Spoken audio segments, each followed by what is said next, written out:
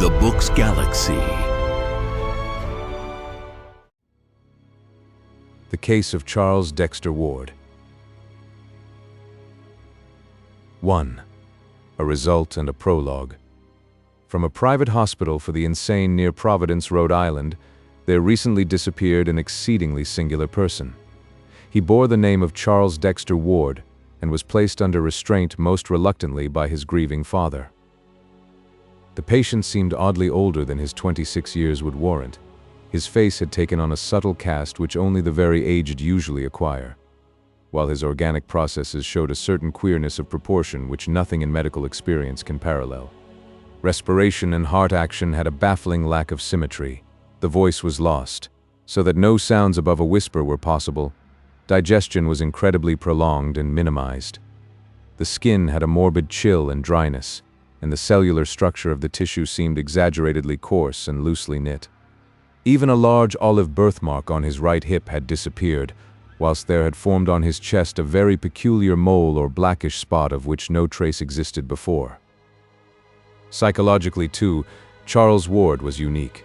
His madness held no affinity to any sort recorded in even the latest and most exhaustive of treatises, and was conjoined to a mental force which would have made him a genius or a leader had it not been twisted into strange and grotesque forms. Only Dr. Willett, who brought Charles Ward into the world and watched his growth of body and mind ever since, seemed frightened at the thought of his future freedom.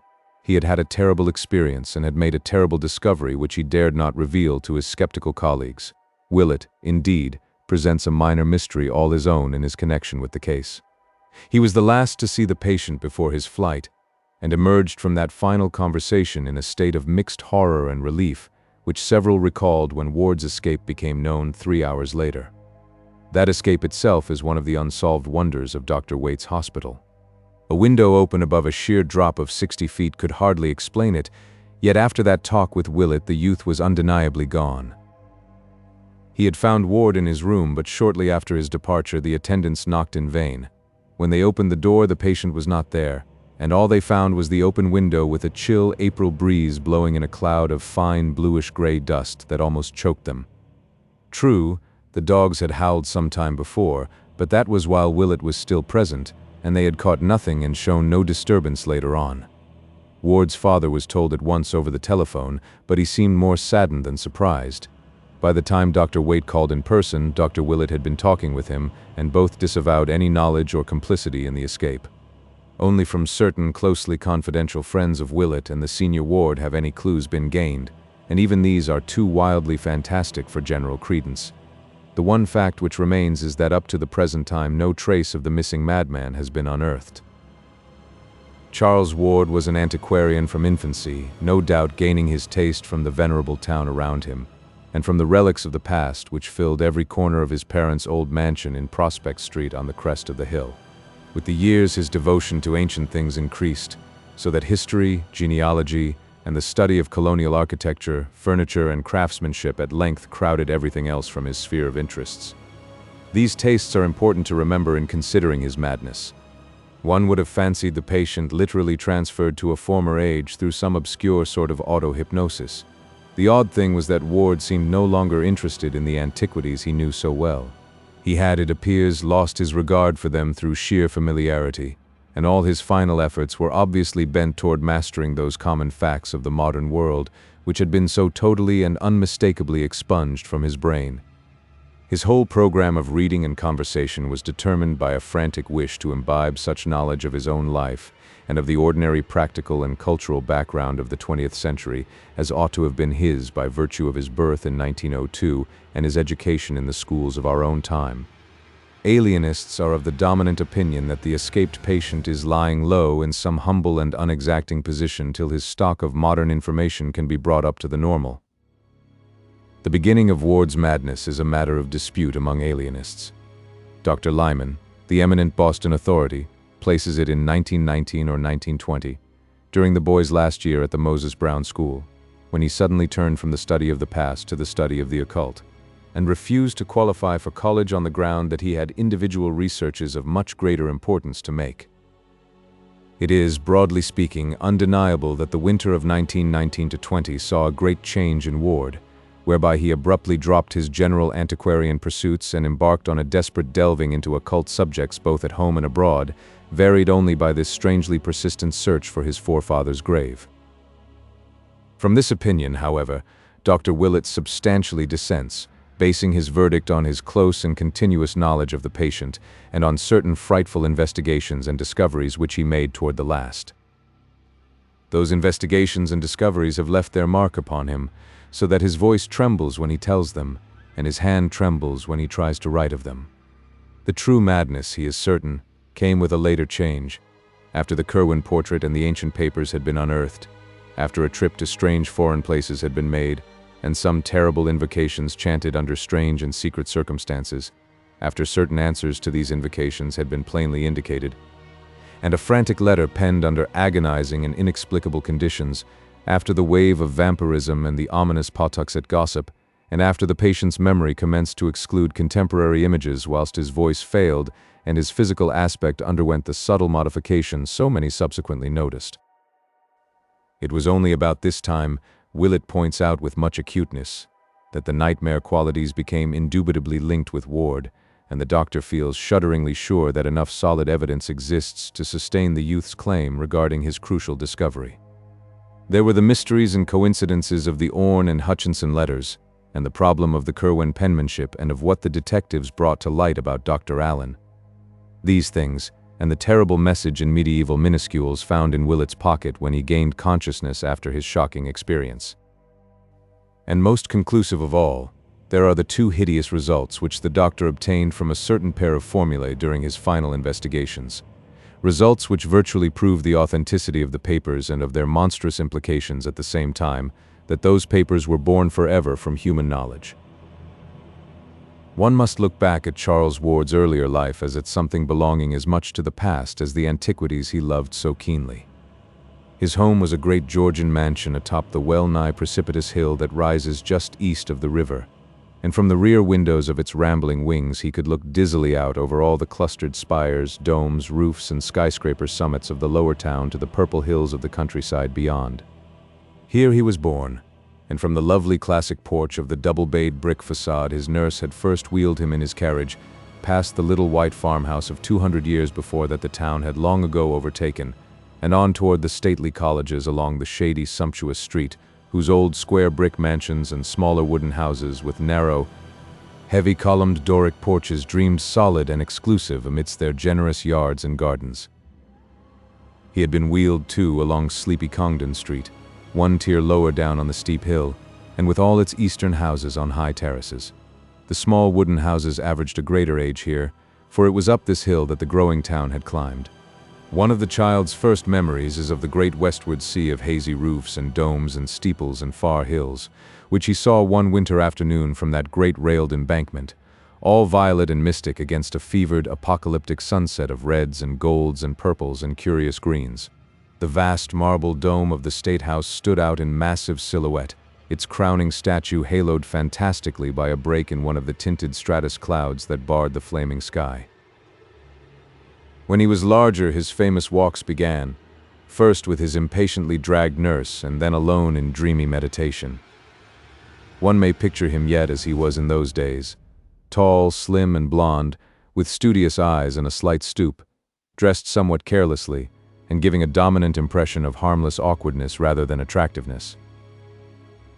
He would seek for vivid contrasts, spending half a walk in the crumbling colonial regions northwest of his home, where the hill drops to the lower eminence of Stamper's Hill with its ghetto and Negro quarter clustering round the place where the Boston stagecoach used to start before the Revolution, and the other half in the gracious southerly realm about George, benevolent power, and William's streets, where the old slope holds unchanged the fine estates and bits of walled garden and steep green lane in which so many fragrant memories linger.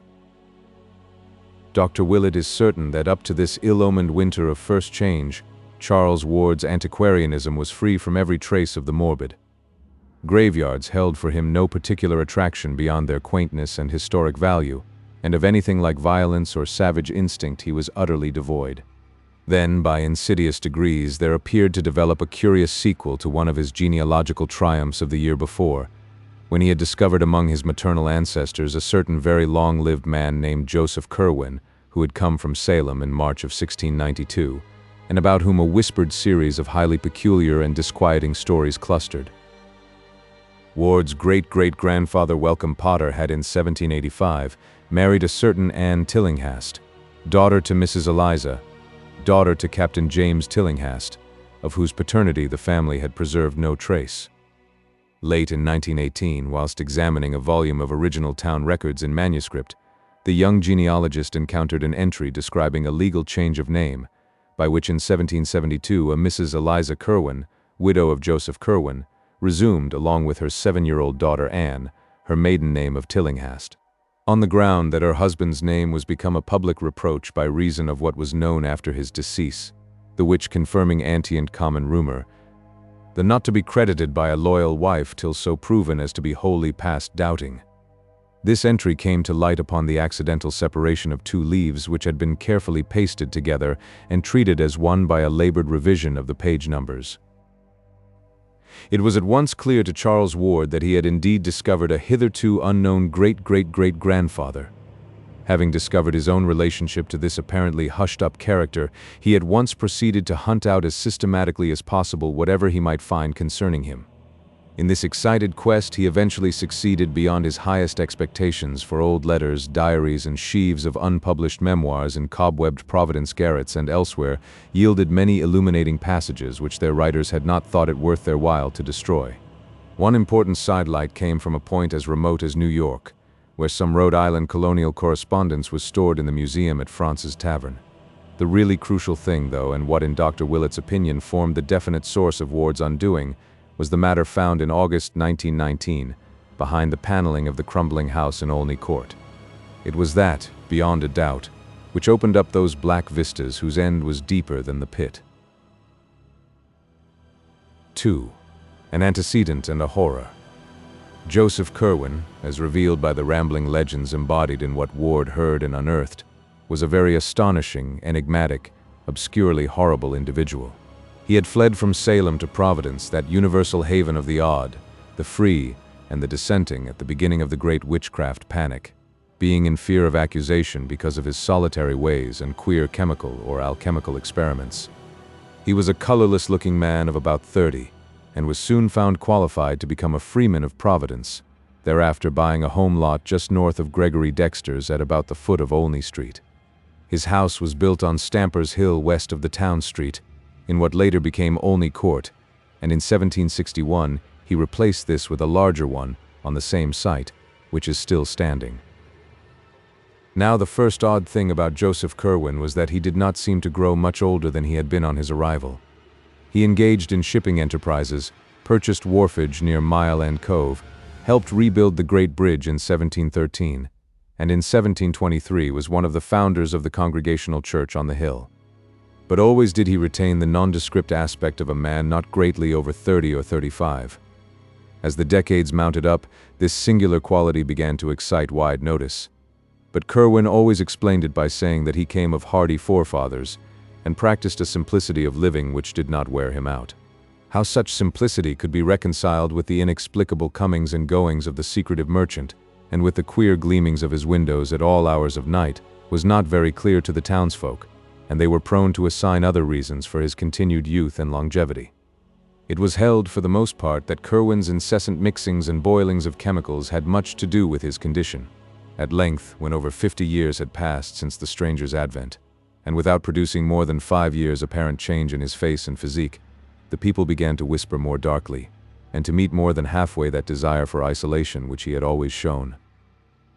Private letters and diaries of the period reveal, too, a multitude of other reasons why Joseph Kerwin was marveled at, feared, and finally shunned like a plague.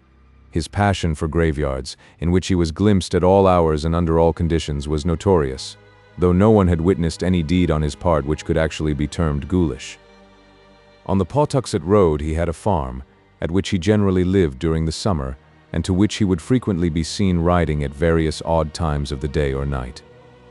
Here his only visible servants, farmers, and caretakers were a sullen pair of aged Narragansett Indians, the husband dumb and curiously scarred, and the wife of a very repulsive cast of countenance, probably due to a mixture of Negro blood. In the lean-to of this house was the laboratory where most of the chemical experiments were conducted. Curious porters and teamers who delivered bottles, bags, or boxes at the small rear door would exchange accounts of the fantastic flasks, crucibles, alembics, and furnaces they saw in the low-shelved room, and prophesied in whispers that the close-mouthed chemist, by which they meant alchemist, would not be long in finding the philosopher's stone.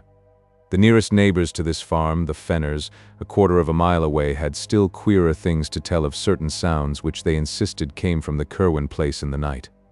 There were cries, they said, and sustained howlings, and they did not like the large number of livestock which thronged the pastures. Then, too, there was something very obnoxious about a certain great stone outbuilding with only high, narrow slits for windows. Great Bridge idlers likewise had much to say of Kerwin's townhouse in Olney Court. Not so much the fine new one built in 1761, when the man must have been nearly a century old, but the first low gambrel-roofed one with the windowless attic and shingled sides, whose timbers he took the peculiar precaution of burning after its demolition. Here there was less mystery, it is true, but the hours at which lights were seen, the secretiveness of the two swarthy foreigners who comprised the only manservants, the hideous, indistinct mumbling of the incredibly aged French housekeeper, the large amounts of food seen to enter a door within which only 4 persons lived, and the quality of certain voices often heard in muffled conversation at highly unseasonable times, all combined with what was known of the Pawtuxet farm to give the place a bad name. In choicer circles, too, the Kerwin home was by no means undiscussed, for as the newcomer had gradually worked into the church and trading life of the town, he had naturally made acquaintances of the better sort, whose company and conversation he was well fitted by education to enjoy. His birth was known to be good, since the Kerwins or Carwins of Salem needed no introduction in New England. It developed that Joseph Kerwin had traveled much in very early life, living for a time in England and making at least 2 voyages to the Orient, and his speech, when he deigned to use it, was that of a learned and cultivated Englishman. There seemed to lurk in his bearing some cryptic, sardonic arrogance, as if he had come to find all human beings dull through having moved among stranger and more potent entities. In 1746, Mr. John Merritt, an elderly English gentleman of literary and scientific leanings, came from Newport to the town which was so rapidly overtaking it in standing, and built a fine country seat on the Neck in what is now the heart of the best residence section, where he lived in considerable style and comfort. Hearing of Kerwin as the owner of the best library in Providence, Mr. Merritt early paid him a call, and was more cordially received than most other callers at the house had been. Kerwin suggested a visit to the farmhouse and laboratory whither he had never invited anyone before, and the two drove out at once in Mr. Merritt's coach. Mr. Merritt maintained that the titles of the books in the special library of thaumaturgical, alchemical, and theological subjects which Kerwin kept in a front room were alone sufficient to inspire him with a lasting loathing. This bizarre collection, besides a host of standard works which Mr. Merritt was not too alarmed to envy, embraced nearly all the Kabbalists, demonologists, and magicians known to man, and was a treasure house of lore in the doubtful realms of alchemy and astrology. Hermes Trismegistus in Mesnard's edition, the Turba Philosophorum, Geber's Liber Investigationis, and Artefice's Key of Wisdom all were there, with the Kabbalistic Zohar, Peter Jammy's set of Albertus Magnus, Raymond Lully's Ars Magna et Ultima in Zetzner's edition, Roger Bacon's Thesaurus Chemicus, Flood's Clavis Alchemiae, and Trithemius's De Lapide Philosophico crowding them close. Medieval Jews and Arabs were represented in profusion, and Mr. Merritt turned pale when, upon taking down a fine volume conspicuously labeled as the Kunun-i-Islam, he found it was in truth the forbidden Necronomicon of the mad Arab Abdul al-Hazred, of which he had heard such monstrous things whispered some years previously after the exposure of nameless rites at the strange little fishing village of Kingsport, in the province of the Massachusetts Bay. But the worthy gentleman owned himself most impalpably disquieted by a mere minor detail. On the huge mahogany table there lay face downward a badly worn copy of Borellus, bearing many cryptical marginalia and interlineations in Kerwin's hand. The book was open at about its middle, and one paragraph displayed such thick and tremulous pen strokes beneath the lines of mystic black letters that the visitor could not resist scanning it through. He recalled it to the end of his days, writing it down from memory in his diary and once trying to recite it to his close friend Dr. Checkley, till he saw how greatly it disturbed that urbane rector. It read, "The essential salters of animals may be so prepared and preserved that an ingenious man may have the whole ark of Noah in his own studi, and raise the fine shape of an animal out of its ashes at his pleasure, and by the like method from the essential salters of humane dust, a philosopher may, without any criminal necromancy, call up the shape of any dead ancestor from the dust whereinto his body has been incinerated." It was near the docks along the southerly part of the town street, however, that the worst things were muttered about Joseph Curwen. Sailors are superstitious folk, and all made strange furtive signs of protection when they saw the slim, deceptively young-looking figure with its yellow hair and slight stoop entering the Curwen warehouse in Dublin Street, or talking with captains and supercargoes on the long quay where the Curwen ships rode restlessly. Curwen's own clerks and captains hated and feared him, and all his sailors were mongrel riffraff from Martinique, St. Eustatius, Havana, or Port Royal. It was, in a way, the frequency with which these sailors were replaced, which inspired the acutest and most tangible part of the fear in which the old man was held, and in time it became exceedingly difficult for Curwen to keep his oddly assorted hands. By 1760, Joseph Curwen was virtually an outcast, suspected of vague horrors and demoniac alliances which seemed all the more menacing because they could not be named, understood, or even proved to exist. Meanwhile, the merchant's worldly affairs were prospering. He had a virtual monopoly of the town's trade in saltpeter, black pepper, and cinnamon, and easily led any other one shipping establishment save the Browns in his importation of brassware, indigo, cotton, woolens, salt, rigging, iron, paper, and English goods of every kind. Curwen was, in fact, one of the prime exporters of the colony. The sight of this strange, pallid man, hardly middle-aged in aspect yet certainly not less than a full century old, seeking at last to emerge from a cloud of fright and detestation too vague to pin down or analyze, was at once a pathetic, a dramatic, and a contemptible thing. Such is the power of wealth and of surface gestures, however, that there came indeed a slight abatement in the visible aversion displayed toward him, especially after the rapid disappearances of his sailors abruptly ceased. He must likewise have begun to practice an extreme care and secrecy in his graveyard expeditions, for he was never again caught at such wanderings, whilst the rumors of uncanny sounds and maneuvers at his Pawtuxet farm diminished in proportion. But the effect of all this belated mending was necessarily slight.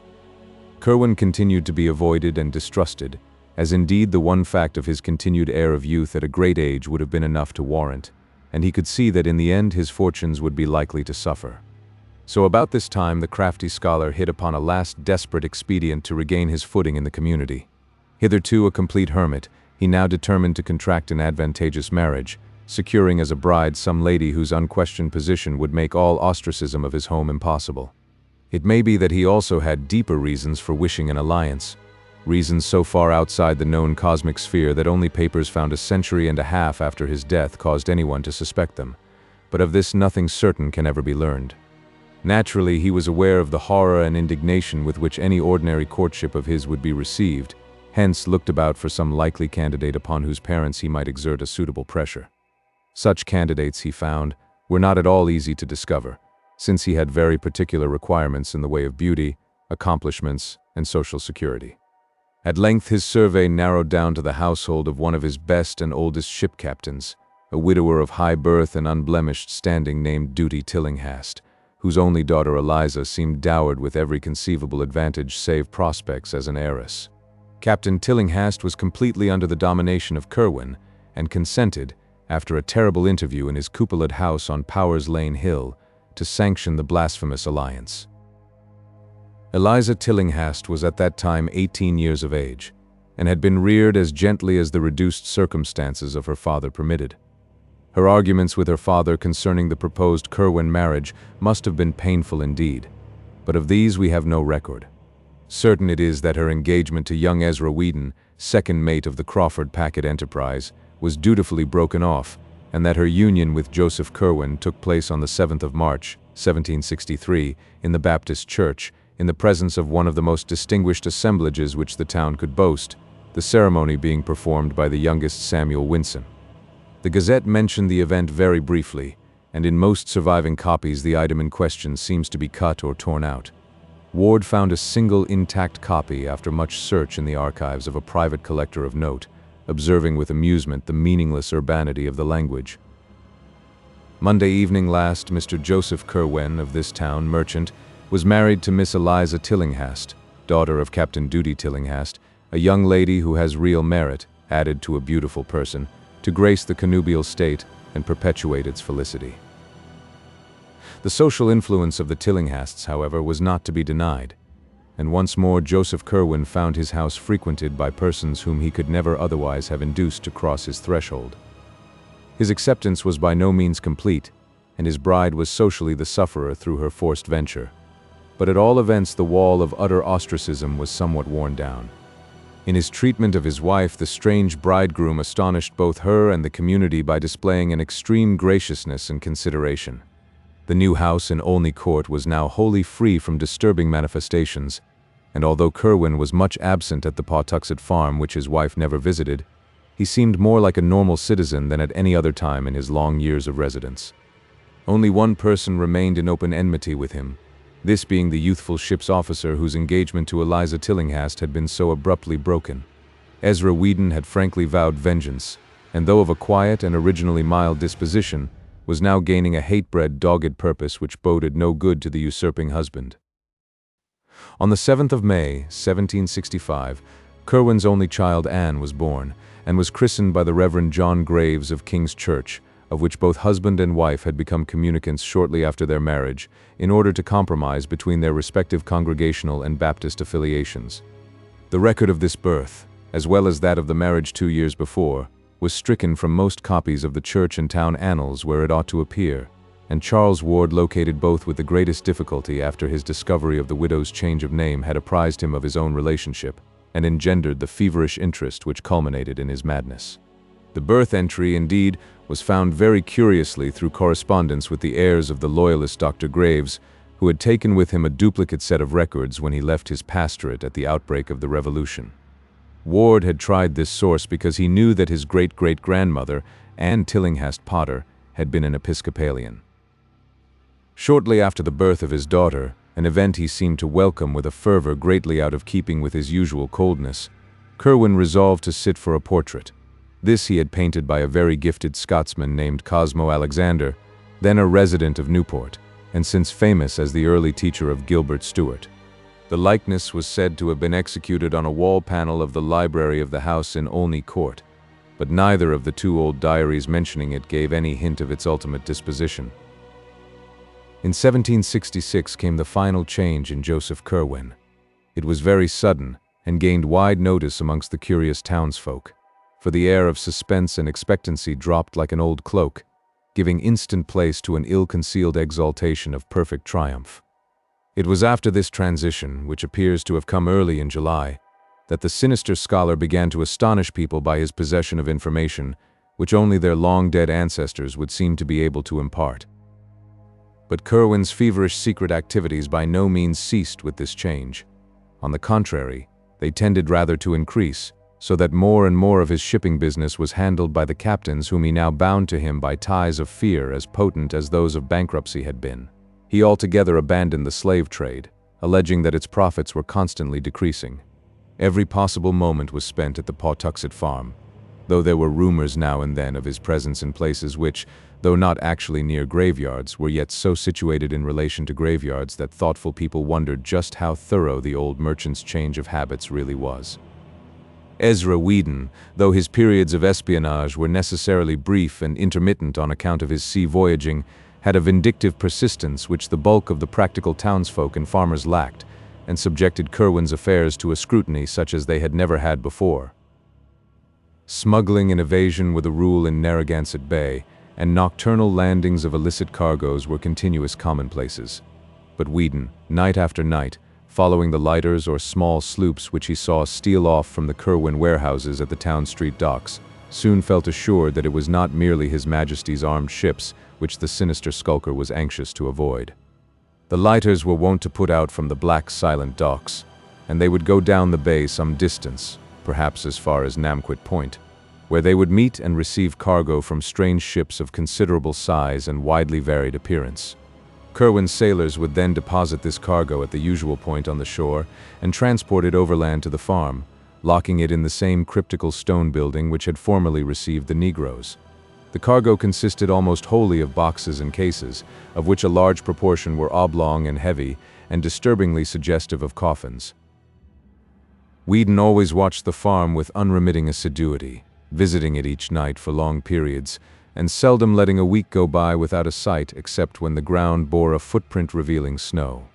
Finding his own vigils interrupted by nautical duties, he hired a tavern companion named Eleazar Smith to continue the survey during his absences, and between them the two could have set in motion some extraordinary rumors.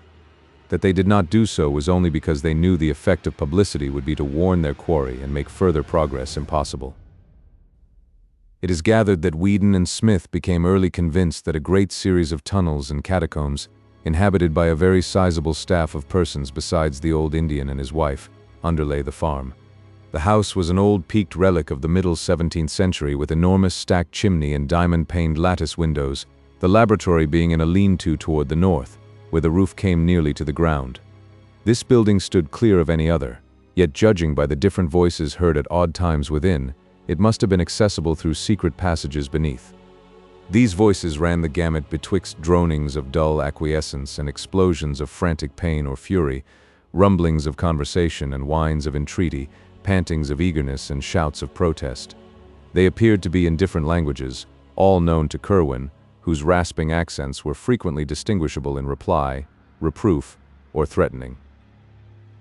Weedon had many verbatim reports of overheard scraps in his notebook, for English, French, and Spanish, which he knew were frequently used, but of these nothing has survived. He did, however, say that besides a few ghoulish dialogues in which the past affairs of Providence families were concerned, most of the questions and answers he could understand were historical or scientific, occasionally pertaining to very remote places and ages.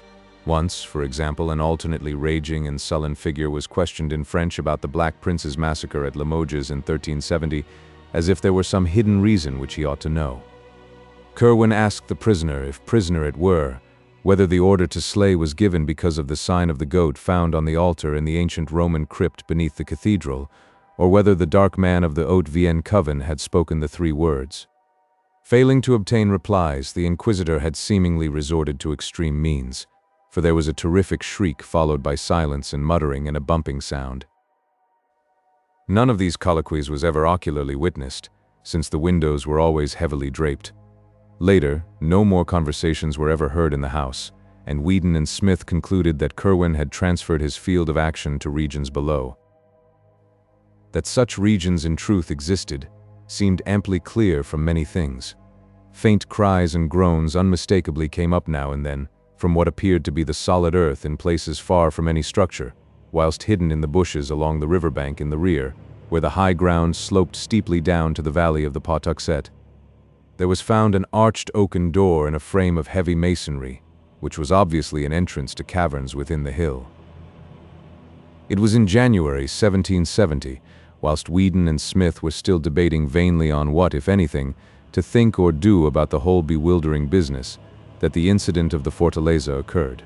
Exasperated by the burning of the revenue sloop Liberty at Newport during the previous summer, the customs fleet under Admiral Wallace had adopted an increased vigilance concerning strange vessels, and on this occasion His Majesty's armed schooner Signet, under Captain Charles Lesche, captured after a short pursuit one early morning the scow Fortaleza of Barcelona, Spain, under Captain Manuel Arruda, bound according to its log from Grand Cairo, Egypt, to Providence. When searched for contraband material, this ship revealed the astonishing fact that its cargo consisted exclusively of Egyptian mummies, consigned to sailor A.B. C., who would come to remove his goods in a lighter just off Namquit Point, and whose identity Captain Arruda felt himself in honor bound not to reveal. The Vice-Admiralty Court at Newport, at a loss what to do in view of the non-contraband nature of the cargo on the one hand, and of the unlawful secrecy of the entry on the other hand, compromised on Collector Robinson's recommendation by freeing the ship but forbidding it a port in Rhode Island waters. There were later rumors of its having been seen in Boston Harbor, though it never openly entered the port of Boston.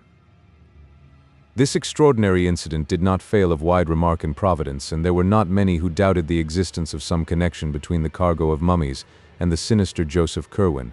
It did not take much imagination to link him with a freakish importation which could not conceivably have been destined for anyone else in the town. Whedon and Smith, of course, felt no doubt whatsoever of the significance of the thing, and indulged in the wildest theories concerning Curwen and his monstrous labors. The following spring, like that of the year before, had heavy rains, and the watchers kept careful track of the riverbank behind the Curwen farm. Large sections were washed away, and a certain number of bones discovered, but no glimpse was afforded of any actual subterranean chambers or burrows. Something was rumored, however, at the village of Pawtuxet, about a mile below, where the river flows in falls over a rocky terrace to join the placid landlocked cove. The fisherfolk about the bridge did not like the wild way that one of the things stared as it shot down to the still water below, or the way that another half cried out, although its condition had greatly departed from that of objects which normally cry out. That rumor sent Smith for Whedon was just then at sea, in haste to the river bank behind the farm, where surely enough there remained the evidences of an extensive cave-in.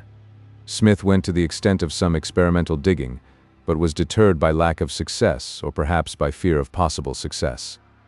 It is interesting to speculate on what the persistent and revengeful Whedon would have done had he been ashore at the time.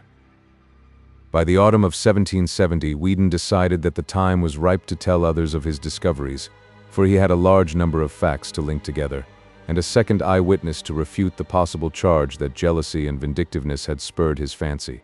As his first confidant, he selected Captain James Mathewson of the Enterprise, who on the one hand knew him well enough not to doubt his veracity, and on the other hand was sufficiently influential in the town to be heard in turn with respect. The colloquy took place in an upper room of Sabin's Tavern near the docks, with Smith present to corroborate virtually every statement, and it could be seen that Captain Mathewson was tremendously impressed. Like nearly everyone else in the town, he had had black suspicions of his own anent Joseph Curwen. Hence, it needed only this confirmation and enlargement of data to convince him absolutely. At the end of the conference, he was very grave and enjoined strict silence upon the two younger men. The right persons to tell, he believed, would be Dr. Benjamin West, whose pamphlet on the late transit of Venus proved him a scholar and keen thinker, Reverend James Manning, president of the college, ex-governor Stephen Hopkins, who had been a member of the Philosophical Society at Newport, and was a man of very broad perceptions, John Carter, publisher of the Gazette. All four of the Brown brothers, John, Joseph, Nicholas, and Moses, who formed the recognized local magnates, old Dr. Jabez Bowen, whose erudition was considerable, and who had much first-hand knowledge of Curwen's odd purchases, and Captain Abraham Whipple, a privateersman of phenomenal boldness and energy, who could be counted on to lead in any active measures needed. The mission of Captain Mathewson prospered beyond his highest expectations, for whilst he found one or two of the chosen confidants somewhat skeptical of the possible ghostly side of Whedon's tale, there was not one who did not think it necessary to take some sort of secret and coordinated action.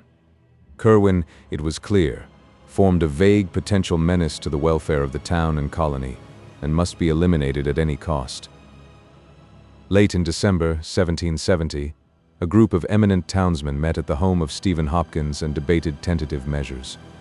Whedon's notes, which he had given to Captain Mathewson, were carefully read, and he and Smith were summoned to give testimony anent details. Something very like fear seized the whole assemblage before the meeting was over, though there ran through that fear a grim determination which Captain Whipple's bluff and resonant profanity best expressed. They would not notify the governor, because a more than legal course seemed necessary. With hidden powers of uncertain extent apparently at his disposal, Curwen was not a man who could safely be warned to leave town. He must be surprised at his Pawtuxet farm by a large raiding party of seasoned privateersmen and given one decisive chance to explain himself. If he proved a madman, amusing himself with shrieked and imaginary conversations in different voices, he would be properly confined. If something graver appeared, and if the underground horrors indeed turned out to be real, he and all with him must die. It could be done quietly, and even the widow and her father need not be told how it came about. While these serious steps were under discussion, there occurred in the town an incident so terrible and inexplicable that for a time little else was mentioned for miles around.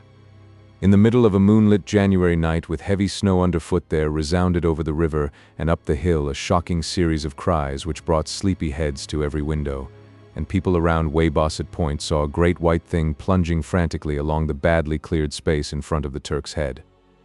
There was a baying of dogs in the distance, but this subsided as soon as the clamor of the awakened town became audible. Parties of men with lanterns and muskets hurried out to see what was happening, but nothing rewarded their search. The next morning, however, a giant, muscular body, stark naked, was found on the jams of ice around the southern piers of the Great Bridge, where the long dock stretched out beside Abbott's Distill House, and the identity of this object became a theme for endless speculation and whispering. It was not so much the younger as the older folk who whispered, for only in the patriarchs did that rigid face with horror-bulging eyes strike any chord of memory. They, shaking as they did so, exchanged furtive murmurs of wonder and fear, for in those stiff, hideous features lay a resemblance so marvelous as to be almost an identity, and that identity was with a man who had died full 50 years before. Ezra Whedon was present at the finding, and remembering the baying of the night before, set out along Weybosset Street and across Muddy Dock Bridge whence the sound had come. He had a curious expectancy, and was not surprised when, reaching the edge of the settled district where the street merged into the Pawtuxet Road, he came upon some very curious tracks in the snow. The naked giant had been pursued by dogs and many booted men, and the returning tracks of the hounds and their masters could be easily traced. They had given up the chase upon coming too near the town. Whedon smiled grimly, and as a perfunctory detail traced the footprints back to their source. It was the Pawtuxet farm of Joseph Kerwin, as he well knew it would be, and he would have given much had the yard been less confusingly trampled. As it was, he dared not seem too interested in full daylight. Dr. Bowen, to whom Whedon went at once with his report, performed an autopsy on the strange corpse, and discovered peculiarities which baffled him utterly. The digestive tracts of the huge man seemed never to have been in use, whilst the whole skin had a coarse, loosely knit texture impossible to account for. Impressed by what the old man whispered of this body's likeness to the long-dead blacksmith Daniel Green, whose great-grandson Aaron Hoppin was a supercargo in Kerwin's employ, Whedon asked casual questions till he found where Green was buried. That night a party of 10 visited the old North burying ground opposite Herendon's Lane and opened a grave. They found it vacant, precisely as they had expected. Meanwhile, arrangements had been made with the post riders to intercept Joseph Kerwin's mail, and shortly before the incident of the naked body there was found a letter from one Jedediah Orne of Salem, which made the cooperating citizens think deeply. Parts of it, copied and preserved in the private archives of the Smith family where Charles Ward found it, ran as follows. I delight that you continue in ye getting at old matters in your way, and do not think better was done at Mr. Hutchinson's in Salem village. Certainly there was nothing but ye liveliest awfulness in that which H raised up from what he could gather on lie a part of. What you sent did not work, whether because anything misgoo, or because ye words were not right from my speak goo or yar copy goo, alone am at a loss. I have not ye chemical art to follow Borellus, and own myself confounded by ye 7 book of ye Necronomicon that you recommendi. But I would have you observe what was told to us about taking care whom to call up, for you are sensible what Mr. Mather writ in ye Magnalia of, and can judge how truly that horrendous thing is reported. I say to you again, do not call up any that you cannot put down, by the which I mean, any that can in turn call up somewhat against you, whereby your powerfulest devices may not be of use. Ask of the lesser, lest the greater shall not wish to answer, and shall command more than you. I was frighted when I read of your know what Ben Zariat Natmik had in his ebony boxy, for I was conscious who must have told you. And again I ask that you shall write me as Jedediah and not Simon. In this community a man may not live too long, and you know my plan by which I came back as my son. I am desirous you will acquaint me with what ye black man learnt from Sylvanus Cocidius in ye vault, under ye Roman wall, and will be obliged for ye lenge of ye manuscript you speak of. Another and unsigned letter from Philadelphia provoked equal thought, especially for the following passage. I will observe what you say respecting the sending of accounts only by your vessels, but cannot always be certain when to expect them. In the matter spoke of, I require only one more thing, but wish to be sure I apprehend you exactly. You inform me that no part must be missing if the finest effects are to be had, but you cannot but know how hard it is to be sure. It seems a great hazard and burthen to take away the whole box, and in town, that is St. Peter's, St. Paul's, St. Mary's, or Christ Church, it can scarce be done at all. But I know what imperfections were in the one raised up October last, and how many live specimens you were forced to employ before you hit upon the right mode in the year 1766. So will be guided by you in all matters. I am impatient for your brig, and inquire daily at Mr. Biddle's wharf. A third suspicious letter was in an unknown tongue, and even an unknown alphabet. In the Smith diary found by Charles Ward, a single oft-repeated combination of characters is clumsily copied, and authorities at Brown University have pronounced the alphabet Amharic or Abyssinian, although they do not recognize the word. None of these epistles was ever delivered to Curwen, though the disappearance of Jedediah Orne from Salem, as recorded shortly afterward, showed that the Providence men took certain quiet steps. Curwen, despite all precautions, apparently felt that something was in the wind, for he was now remarked to wear an unusually worried look. His coach was seen at all hours in the town and on the Pawtuxet Road, and he dropped little by little the air of forced geniality with which he had latterly sought to combat the town's prejudice. The nearest neighbors to his farm, the Fenners, one night remarked a great shaft of light shooting into the sky from some aperture in the roof of that cryptical stone building with the high, excessively narrow windows, an event which they quickly communicated to John Brown in Providence. Mr. Brown had become the executive leader of the select group bent on Curwen's extirpation, and had informed the Fenners that some action was about to be taken. To them Mr. Brown had entrusted the duty of watching the Curwen farmhouse, and of regularly reporting every incident which took place there. The probability that Curwen was on guard and attempting unusual things, as suggested by the odd shaft of light, precipitated at last the action so carefully devised by the band of serious citizens. According to the Smith diary, a company of about 100 men met at 10 p.m. on Friday, April 12, 1771, in the great room of Thurston's Tavern at the sign of the Golden Lion on Weybosset Point across the bridge. Of the guiding group of prominent men, in addition to the leader, John Brown, there were present Dr. Bowen, with his case of surgical instruments, President Manning without the great periwig, the largest in the colonies, for which he was noted, Governor Hopkins. Wrapped in a dark cloak, and accompanied by his seafaring brother Issei, whom he had initiated at the last moment with the permission of the rest, John Carter, Captain Mathewson, and Captain Whipple, who was to lead the actual raiding party. These chiefs conferred apart in a rear chamber, after which Captain Whipple emerged to the great room and gave the gathered seamen their last oaths and instructions. Eleazar Smith was with the leaders as they sat in the rear apartment awaiting the arrival of Ezra Whedon, whose duty was to keep track of Curwen and report the departure of his coach for the farm.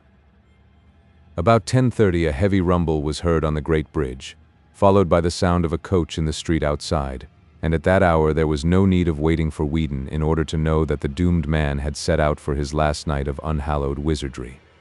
A moment later, as the receding coach clattered faintly over the muddy dock bridge, Whedon appeared, and the raiders fell silently into military order in the street, shouldering the firelocks, fowling pieces, or whaling harpoons which they had with them.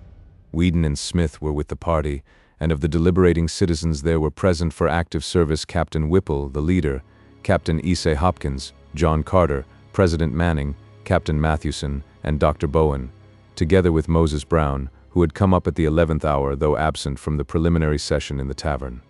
All these freemen and their 100 sailors began the long march without delay, grim and a trifle apprehensive as they left the muddy dock behind and mounted the gentle rise of Broad Street toward the Pawtuxet Road. An hour and a quarter later the raiders arrived, as previously agreed, at the Fenner farmhouse, where they heard a final report on their intended victim. He had reached his farm more than half an hour before, and the strange light had soon afterward shot once into the sky. There were no lights in any visible windows, but this was always the case of late. Even as this news was given, another great glare arose toward the south, and the party realized that they had indeed come close to the scene of awesome and unnatural wonders. Captain Whipple now ordered his force to separate into 3 divisions, one of 20 men under Eleazar Smith to strike across to the shore and guard the landing place against possible reinforcements for Curwen until summoned by a messenger for desperate service. a second of 20 men under Captain Issei Hopkins to steal down into the river valley behind the Kerwin farm and demolish with axes or gunpowder the oaken door in the high, steep bank, and the third to close in on the house and adjacent buildings themselves. Of this last division, 1/3 was to be led by Captain Mathewson to the cryptical stone edifice with high, narrow windows, another third to follow Captain Whipple himself to the main farmhouse, and the remaining third to preserve a circle around the whole group of buildings until summoned by a final emergency signal. The river party would break down the hillside door at the sound of a single whistle blast, waiting and capturing anything which might issue from the regions within. At the sound of 2 whistle blasts, it would advance through the aperture to oppose the enemy or join the rest of the raiding contingent.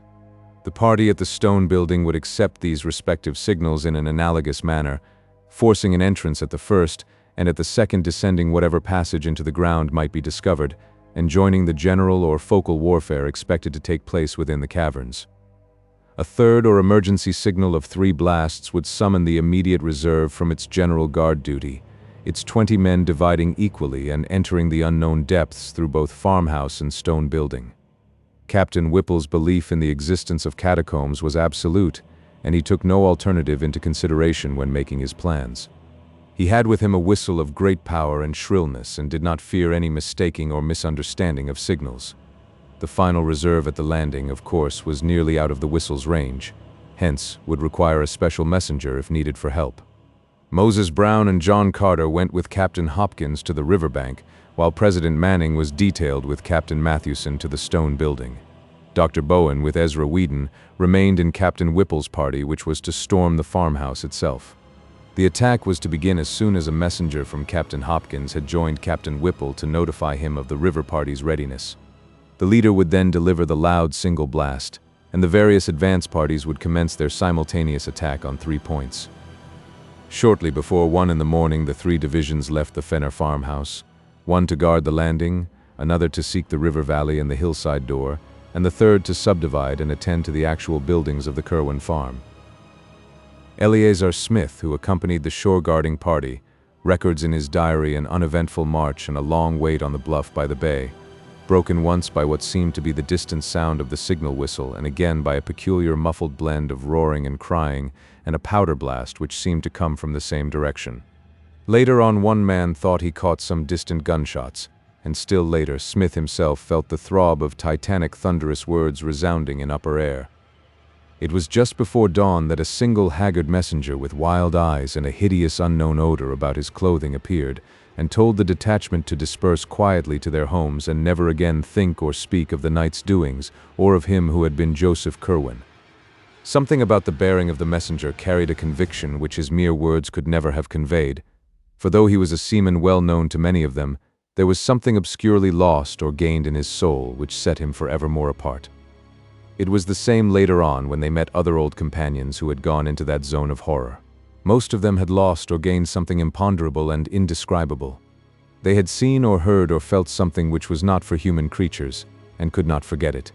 From them there was never any gossip, for to even the commonest of mortal instincts there are terrible boundaries. And from that single messenger the party at the shore caught a nameless awe which almost sealed their own lips. Very few are the rumors which ever came from any of them, and Eleazar Smith's diary is the only written record which has survived from that whole expedition which set forth from the sign of the Golden Lion under the stars.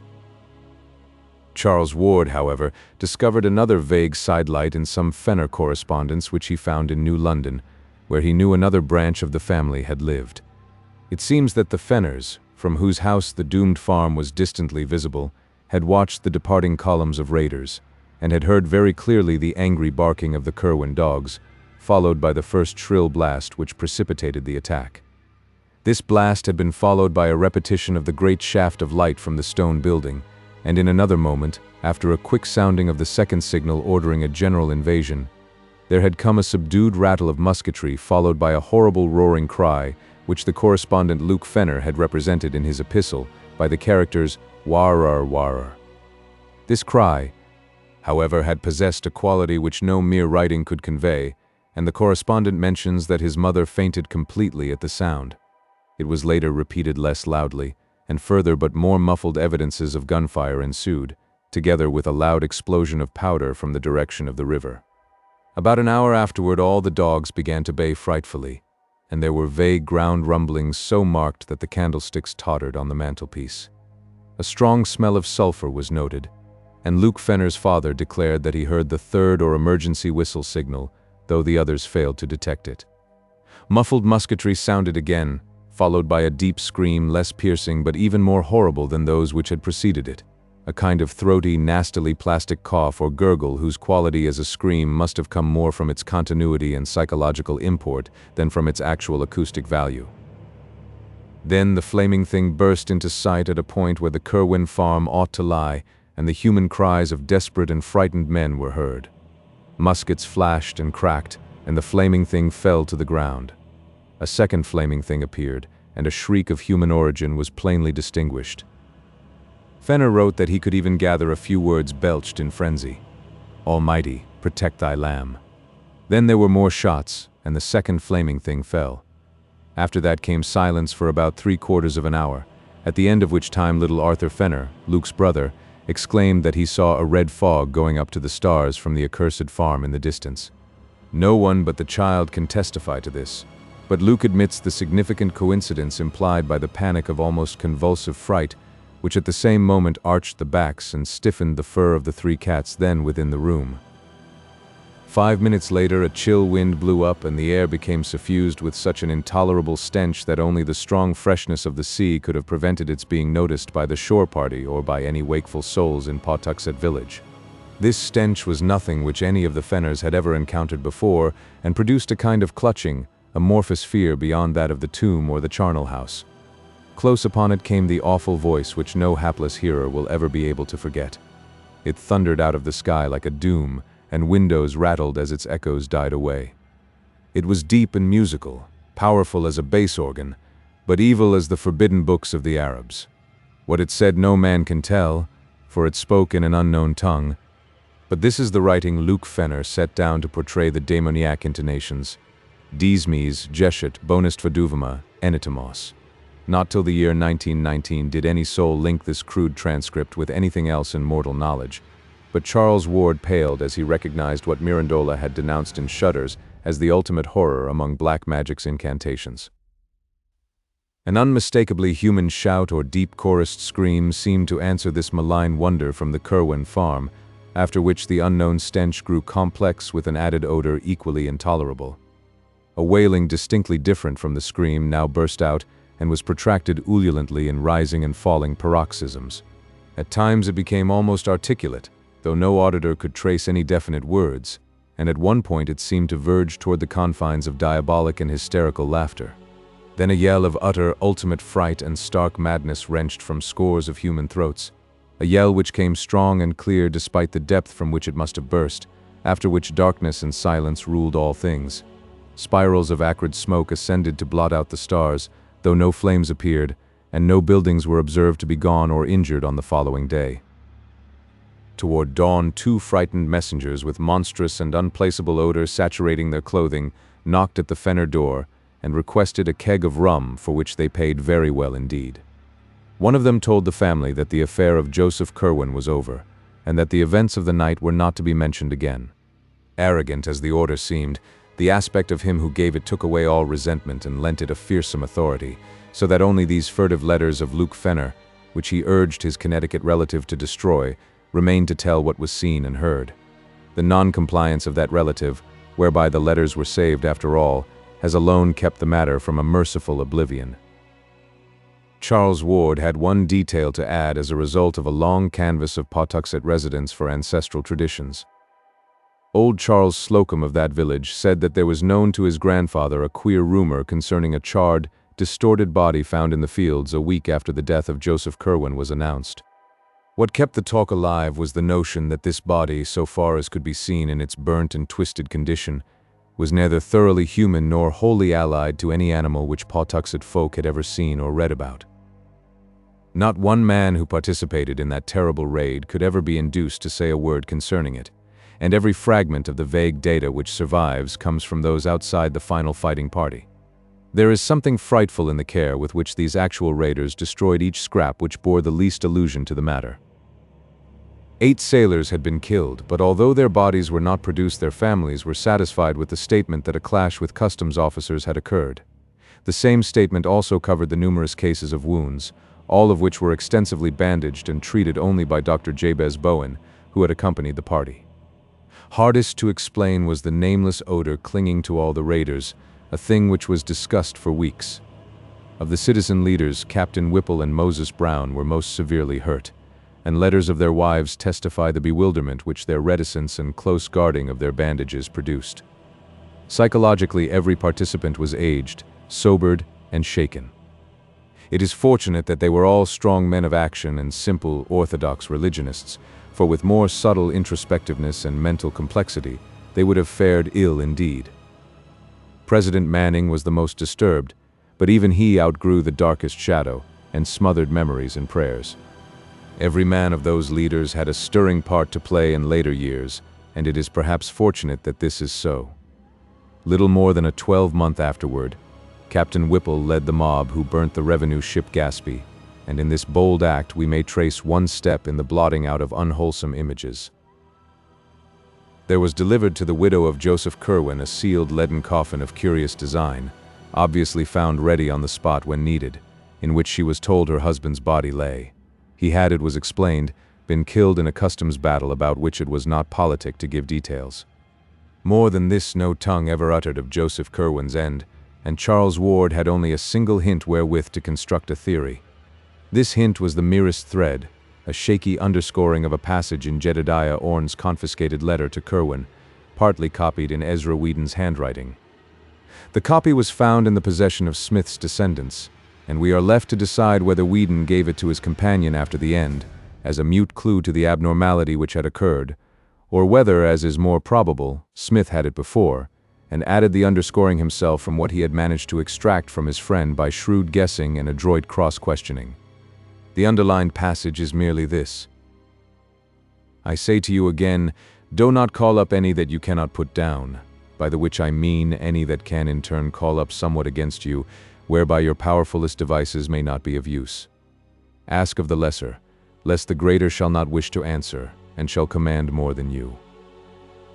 In the light of this passage, and reflecting on what last unmentionable allies a beaten man might try to summon in his direst extremity, Charles Ward may well have wondered whether any citizen of Providence killed Joseph Curwen. The deliberate effacement of every memory of the dead man from Providence life and annals was vastly aided by the influence of the raiding leaders. They had not at first meant to be so thorough, and had allowed the widow and her father and child to remain in ignorance of the true conditions.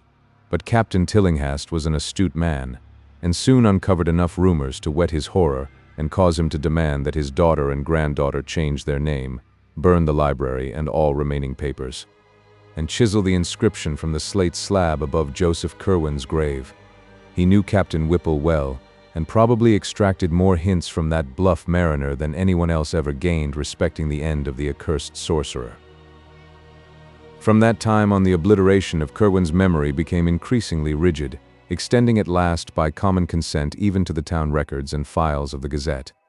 It can be compared in spirit only to the hush that lay on Oscar Wilde's name for a decade after his disgrace, and in extent only to the fate of that sinful king of Runagher in Lord Dunsany's tale, whom the gods decided must not only cease to be, but must cease ever to have been. Mrs. Tillinghast, as the widow became known after 1772, sold the house in Olney Court and resided with her father in Powers Lane till her death in 1817. The farm at Pawtuxet, shunned by every living soul, remained to moulder through the years and seemed to decay with unaccountable rapidity. By 1780 only the stone and brickwork were standing, and by 1800 even these had fallen to shapeless heaps. None ventured to pierce the tangled shrubbery on the riverbank behind which the hillside door may have lain, nor did any try to frame a definite image of the scenes amidst which Joseph Curwen departed from the horrors he had wrought.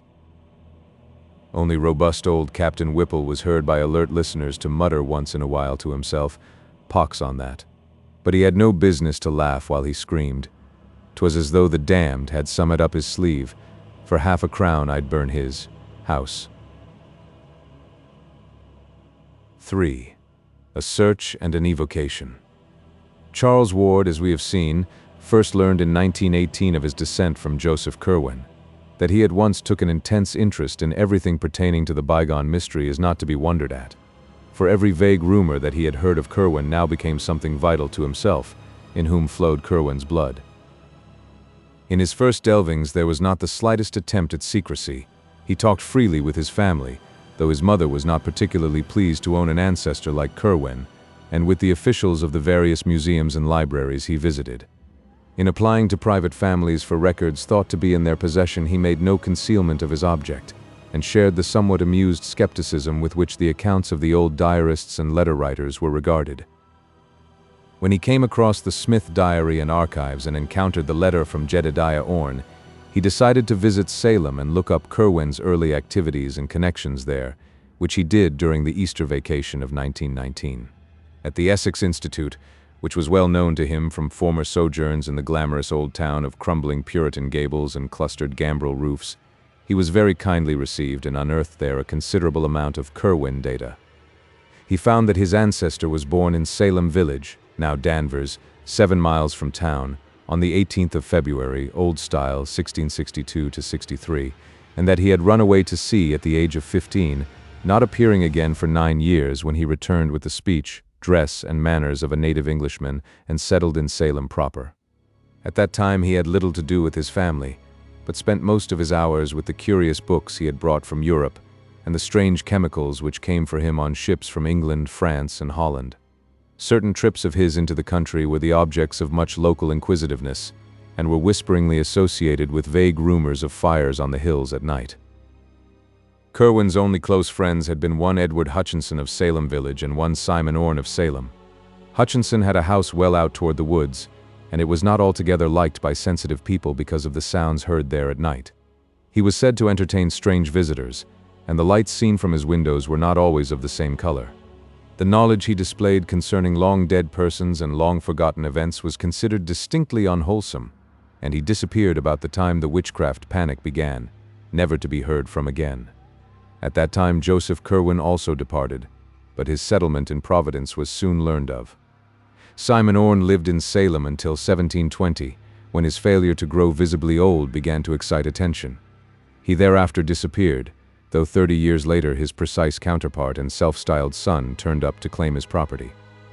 The claim was allowed on the strength of documents in Simon Orne's known hand, and Jedediah Orne continued to dwell in Salem till 1771, when certain letters from Providence citizens to the Reverend Thomas Barnard and others brought about his quiet removal to parts unknown. Certain documents by and about all of these strange matters were available at the Essex Institute, the courthouse, and the Registry of Deeds, and included both harmless commonplaces such as land titles and bills of sale, and furtive fragments of a more provocative nature. There were 4 or 5 unmistakable allusions to them on the witchcraft trial records, as when one Hepzibah Lawson swore on July 16, 1692, at the court of Oyer and Terminen under Judge Hathorne, that 40 witches and the black man were wont to meet in the woods behind Mr. Hutchinson's house, and one Amity how declared at a session of August 8 before Judge Gedney that Mr. G.B. George Burroughs on that night put the Devil his mark upon Bridget S., Jonathan A., Simon O., Deliverance W., Joseph C., Susan P., Mabel C., and Deborah B. Then there was a catalogue of Hutchinson's uncanny library as found after his disappearance, and an unfinished manuscript in his handwriting, couched in a cipher none could read. Ward had a photostatic copy of this manuscript made, and began to work casually on the cipher as soon as it was delivered to him. After the following August, his labors on the cipher became intense and feverish, and there is reason to believe from his speech and conduct that he hit upon the key before October or November. He never stated, though, whether or not he had succeeded. But of greatest immediate interest was the Orne material. It took Ward only a short time to prove from identity of penmanship a thing he had already considered established from the text of the letter to Curwen, namely, that Simon Orne and his supposed son were one and the same person. As Orne had said to his correspondent, it was hardly safe to live too long in Salem, hence he resorted to a 30-year sojourn abroad, and did not return to claim his lands except as a representative of a new generation. Orne had apparently been careful to destroy most of his correspondence, but the citizens who took action in 1771 found and preserved a few letters and papers which excited their wonder. There were cryptic formulae and diagrams in his and other hands, which Ward now either copied with care or had photographed, and one extremely mysterious letter in a chirography that the searcher recognized from items in the Registry of Deeds as positively Joseph Curwen's. Providence, 1st of May. Brother, my honored antient friend do respects and earnest wishes to him whom we serve for your eternal power. I am just come upon that which you ought to know concerning the matter of the last extremite and what to do regarding that. I am not disposed to follow you in going away on account of my years, for Providence hath not ye sharpness of the bay in hunting out uncommon things and bringing to trial. I am tied up in ships and goods, and could not do as you did, besides the which my farm, at Pawtuxet hath under it what you know, that would not wait for my coming back as another. But I am not unready for hard fortunes, as I have told you, and have long worked upon ye way of get back after ye last day. I last night struck on ye words that bring up Yogi Sothoth, and saw for ye firsty time that face spoke of by Ibn Shukabak in ye. And it said, that ye 3 Salmi and ye liber damnatus hold as ye clavicle. With Sunnen in 5 house, Saturn in trine, draw ye pentagram of fire, and say ye 9th verse thrice. This verse repeat each Rudamas and Hallows Eve, and ye thing will breed in ye outside spheres. And of ye Sede of oldie shall one be born who shall look backa, though nog not what he seekes. Yet will this avail nothing if there be no heir, and if the Saltus or the way to make the Saltus be not ready for his handy, and here I will own, I have not taken needed steps nor found much. Ye process is plaguey hard to come near, and it uses up such a store of specimens, I am hard put to it to get enough, notwithstand the sailors I have from ye Indies. Ye people about her are become curious, but I can stand them off. Ye gentry are worse than ye populace, being more circumstantial in their accounts and more believed in what they tell. That parson and Mr. Merritt have talked some, I am fearful, but no thing so far is dangerous. Ye chemical substances are easy of get ye. There be 2 good chemists in town, Dr. Bowen and Sam Carew. I am fog outy what Borellus saith, and have helpy and Abdul al-Hazred his 7th book. Whatever I get, you shall have, and in ye meanwhile, do not neglect to make use of ye wordes I have here given. I have them righty, but if you desire to see him, employ the writing on ye piece of, that I am puttig in this packet. Say ye verses every Rudmas and Hallows Eve, and if yar line run not out, one shall be in years to come that shall look back and use what saltus or stuff for salte you shall leave him. Job 14:14. I rejoice you are again at Salem, and hope I may see you not long hence. I have a good stallion, and am think ye of get a coach. There be one, Mr. Merritt's in Providence already, though ye roads are bad. If you are disposed to travel, do not pass me by. From Boston take ye Post Road, through Dedham, Wrentham, and Attleboro. Good taverns be at all these towns. Stop at Mr. Bolcom's in Wrentham, where ye beddes are finer than Mr. Hatch's, but eat at ye other house for their cook is better. Turn into Providence by Pawtucket Falls, and ye rode past Mr. Sales's tavern. My house opposite Mr. Epinetus Olney's tavern off ye Town Street, first on ye north side of Olney's Court. Distance from Boston Stone about 44 miles. Sir, I am your old and true friend and servant in Almonson Metroton. Josephus C. To Mr. Simon Orne, Williams Lane in Salem. This letter, oddly enough, was what first gave Ward the exact location of Curwen's Providence home, for none of the records encountered up to that time had been at all specific. The place was indeed only a few squares from his own home on the great hill's higher ground, and was now the abode of a Negro family much esteemed for occasional washing, house-cleaning, and furnace-tending services. To find, in distant Salem, such sudden proof of the significance of this familiar rookery in his own family history was a highly impressive thing to Ward, and he resolved to explore the place immediately upon his return.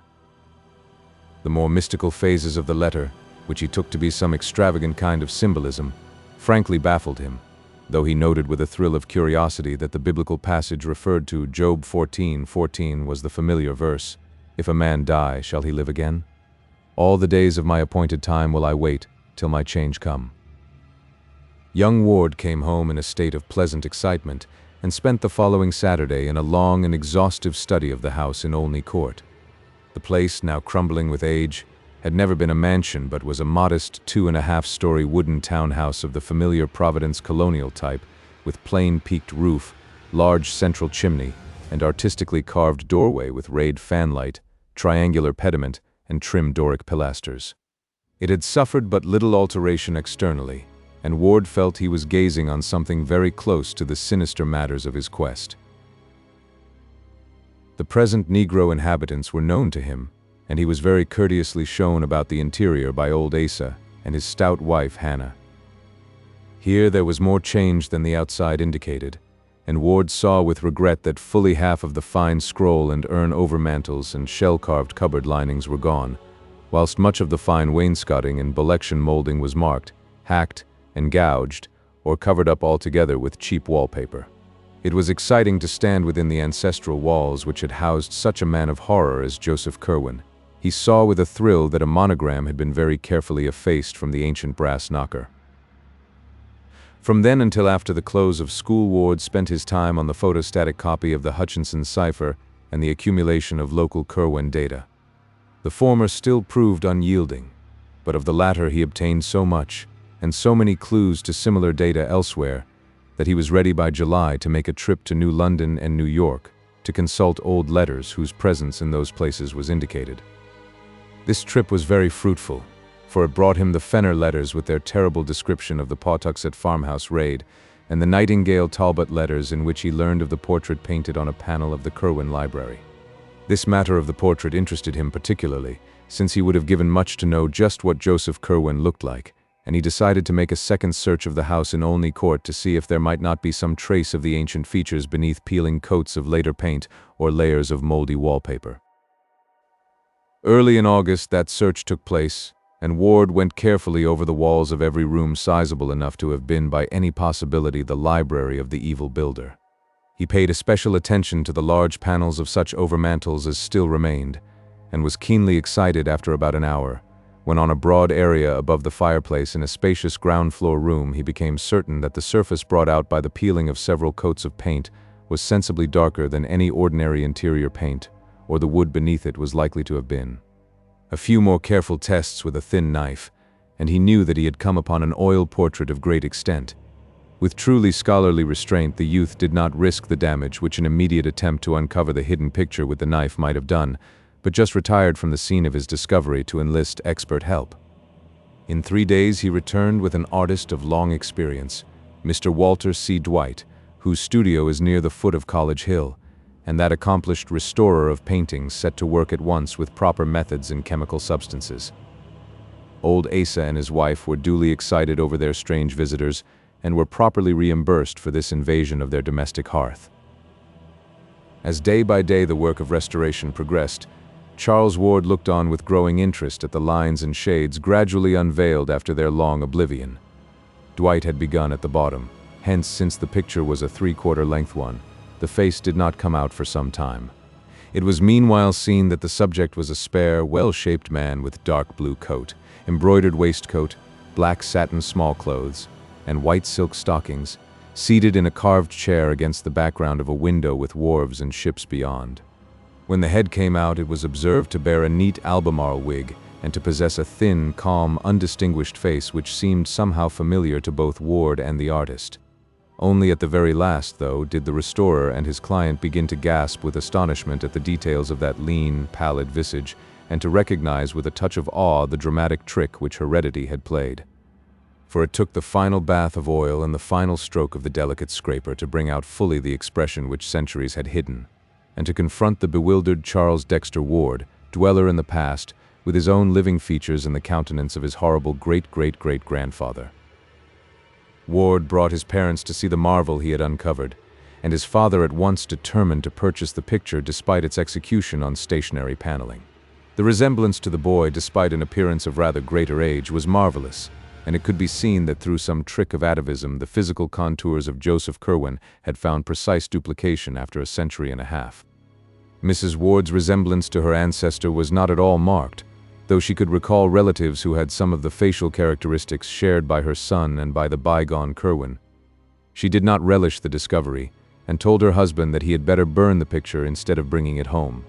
There was, she averred, something unwholesome about it, not only intrinsically, but in its very resemblance to Charles.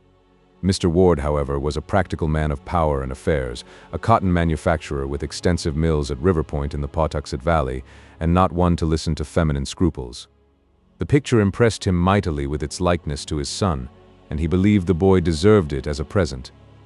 In this opinion, it is needless to say, Charles most heartily concurred, and a few days later Mr. Ward located the owner of the house, a small rodent-featured person with a guttural accent, and obtained the whole mantle and overmantle, bearing the picture at a curtly fixed price which cut short the impending torrent of unctuous haggling. It now remained to take off the paneling and remove it to the Ward home, where provisions were made for its thorough restoration and installation with an electric mock fireplace in Charles' third-floor study or library. To Charles was left the task of superintending this removal, and on the 28th of August he accompanied 2 expert workmen from the Crooker decorating firm to the house in Olney Court, where the mantle and portrait-bearing overmantle were detached with great care and precision for transportation in the company's motor truck. There was left a space of exposed brickwork marking the chimney's course, and in this young Ward observed a cubical recess about a foot square, which must have lain directly behind the head of the portrait. He found, beneath the deep coatings of dust and soot, some loose yellowed papers, a crude, thick copybook, and a few moldering textile shreds which may have formed the ribbon binding the rest together. Blowing away the bulk of the dirt and cinders, he took up the book and looked at the bold inscription on its cover. It was in a hand which he had learned to recognize at the Essex Institute, and proclaimed the volume as the Journal and Notes of Joseph Curwen, gentleman, of Providence Plantations, late of Salem. Excited beyond measure by his discovery, Ward showed the book to the 2 curious workmen beside him. Their testimony is absolute as to the nature and genuineness of the finding, and Dr. Willett relies on them to help establish his theory that the youth was not mad when he began his major eccentricities. All the other papers were likewise in Curwen's handwriting, and one of them seemed especially portentous because of its inscription, "To him who shall come after, how he may get beyond a time and ye spheres."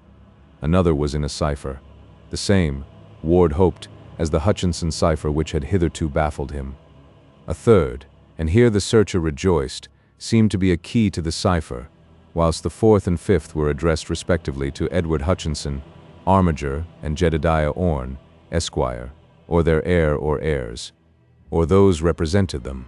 The 6th and last was inscribed, Joseph Curwen, his life and travels betten ye years, 1678 and 1687, of whither he voyaged, where he stayed, whom he saw, and what he learnt. We have now reached the point from which the more academic school of alienists date Charles Ward's madness. Upon his discovery, the youth had looked immediately at a few of the inner pages of the book and manuscripts, and had evidently seen something which impressed him tremendously. Upon returning home, he broke the news with an almost embarrassed air, as if he wished to convey an idea of its supreme importance without having to exhibit the evidence itself. He did not even show the titles to his parents, but simply told them that he had found some documents in Joseph Curwen's handwriting, mostly in cipher, which would have to be studied very carefully before yielding up their true meaning. It is unlikely that he would have shown what he did to the workmen, had it not been for their unconcealed curiosity. As it was, he doubtless wished to avoid any display of peculiar reticence which would increase their discussion of the matter. That night Charles Ward sat up in his room reading the newfound book and papers, and when day came he did not desist. His meals, on his urgent request when his mother called to see what was amiss, were sent up to him, and in the afternoon he appeared only briefly when the men came to install the Curwen picture and mantelpiece in his study. The next night he slept in snatches in his clothes, meanwhile wrestling feverishly with the unraveling of the cipher manuscript. In the morning his mother saw that he was at work on the photostatic copy of the Hutchinson cipher, which he had frequently showed her before, but in response to her query he said that the Curwen key could not be applied to it. That afternoon he abandoned his work and watched the men fascinatedly as they finished their installation of the picture with its woodwork above a cleverly realistic electric log, setting the mock fireplace and overmantel a little out from the north wall as if a chimney existed, and boxing in its sides with paneling to match the rooms. After the workman went, he moved his work into the study and sat down before it with his eyes half on the cipher and half on the portrait, which stared back at him like a year-adding, century-recalling mirror. His parents, subsequently recalling his conduct at this period, give interesting details anent the policy of concealment which he practiced. Before servants he seldom hid any paper which he might be studying, since he rightly assumed that Curwen's intricate and archaic chirography would be too much for them. With his parents, however, he was more circumspect, and unless the manuscript in question were a cipher, or a mere mass of cryptic symbols and unknown ideographs, as that entitled, "To him who shall come after," etc., seemed to be, he would cover it with some convenient paper until his caller had departed. At night he kept the papers under lock and key in an antique cabinet of his, where he also placed them whenever he left the room. He soon resumed fairly regular hours and habits, except that his long walks and other outside interests seemed to cease. The opening of school, where he now began his senior year, seemed a great bore to him, and he frequently asserted his determination never to bother with college. He had, he said, important special investigations to make, which would provide him with more avenues toward knowledge and the humanities than any university which the world could boast.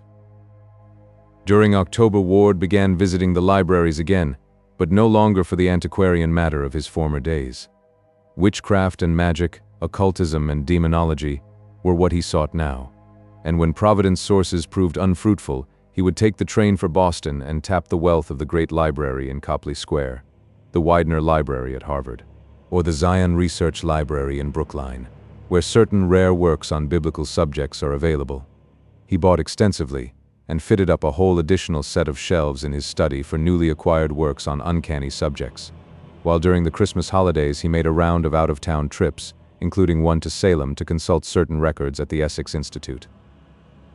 About the middle of January 1920, there entered Ward's bearing an element of triumph which he did not explain, and he was no more found at work upon the Hutchinson cipher. Instead, he inaugurated a dual policy of chemical research and record scanning, fitting up for the one a laboratory in the unused attic of the house, and for the latter haunting all the sources of vital statistics in Providence. Local dealers in drugs and scientific supplies, later questioned, gave astonishingly queer and meaningless catalogs of the substances and instruments he purchased, but clerks at the State House, the City Hall, and the various libraries agree as to the definite object of his second interest. He was searching intensely and feverishly for the grave of Joseph Curwen, from whose slate slab an older generation had so wisely blotted the name. Little by little there grew upon the Ward family the conviction that something was wrong.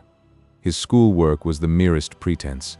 He had other concernments now, and when not in his new laboratory with a score of obsolete alchemical books, could be found either poring over old burial records downtown or glued to his volumes of occult lore in his study, where the startlingly, one almost fancied increasingly similar features of Joseph Curwen stared blandly at him from the great overmantel on the north wall. Late in March, Ward added to his archive searching a ghoulish series of rambles about the various ancient cemeteries of the city. His quest had suddenly shifted from the grave of Joseph Curwen to that of one Naphtali Field, and this shift was explained when, upon going over the files that he had been over, the investigators actually found a fragmentary record of Curwen's burial which had escaped the general obliteration, and which stated that the curious leaden coffin had been interred 10 feet south and 5 feet west of Naphtali Field's grave in Ye. Hence the rambles from which St. John's, the former king's, churchyard and the ancient congregational burying ground in the midst of Swan Point Cemetery were excluded, since other statistics had shown that the only Naphtali Field, obituary 1729, whose grave could have been meant had been a Baptist. It was toward May when Dr. Willett, at the request of the senior Ward, and fortified with all the Curwen data which the family had gleaned from Charles in his non-secretive days, talked with the young man. The interview was of little value or conclusiveness, for Willett felt at every moment that Charles was thoroughly master of himself and in touch with matters of real importance, but it at least forced the secretive youth to offer some rational explanation of his recent demeanor. Of a pallid, impassive type not easily showing embarrassment, Ward seemed quite ready to discuss his pursuits, though not to reveal their object. He stated that the papers of his ancestor had contained some remarkable secrets of early scientific knowledge. To take their vivid place in the history of human thought, they must first be correlated by one familiar with the background out of which they evolved, and to this task of correlation Ward was now devoting himself.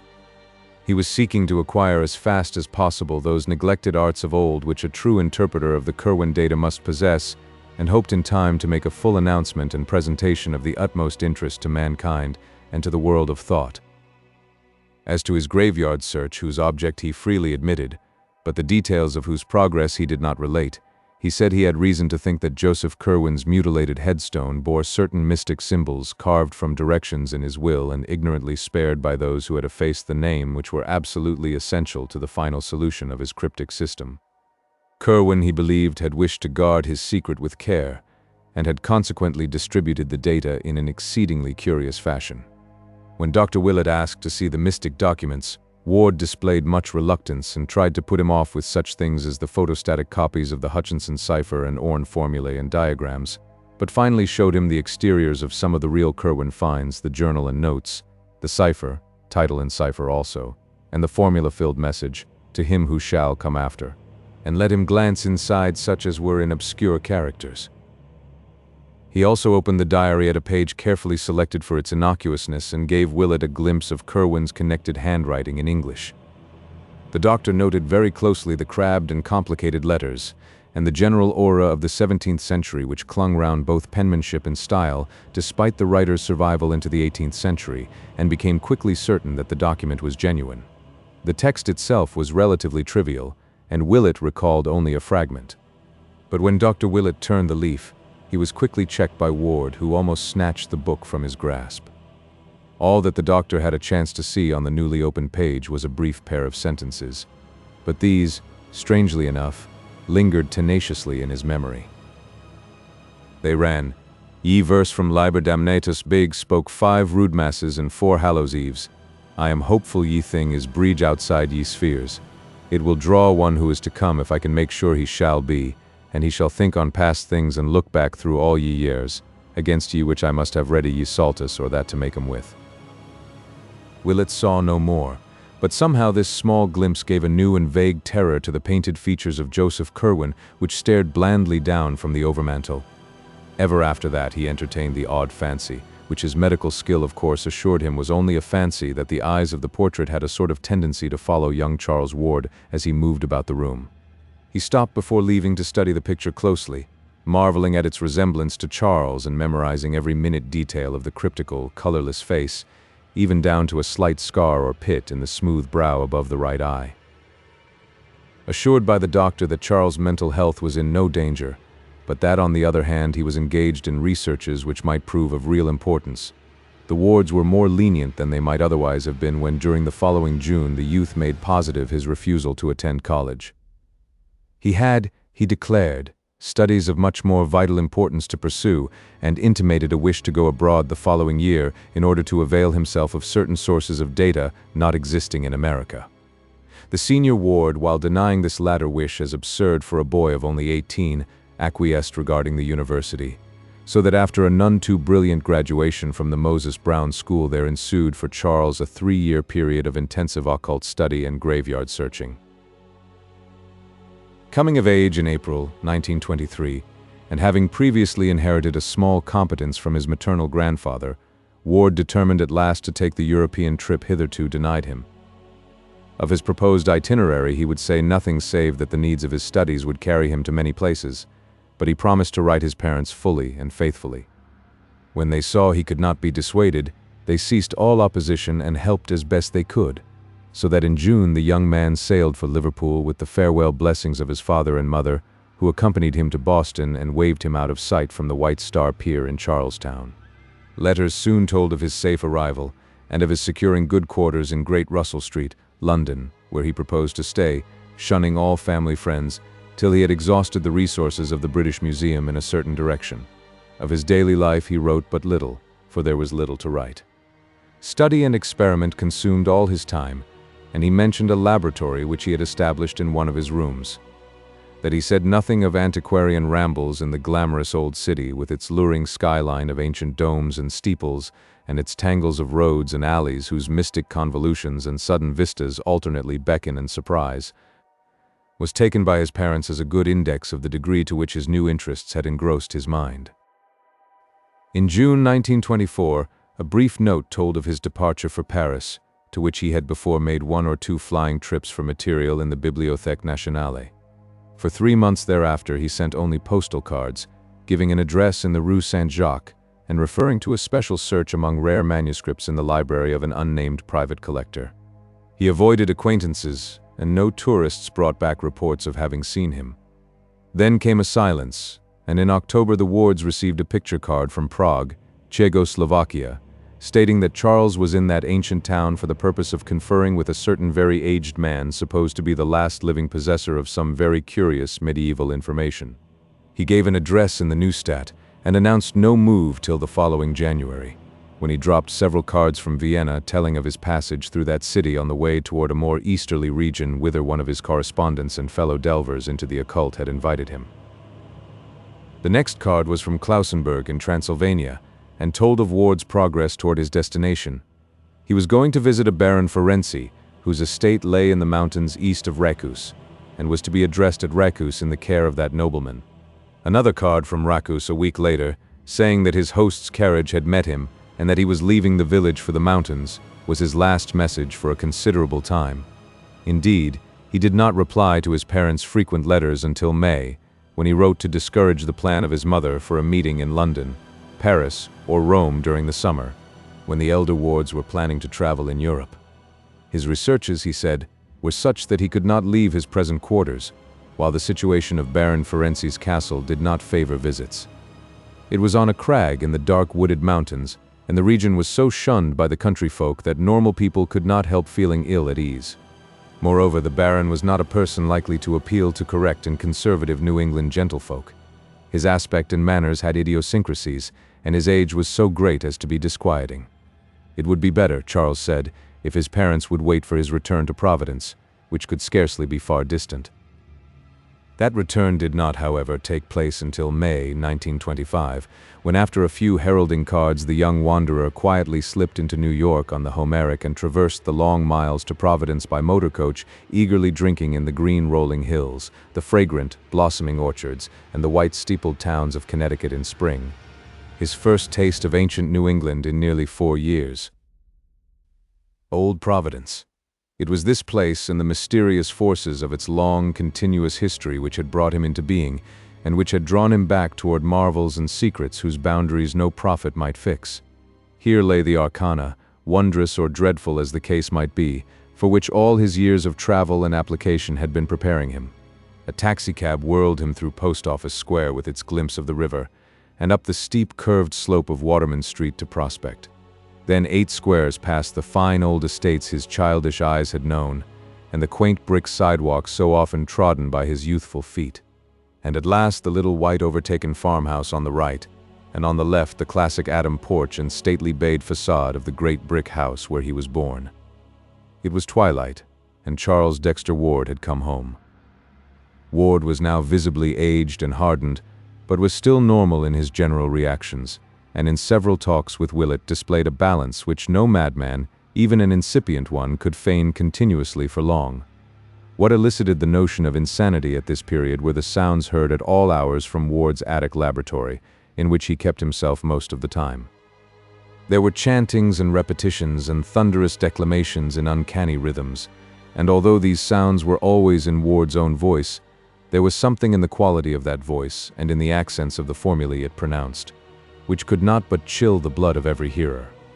It was noticed that Nig, the venerable and beloved black cat of the household, bristled and arched his back perceptibly when certain of the tones were heard. The odors occasionally wafted from the laboratory were likewise exceedingly strange. Sometimes they were very noxious, but more often they were aromatic, with a haunting, elusive quality which seemed to have the power of inducing fantastic images. People who smelled them had a tendency to glimpse momentary mirages of enormous vistas, with strange hills or endless avenues of sphinxes and hippogriffs stretching off into infinite distance. His older aspect increased to a startling degree his resemblance to the Curwen portrait in his library, and Dr. Willett would often pause by the latter after a call, marveling at the virtual identity, and reflecting that only the small pit above the picture's right eye now remained to differentiate the long-dead wizard from the living youth.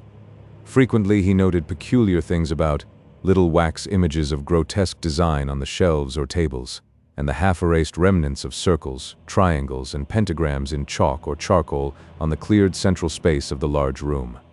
and always in the night those rhythms and incantations thundered, till it became very difficult to keep servants or suppress furtive talk of Charles's madness. In January 1927, a peculiar incident occurred. One night about midnight, as Charles was chanting a ritual whose weird cadence echoed unpleasantly through the house below, there came a sudden gust of chill wind from the bay, and a faint, obscure trembling of the earth, which everyone in the neighborhood noted. At the same time, the cat exhibited phenomenal traces of fright, while dogs bayed for as much as a mile around.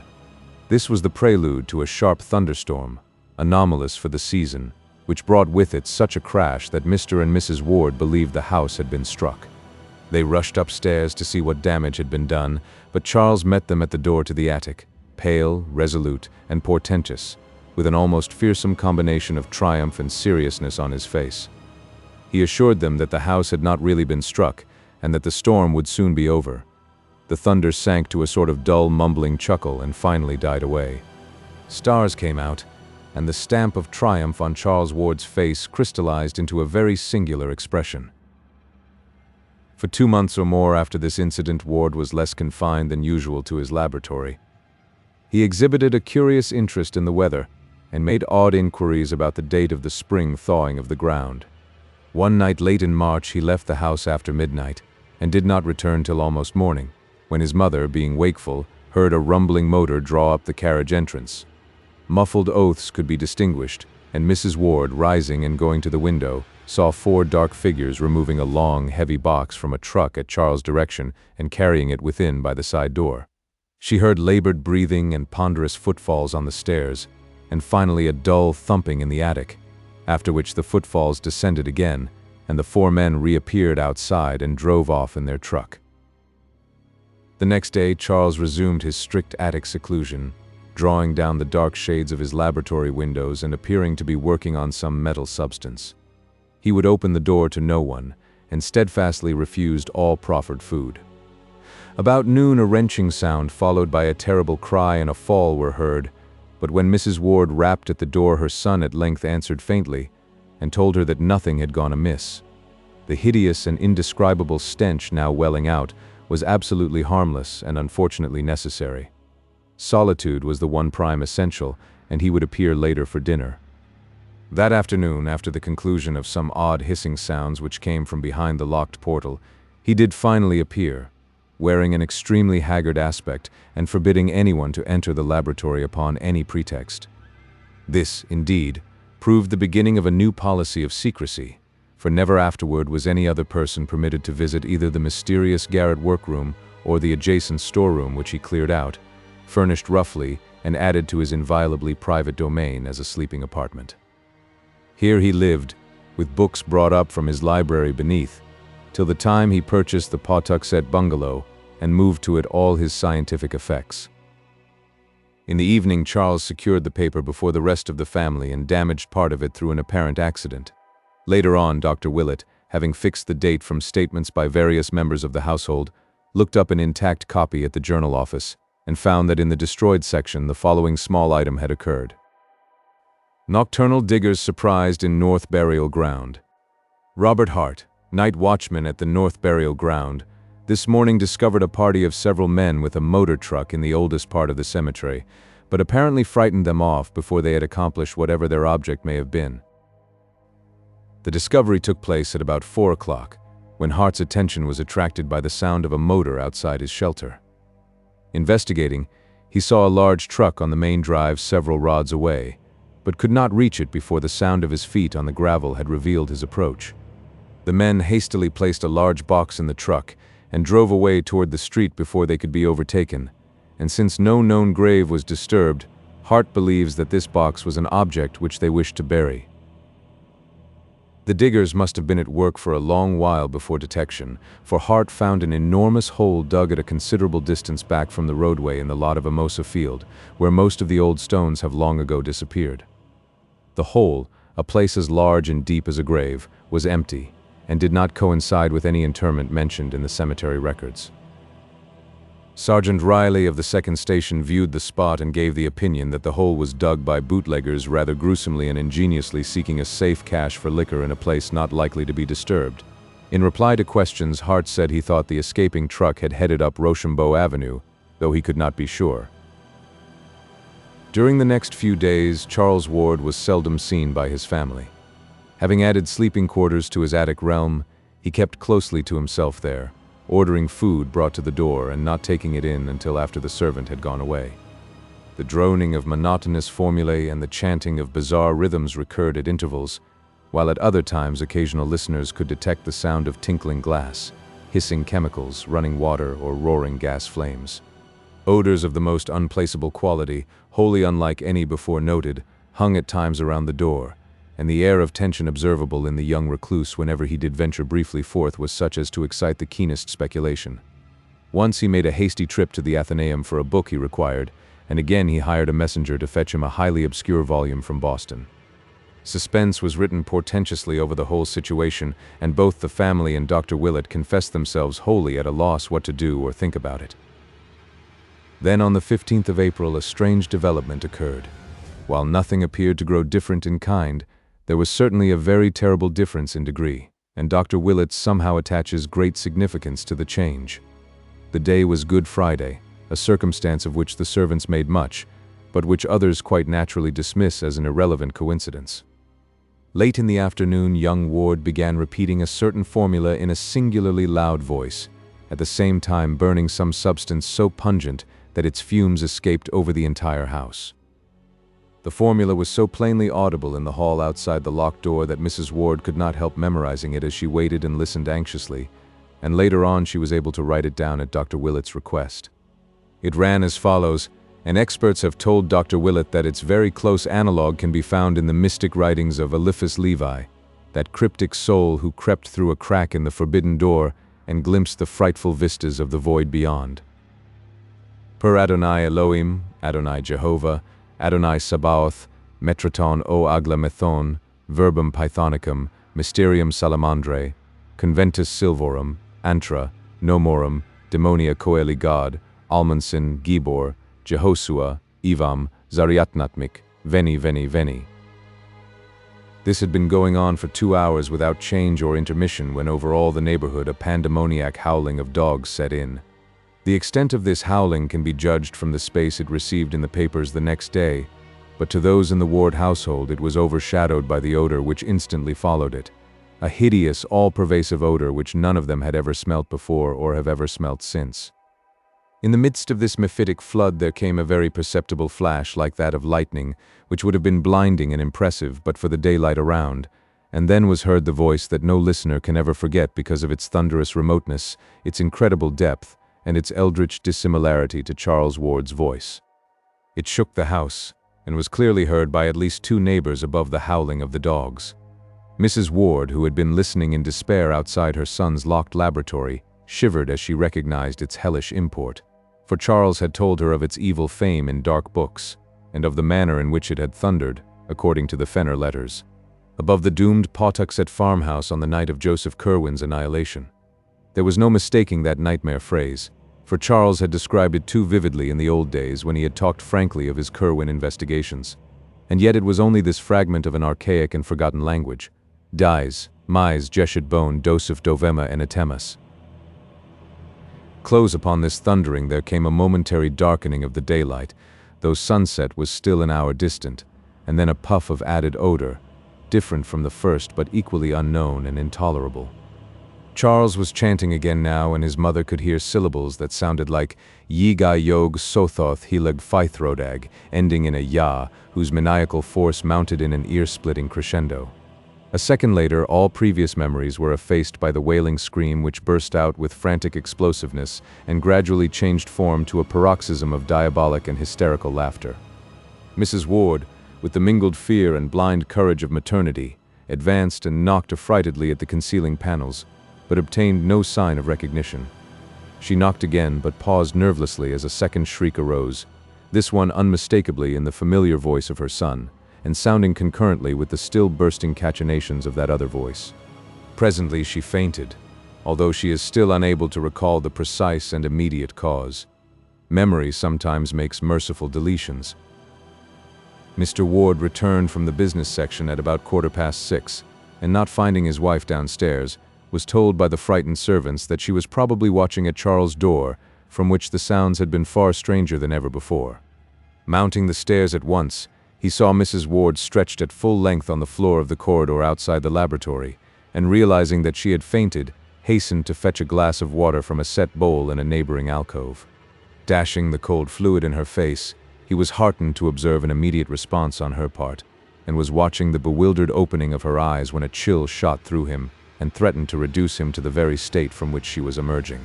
For the seemingly silent laboratory was not as silent as it had appeared to be, but held the murmurs of a tense, muffled conversation in tones too low for comprehension, yet of a quality profoundly disturbing to the soul. It was not, of course, new for Charles to mutter formulae, but this muttering was definitely different. It was so palpably a dialogue, or imitation of a dialogue, with the regular alternation of inflections suggesting question and answer, statement and response. One voice was undisguisedly that of Charles, but the other had a depth and hollowness which the youth's best powers of ceremonial mimicry had scarcely approached before. There was something hideous, blasphemous, and abnormal about it, and but for a cry from his recovering wife which cleared his mind by arousing his protective instincts, it is not likely that Theodore Howland Ward could have maintained for nearly a year more his old boast that he had never fainted. As it was, he seized his wife in his arms and bore her quickly downstairs before she could notice the voices which had so horribly disturbed him. Even so, however, he was not quick enough to escape catching something himself which caused him to stagger dangerously with his burden. For Mrs. Ward's cry had evidently been heard by others than he, and there had come in response to it from behind the locked door the first distinguishable words which that hushed and terrible colloquy had yielded.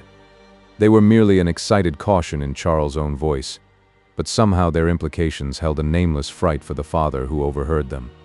The phrase was just this: "Shh, right." Mr. and Mrs. Ward conferred at some length after dinner, and the former resolved to have a firm and serious talk with Charles that very night. No matter how important the object, such conduct could no longer be permitted, for these latest developments transcended every limit of sanity and formed a menace to the order and nervous well-being of the entire household. The youth must indeed have taken complete leave of his senses, since only downright madness could have prompted the wild screams and imaginary conversations in assumed voices which the present day had brought forth. All this must be stopped, or Mrs. Ward would be made ill and the keeping of servants become an impossibility. Mr. Ward rose at the close of the meal and started upstairs for Charles' laboratory. On the third floor, however, he paused at the sounds which he heard proceeding from the now disused library of his son. Books were apparently being flung about and papers wildly rustled, and upon stepping to the door Mr. Ward beheld the youth within, excitedly assembling a vast armful of literary matter of every size and shape. Charles' aspect was very drawn and haggard, and he dropped his entire load with a start at the sound of his father's voice. At the elder man's command he sat down, and for some time listened to the admonitions he had so long deserved. There was no scene. At the end of the lecture he agreed that his father was right, and that his noises, mutterings, incantations, and chemical odors were indeed inexcusable nuisances. For the fright and fainting of his mother he expressed the keenest contrition, and explained that the conversation later heard was part of an elaborate symbolism designed to create a certain mental atmosphere. His use of abstruse chemical terms somewhat bewildered Mr. Ward, but the parting impression was one of undeniable sanity and poise, despite a mysterious tension of the utmost gravity. Mr. Ward hardly knew what to make of the entire business. It was as mysterious as the death of poor old Nig, whose stiffening form had been found an hour before in the basement, with staring eyes and fear-distorted mouth. Driven by some vague detective instinct, the bewildered parent now glanced curiously at the vacant shelves to see what his son had taken up to the attic.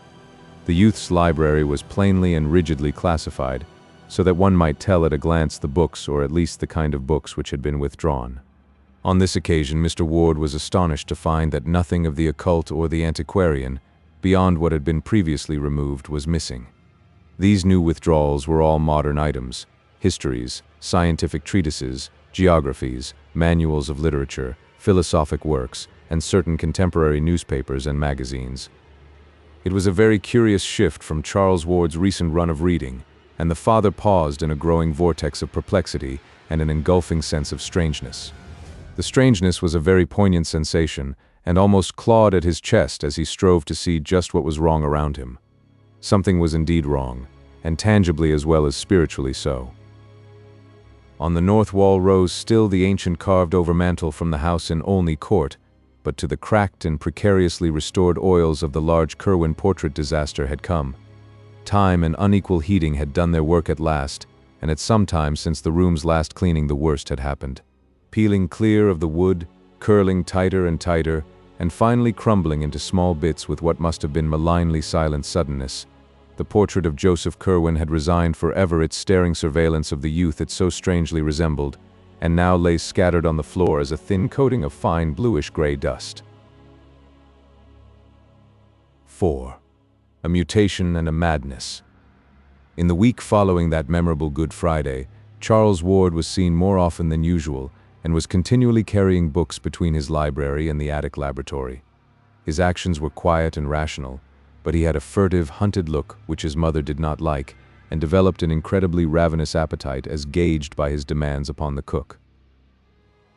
Dr. Willett had been told of those Friday noises and happenings, and on the following Tuesday had a long conversation with the youth in the library where the pictures stared no more.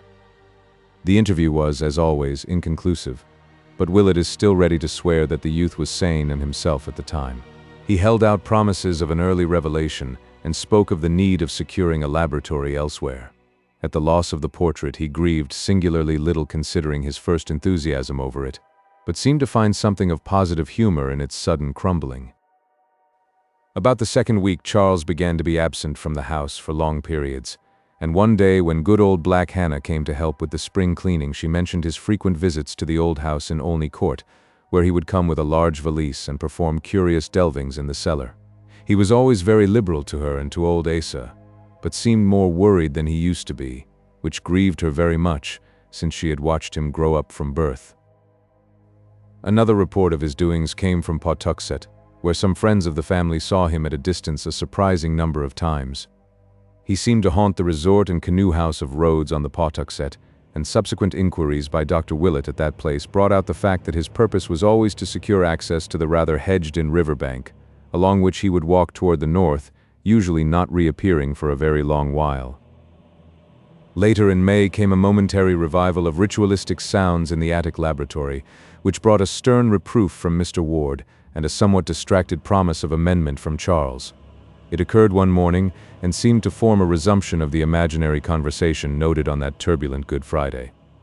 The youth was arguing or remonstrating hotly with himself, for there suddenly burst forth a perfectly distinguishable series of clashing shouts in differentiated tones like alternate demands and denials, which caused Mrs. Ward to run upstairs and listen at the door. She could hear no more than a fragment whose only plain words were "must have it read for 3 months," and upon her knocking all sounds ceased at once.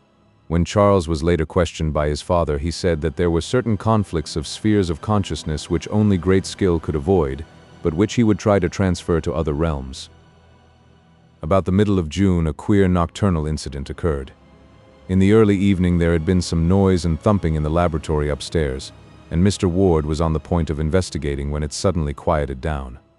That midnight, after the family had retired, the butler was night-locking the front door when, according to his statement, Charles appeared somewhat blunderingly and uncertainly at the foot of the stairs with a large suitcase, and made signs that he wished egress. The youth spoke no word, but the worthy Yorkshireman caught one sight of his fevered eyes and trembled causelessly. He opened the door and young Ward went out, but in the morning he presented his resignation to Mrs. Ward.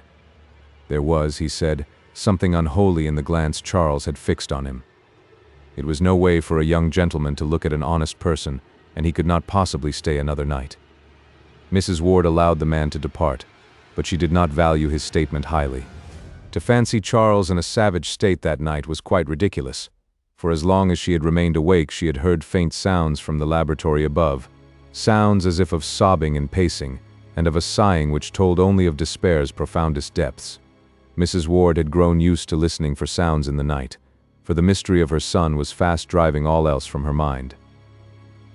The next evening, much as on another evening nearly 3 months before, Charles Ward seized the newspaper very early and accidentally lost the main section.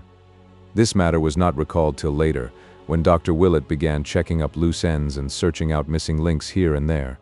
In the journal office, he found the section which Charles had lost and marked 2 items as of possible significance. They were as follows. More cemetery delving. It was this morning discovered by Robert Hart, night watchman at the North Burial Ground, that ghouls were again at work in the ancient portion of the cemetery. The grave of Ezra Whedon, who was born in 1740 and died in 1824 according to his uprooted and savagely splintered slate headstone, was found excavated and rifled, the work being evidently done with a spade stolen from an adjacent tool shed. Whatever the contents may have been after more than a century of burial, all was gone except a few slivers of decayed wood. There were no wheel tracks, but the police have measured a single set of footprints which they found in the vicinity, and which indicate the boots of a man of refinement. Hart is inclined to link this incident with the digging discovered last March, when a party in a motor truck were frightened away after making a deep excavation, but Sergeant Riley of the 2nd Station discounts this theory and points to vital differences in the 2 cases. In March, the digging had been in a spot where no grave was known, but this time a well-marked and cared-for grave had been rifled with every evidence of deliberate purpose, and with a conscious malignity expressed in the splintering of the slab, which had been intact up to the day before. Members of the Whedon family, notified of the happening, expressed their astonishment and regret, and were wholly unable to think of any enemy who would care to violate the grave of their ancestor.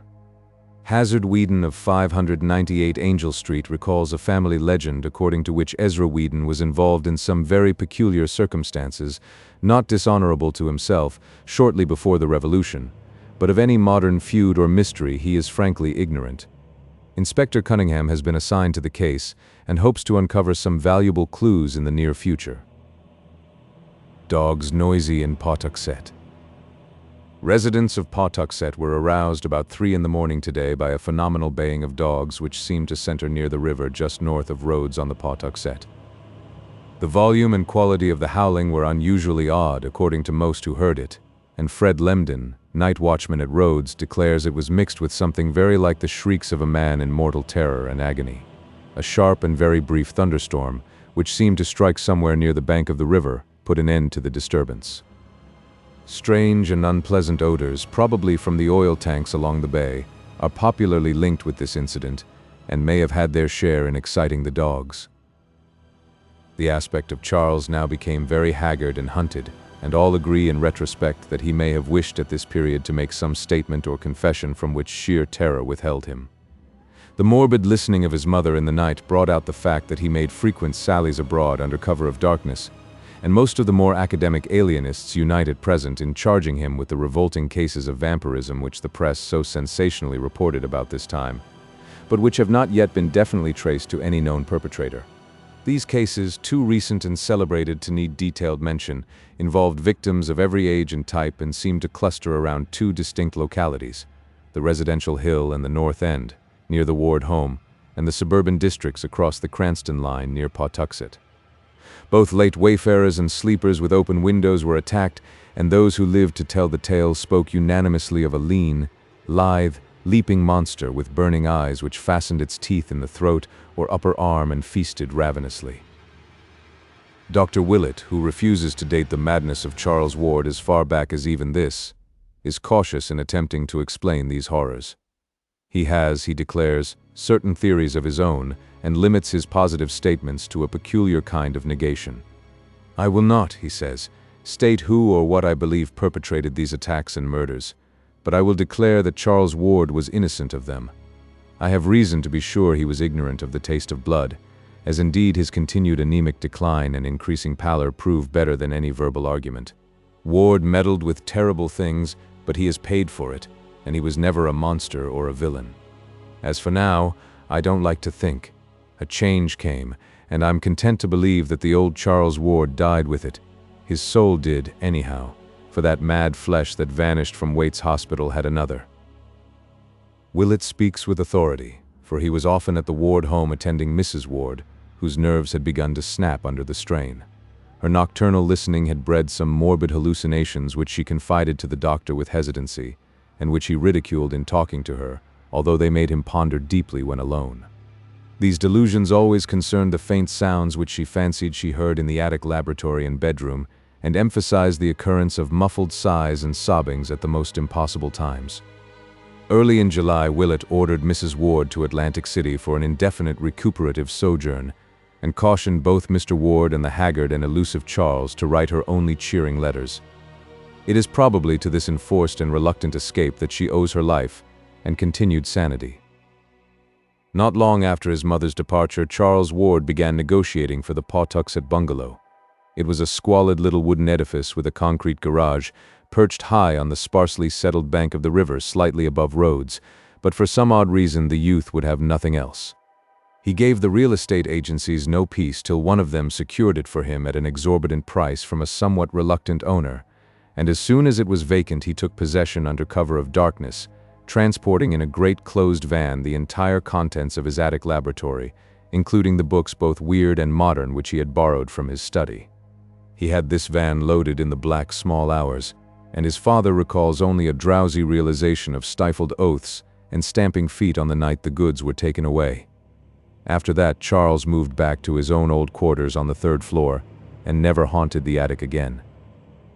To the Pawtuxet bungalow, Charles transferred all the secrecy with which he had surrounded his attic realm, save that he now appeared to have 2 sharers of his mysteries, a villainous-looking Portuguese half-caste from the South Main Street waterfront, who acted as a servant, and a thin, scholarly stranger with dark glasses and a stubbly full beard of dyed aspect, whose status was evidently that of a colleague.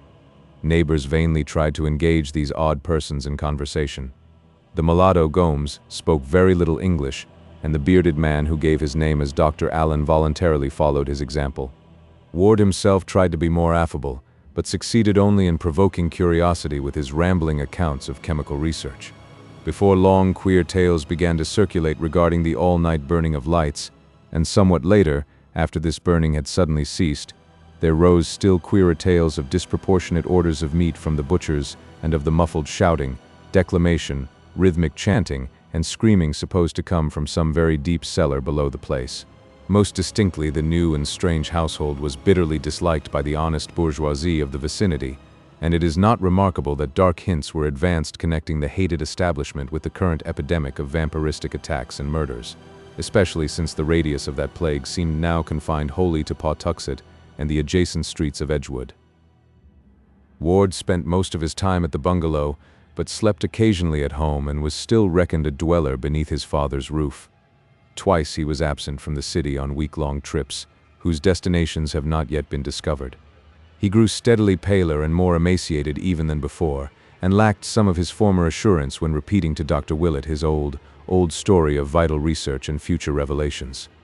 Willett often waylaid him at his father's house, for the elder Ward was deeply worried and perplexed, and wished his son to get as much sound oversight as could be managed in the case of so secretive and independent an adult. The doctor still insists that the youth was sane even as late as this, and adduces many a conversation to prove his point. About September the vampirism declined, but in the following January, Ward almost became involved in serious trouble. For some time the nocturnal arrival and departure of motor trucks at the Pawtuxet bungalow had been commented upon, and at this juncture an unforeseen hitch exposed the nature of at least one item of their contents. In a lonely spot near Hope Valley had occurred one of the frequent sordid waylayings of trucks by hijackers in quest of liquor shipments, but this time the robbers had been destined to receive the greater shock. For the long cases they seized proved upon opening to contain some exceedingly gruesome things, so gruesome, in fact, that the matter could not be kept quiet amongst the denizens of the underworld. The thieves had hastily buried what they discovered, but when the state police got wind of the matter, a careful search was made. A recently arrested vagrant, under promise of immunity from prosecution on any additional charge, at last consented to guide a party of troopers to the spot, and there was found in that hasty cache a very hideous and shameful thing. It would not be well for the national, or even the international sense of decorum, if the public were ever to know what was uncovered by that awestruck party. There was no mistaking it, even by these far from studious officers, and telegrams to Washington ensued with feverish rapidity. The cases were addressed to Charles Ward at his Pawtuxet bungalow, and state and federal officials at once paid him a very forceful and serious call. They found him pallid and worried with his 2 odd companions, and received from him what seemed to be a valid explanation and evidence of innocence. He had needed certain anatomical specimens as part of a program of research whose depth and genuineness anyone who had known him in the last decade could prove, and had ordered the required kind and number from agencies which he had thought as reasonably legitimate as such things can be. Of the identity of the specimens he had known absolutely nothing, and was properly shocked when the inspectors hinted at the monstrous effect on public sentiment and national dignity which a knowledge of the matter would produce. In this statement he was firmly sustained by his bearded colleague Dr. Allen, whose oddly hollow voice carried even more conviction than his own nervous tones. So that in the end the officials took no action, but carefully set down the New York name and address which Ward gave them as a basis for a search which came to nothing. It is only fair to add that the specimens were quickly and quietly restored to their proper places, and that the general public will never know of their blasphemous disturbance. On February 9, 1928, Dr. Willett received a letter from Charles Ward which he considers of extraordinary importance, and about which he has frequently quarreled with Dr. Lyman. Lehman believes that this note contains positive proof of a well-developed case of dementia praecox, but Willett, on the other hand, regards it as the last perfectly sane utterance of the hapless youth. He calls especial attention to the normal character of the penmanship, which, though showing traces of shattered nerves, is nevertheless distinctly Ward's own. The text in full is as follows: 100 Prospect Street, Providence, Rhode Island, March 8, 1928. Dear Dr. Willett, I feel that at last the time has come for me to make the disclosures which I have so long promised you, and for which you have pressed me so often. The patience you have shown in waiting, and the confidence you have shown in my mind and integrity, are things I shall never cease to appreciate. And now that I am ready to speak, I must own with humiliation that no triumph such as I dreamed of can ever be mine. Instead of triumph, I have found terror, and my talk with you will not be a boast of victory, but a plea for help and advice in saving both myself and the world from a horror beyond all human conception or calculation.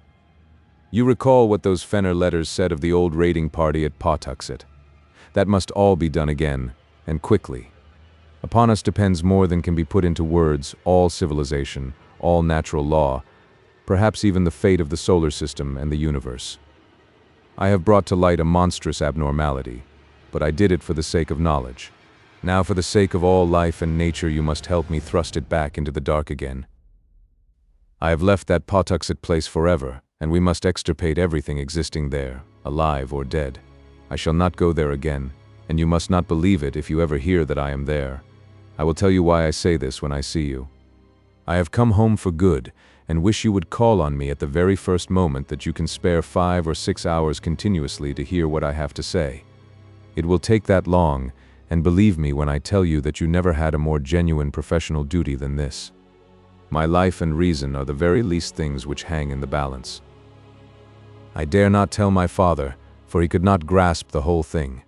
But I have told him of my danger, and he has 4 men from a detective agency watching the house. I don't know how much good they can do, for they have against them forces which even you could scarcely envisage or acknowledge. So come quickly if you wish to see me alive and hear how you may help to save the cosmos from stark hell. Any time will do. I shall not be out of the house. Don't telephone ahead, for there is no telling who or what may try to intercept you. And let us pray to whatever gods there be that nothing may prevent this meeting. In utmost gravity and desperation, Charles Dexter Ward. Postscript: shoot Dr. Allen on sight and dissolve his body in acid. Don't burn it. Dr. Willett received this note about 10:30 in the morning, and immediately arranged to spare the whole late afternoon and evening for the momentous talk, letting it extend on into the night as long as might be necessary.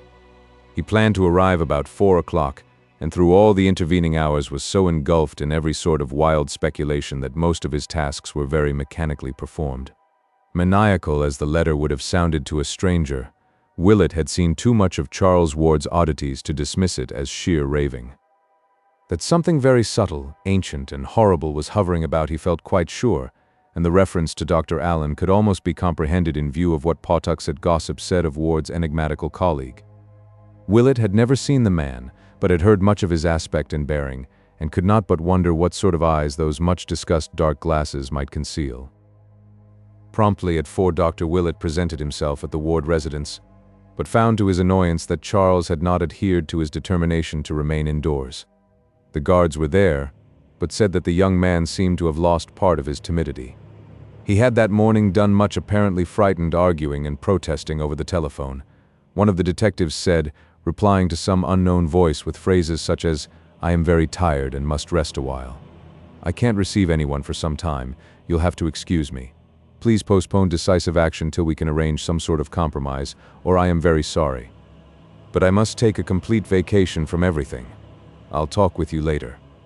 Then, apparently gaining boldness through meditation, he had slipped out so quietly that no one had seen him depart or knew that he had gone until he returned about 1 o'clock and entered the house without a word. He had gone upstairs where a bit of his fear must have surged back, for he was heard to cry out in a high, terrified fashion upon entering his library, afterward trailing off into a kind of choking gasp. When, however, the butler had gone to inquire what the trouble was, he had appeared at the door with a great show of boldness, and had silently gestured the man away in a manner that terrified him unaccountably. Then he had evidently done some rearranging of his shelves, for a great clattering and thumping and creaking ensued, after which he had reappeared and left at once. Willett inquired whether or not any message had been left, but was told that there was none. The butler seemed queerly disturbed about something in Charles' appearance and manner, and asked solicitously if there was much hope for a cure of his disordered nerves. For almost 2 hours, Dr. Willett waited vainly in Charles Ward's library, watching the dusty shelves with their wide gaps where books had been removed, and smiling grimly at the paneled overmantel on the north wall, whence a year before the suave features of old Joseph Curwen had looked mildly down. After a time the shadows began to gather, and the sunset cheer gave place to a vague growing terror which flew shadow-like before the night. Mr. Ward finally arrived and showed much surprise and anger at his son's absence after all the pains which had been taken to guard him. He had not known of Charles' appointment, and promised to notify Willett when the youth returned. In bidding the doctor good night, he expressed his utter perplexity at his son's condition, and urged his caller to do all he could to restore the boy to normal poise. Willett was glad to escape from that library, for something frightful and unholy seemed to haunt it, as if the vanished picture had left behind a legacy of evil. He had never liked that picture, and even now, strong-nerved though he was, there lurked a quality in its vacant panel which made him feel an urgent need to get out into the pure air as soon as possible. The next morning Willett received a message from the senior ward saying that Charles was still absent. Mr. Ward mentioned that Dr. Allen had telephoned him to say that Charles would remain at Pawtuxet for some time and that he must not be disturbed. This was necessary because Allen himself was suddenly called away for an indefinite period, leaving the researches in need of Charles's constant oversight. Charles sent his best wishes and regretted any bother his abrupt change of plans might have caused. In listening to this message, Mr. Ward heard Dr. Allen's voice for the first time, and it seemed to excite some vague and elusive memory which could not be actually placed, but which was disturbing to the point of fearfulness. Faced by these baffling and contradictory reports, Dr. Willett was frankly at a loss what to do. The frantic earnestness of Charles' note was not to be denied, yet what could one think of its writer's immediate violation of his own expressed policy? Young Ward had written that his delvings had become blasphemous and menacing, that they and his bearded colleague must be extirpated at any cost, and that he himself would never return to their final scene. Yet according to latest advices he had forgotten all this and was back in the thick of the mystery. Common sense bade one leave the youth alone with his freakishness, yet some deeper instinct would not permit the impression of that frenzied letter to subside. Willett read it over again, and could not make its essence sound as empty and insane as both its bombastic verbiage and its lack of fulfillment would seem to imply. Its terror was too profound and real, and in conjunction with what the doctor already knew evoked too vivid hints of monstrosities from beyond time and space, to permit of any cynical explanation. There were nameless horrors abroad, and no matter how little one might be able to get at them, one ought to stand prepared for any sort of action at any time. For over a week Dr. Willett pondered on the dilemma which seemed thrust upon him, and became more and more inclined to pay Charles a call at the Pawtuxet bungalow. No friend of the youth had ever ventured to storm this forbidden retreat, and even his father knew of its interior only from such descriptions as he chose to give, but Willett felt that some direct conversation with his patient was necessary. Mr. Ward had been receiving brief and non-committal typed notes from his son, and said that Mrs. Ward in her Atlantic City retirement had had no better word. So at length the doctor resolved to act, and despite a curious sensation inspired by old legends of Joseph Curwen, and by more recent revelations and warnings from Charles Ward, set boldly out for the bungalow on the bluff above the river. Willett had visited the spot before through sheer curiosity, though of course never entering the house or proclaiming his presence, hence knew exactly the route to take. Driving out Broad Street one early afternoon toward the end of February in his small motor, he thought oddly of the grim party which had taken that selfsame road 157 years before, on a terrible errand which none might ever comprehend. The ride through the city's decaying fringe was short, and trim Edgewood and sleepy Pawtuxet presently spread out ahead. Willett turned to the right down Lockwood Street and drove his car as far along that rural road as he could, then alighted and walked north to where the bluff towered above the lovely bends of the river and the sweep of misty downlands beyond. Houses were still few here, and there was no mistaking the isolated bungalow with its concrete garage on a high point of land at his left. Stepping briskly up the neglected gravel walk, he rapped at the door with a firm hand and spoke without a tremor to the evil Portuguese mulatto who opened it to the width of a crack. He must, he said, see Charles Ward at once on vitally important business. No excuse would be accepted, and a repulse would mean only a full report of the matter to the elder Ward. The mulatto still hesitated and pushed against the door when Willett attempted to open it, but the doctor merely raised his voice and renewed his demands. Then there came from the dark interior a husky whisper which somehow chilled the hearer through and through, though he did not know why he feared it. "Let him in, Tony," it said. "We may as well talk now as ever." But disturbing as was the whisper, the greater fear was that which immediately followed. The floor creaked and the speaker hove in sight, and the owner of those strange and resonant tones was seen to be no other than Charles Dexter Ward. The minuteness with which Dr. Willett recalled and recorded his conversation of that afternoon is due to the importance he assigns to this particular period. For at last he concedes a vital change in Charles Dexter Ward's mentality, and believes that the youth now spoke from a brain hopelessly alien to the brain whose growth he had watched for 6 and 20 years. Controversy with Dr. Lyman has compelled him to be very specific, and he definitely dates the madness of Charles Ward from the time the typewritten notes began to reach his parents.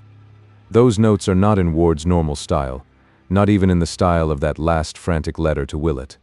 Instead, they are strange and archaic, as if the snapping of the writer's mind had released a flood of tendencies and impressions picked up unconsciously through boyhood antiquarianism. There is an obvious effort to be modern, but the spirit and occasionally the language are those of the past. The past, too, was evident in Ward's every tone and gesture as he received the doctor in that shadowy bungalow. He bowed, motioned Willett to a seat, and began to speak abruptly in that strange whisper which he sought to explain at the very outset. "I am grown phthisical," he began, "from this cursed river air. You must excuse my speech. I suppose you are come from my father to see what ails me, and I hope you will say nothing to alarm him." Willett was studying these scraping tones with extreme care, but studying even more closely the face of the speaker. Something, he felt, was wrong, and he thought of what the family had told him about the fright of that Yorkshire butler one night. He wished it were not so dark, but did not request that any blind be opened. Instead, he merely asked Ward why he had so belied the frantic note of little more than a week before. "I was coming to that," the host replied. "You must know I am in a very bad state of nerves, and do and say queer things I cannot account for. As I have told you often, I am on the edge of great matters, and the bigness of them has a way of making me light-headed. Any man might well be frighted of what I have found, but I am not to be put off for long. I was a dunce to have that guard and stick at home, for having gone this far, my place is here. I am not well spoke of by my prying neighbors, and perhaps I was led by weakness to believe myself what they say of me. There is no evil to any in what I do, so long as I do it rightly. Have the goodness to wait 6 months, and I'll show you what will pay your patience well. You may as well know I have a way of learning old matters from things surer than books, and I'll leave you to judge the importance of what I can give to history, philosophy, and the arts by reason of the doors I have access to. My ancestor had all this when those witless peeping toms came and murdered him. I now have it again, or am coming very imperfectly to have a part of it. This time nothing must happen, and least of all through any idiot fears of my own. Pray forget all I writ you, sir, and have no fear of this place or any in it. Dr. Allen is a man of fine parts, and I owe him an apology for anything ill I have said of him. I wish I had no need to spare him, but there were things he had to do elsewhere. His zeal is equal to mine in all those matters, and I suppose that when I feared the work, I feared him too as my greatest helper in it." Ward paused, and the doctor hardly knew what to say or think. He felt almost foolish in the face of this calm repudiation of the letter, and yet there clung to him the fact that while the present discourse was strange and alien and indubitably mad, the note itself had been tragic in its naturalness and likeness to the Charles Ward he knew. Willett now tried to turn the talk on early matters, and recall to the youth some past events which would restore a familiar mood, but in this process he obtained only the most grotesque results. It was the same with all the alienists later on. Important sections of Charles Ward's store of mental images, mainly those touching modern times and his own personal life, had been unaccountably expunged, while all the massed antiquarianism of his youth had welled up from some profound subconsciousness to engulf the contemporary and the individual. The youth's ultimate knowledge of elder things was abnormal and unholy, and he tried his best to hide it. When Willett would mention some favorite object of his boyhood archaistic studies, he often shed by pure accident such a light as no normal mortal could conceivably be expected to possess, and the doctor shuddered as the glib allusion glided by. It was not wholesome to know so much about the way the fat sheriff's wig fell off as he leaned over at the play in Mr. Douglas's Histrionic Academy in King Street on the 11th of February, 1762, which fell of a Thursday, or about how the actors cut the text of Steele's Conscious Lover so badly that one was almost glad the Baptist-ridden legislature closed the theater a fortnight later. That Thomas Sabin's Boston coach was damned uncomfortable old letters may well have told, but what healthy antiquarian could recall how the creaking of Epinetus Olney's new signboard, the gaudy crown he set up after he took to calling his tavern the Crown Coffee House, was exactly like the first few notes of the new jazz piece all the radios in Pawtuxet were playing. Ward, however, would not be quizzed long in this vein. Modern and personal topics he waved aside quite summarily, whilst regarding antique affairs he soon showed the plainest boredom. What he wished clearly enough was only to satisfy his visitor enough to make him depart without the intention of returning. To this end he offered to shew Willett the entire house, and at once proceeded to lead the doctor through every room from cellar to attic. Willett looked sharply, but noted that the visible books were far too few and trivial ever to have filled the wide gaps on Ward's shelves at home, and that the meager so-called laboratory was the flimsiest sort of a blind. Clearly there were a library and a laboratory elsewhere, but just where, it was impossible to say. Essentially defeated in his quest for something he could not name, Willett returned to town before evening and told the senior Ward everything which had occurred. They agreed that the youth must be definitely out of his mind, but decided that nothing drastic need be done just then. Above all, Mrs. Ward must be kept in as complete an ignorance as her son's own strange typed notes would permit. Mr. Ward now determined to call in person upon his son, making it wholly a surprise visit. Dr. Willett took him in his car one evening, guiding him to within sight of the bungalow and waiting patiently for his return. The session was a long one, and the father emerged in a very saddened and perplexed state. His reception had developed much like Willett's, save that Charles had been an excessively long time in appearing after the visitor had forced his way into the hall and sent the Portuguese away with an imperative demand, and in the bearing of the altered son there was no trace of filial affection. The lights had been dim, yet even so the youth had complained that they dazzled him outrageously. He had not spoke out loud at all, averring that his throat was in a very poor condition, but in his hoarse whisper there was a quality so vaguely disturbing that Mr. Ward could not banish it from his mind. Now definitely leagued together to do all they could toward the youth's mental salvation, Mr. Ward and Dr. Willett set about collecting every scrap of data which the case might afford. Pawtuxet gossip was the first item they studied, and this was relatively easy to glean since both had friends in that region. Dr. Willett obtained the most rumors because people talked more frankly to him than to a parent of the central figure, and from all he heard he could tell that young Ward's life had become indeed a strange one.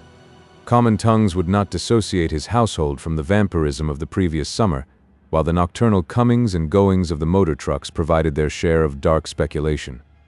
Local tradesmen spoke of the queerness of the orders brought them by the evil-looking mulatto, and in particular of the inordinate amounts of meat and fresh blood secured from the 2 butcher shops in the immediate neighborhood. For a household of only 3, these quantities were quite absurd. Then there was the matter of the sounds beneath the earth. Reports of these things were harder to pin down, but all the vague hints tallied in certain basic essentials. Noises of a ritual nature positively existed, and at times when the bungalow was dark. They might, of course, have come from the known cellar, but rumor insisted that there were deeper and more spreading crypts. Recalling the ancient tales of Joseph Curwen's catacombs, and assuming for granted that the present bungalow had been selected because of its situation on the old Curwen site, as revealed in one or another of the documents found behind the picture, Willett and Mr. Ward gave this phase of the gossip much attention, and searched many times without success for the door and the river bank which old manuscripts mentioned. As to popular opinions of the bungalow's various inhabitants, it was soon plain that the bravo Portuguese was loathed, the bearded and spectacled Dr. Allen feared, and the pallid young scholar disliked to a profound extent. During the last week or two, Ward had obviously changed much, abandoning his attempts at affability and speaking only in hoarse but oddly repellent whispers on the few occasions that he ventured forth. Such were the shreds and fragments gathered here and there, and over these Mr. Ward and Dr. Willett held many long and serious conferences. They strove to exercise deduction, induction, and constructive imagination to their utmost extent, and to correlate every known fact of Charles' later life, including the frantic letter which the doctor now shewed the father, with the meager documentary evidence available concerning old Joseph Curwen. They would have given much for a glimpse of the papers Charles had found, for very clearly the key to the youth's madness lay in what he had learned of the ancient wizard and his doings. And yet, after all, it was from no step of Mr. Ward's or Dr. Willett's that the next move in this singular case proceeded. The father and the physician, rebuffed and confused by a shadow too shapeless and intangible to combat, had rested uneasily on their oars while the typed notes of young Ward to his parents grew fewer and fewer. Then came the first of the month with its customary financial adjustments, and the clerks at certain banks began a peculiar shaking of heads and telephoning from one to the other. Officials who knew Charles Ward by sight went down to the bungalow to ask why every check of his appearing at this juncture was a clumsy forgery, and were reassured less than they ought to have been when the youth hoarsely explained that his hand had lately been so much affected by a nervous shock as to make normal writing impossible. He could, he said, form no written characters at all except with great difficulty, and could prove it by the fact that he had been forced to type all his recent letters, even those to his father and mother, who would bear out the assertion. What made the investigators pause in confusion was not this circumstance alone, for that was nothing unprecedented or fundamentally suspicious, nor even the Pawtuxet gossip, of which one or two of them had caught echoes. It was the muddled discourse of the young man which nonplussed them, implying as it did a virtually total loss of memory concerning important monetary matters which he had had at his fingertips only a month or two before. Something was wrong, for despite the apparent coherence and rationality of his speech, there could be no normal reason for this ill-concealed blankness on vital points. Moreover, although none of these men knew Ward well, they could not help observing the change in his language and manner. They had heard he was an antiquarian, but even the most hopeless antiquarians do not make daily use of obsolete phraseology and gestures. Altogether, this combination of hoarseness, palsied hands, bad memory, and altered speech and bearing must represent some disturbance or malady of genuine gravity, which no doubt formed the basis of the prevailing odd rumors. And after their departure, the party of officials decided that a talk with the senior Ward was imperative. So on the 6th of March, 1928, there was a long and serious conference in Mr. Ward's office, after which the utterly bewildered father summoned Dr. Willett in a kind of helpless resignation. Willett looked over the strained and awkward signatures of the checks and compared them in his mind with the penmanship of that last frantic note. Certainly, the change was radical and profound, and yet there was something damnably familiar about the new writing. It had crabbed and archaic tendencies of a very curious sort, and seemed to result from a type of stroke utterly different from that which the youth had always used. It was strange, but where had he seen it before? On the whole, it was obvious that Charles was insane. Of that there could be no doubt.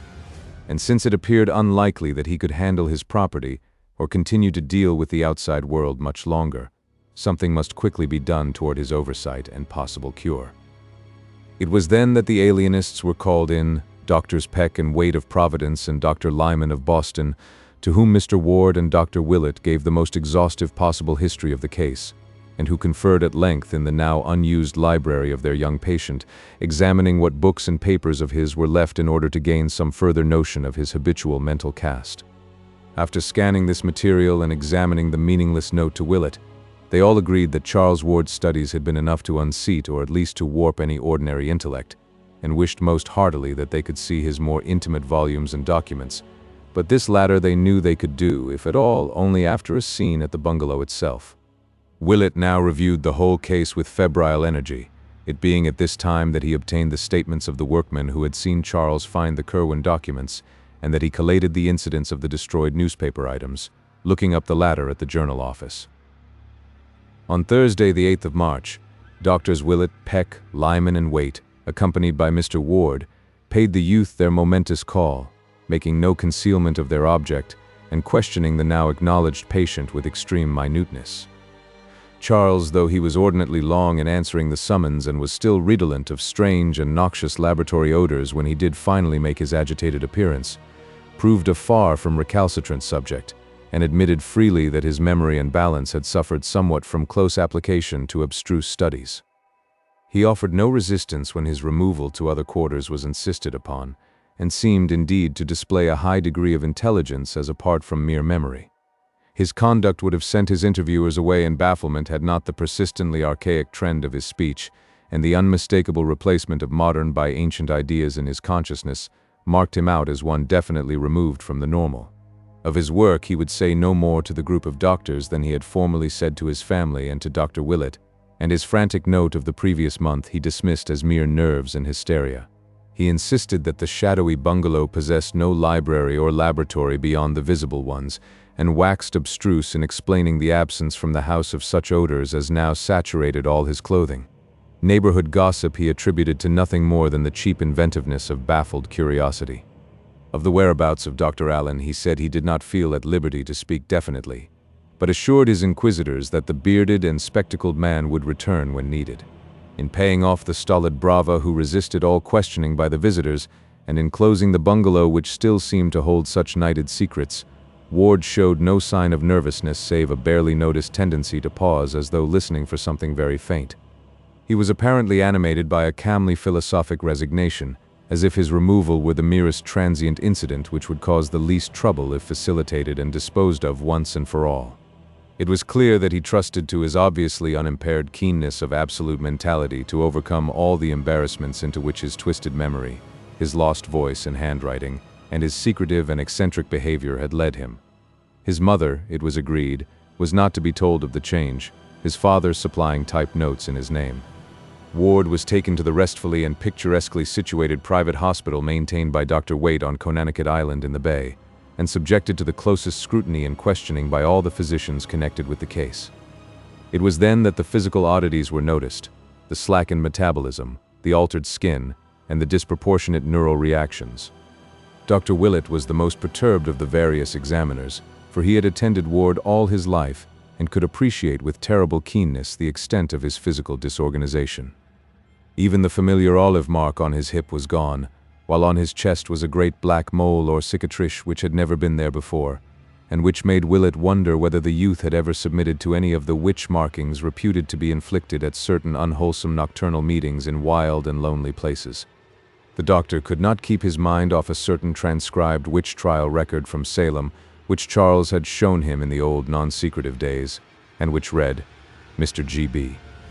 On that night put ye Deville his mark upon Bridget S., Jonathan A., Simon O., Deliverance W., Joseph C., Susan P., Mayable C., and Deborah B. Ward's face, too, troubled him horribly, till at length he suddenly discovered why he was horrified. Above the young man's right eye was something which he had never previously noticed, a small scar or pit precisely like that in the crumbled painting of old Joseph Kerwin, and perhaps attesting some hideous ritualistic inoculation to which both had submitted at a certain stage of their occult careers.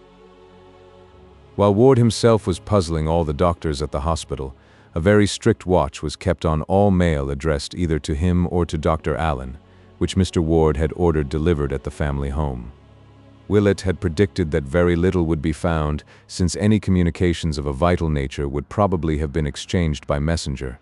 but in the latter part of March there did come a letter from Prague for Dr. Allen, which gave both the doctor and the father deep thought.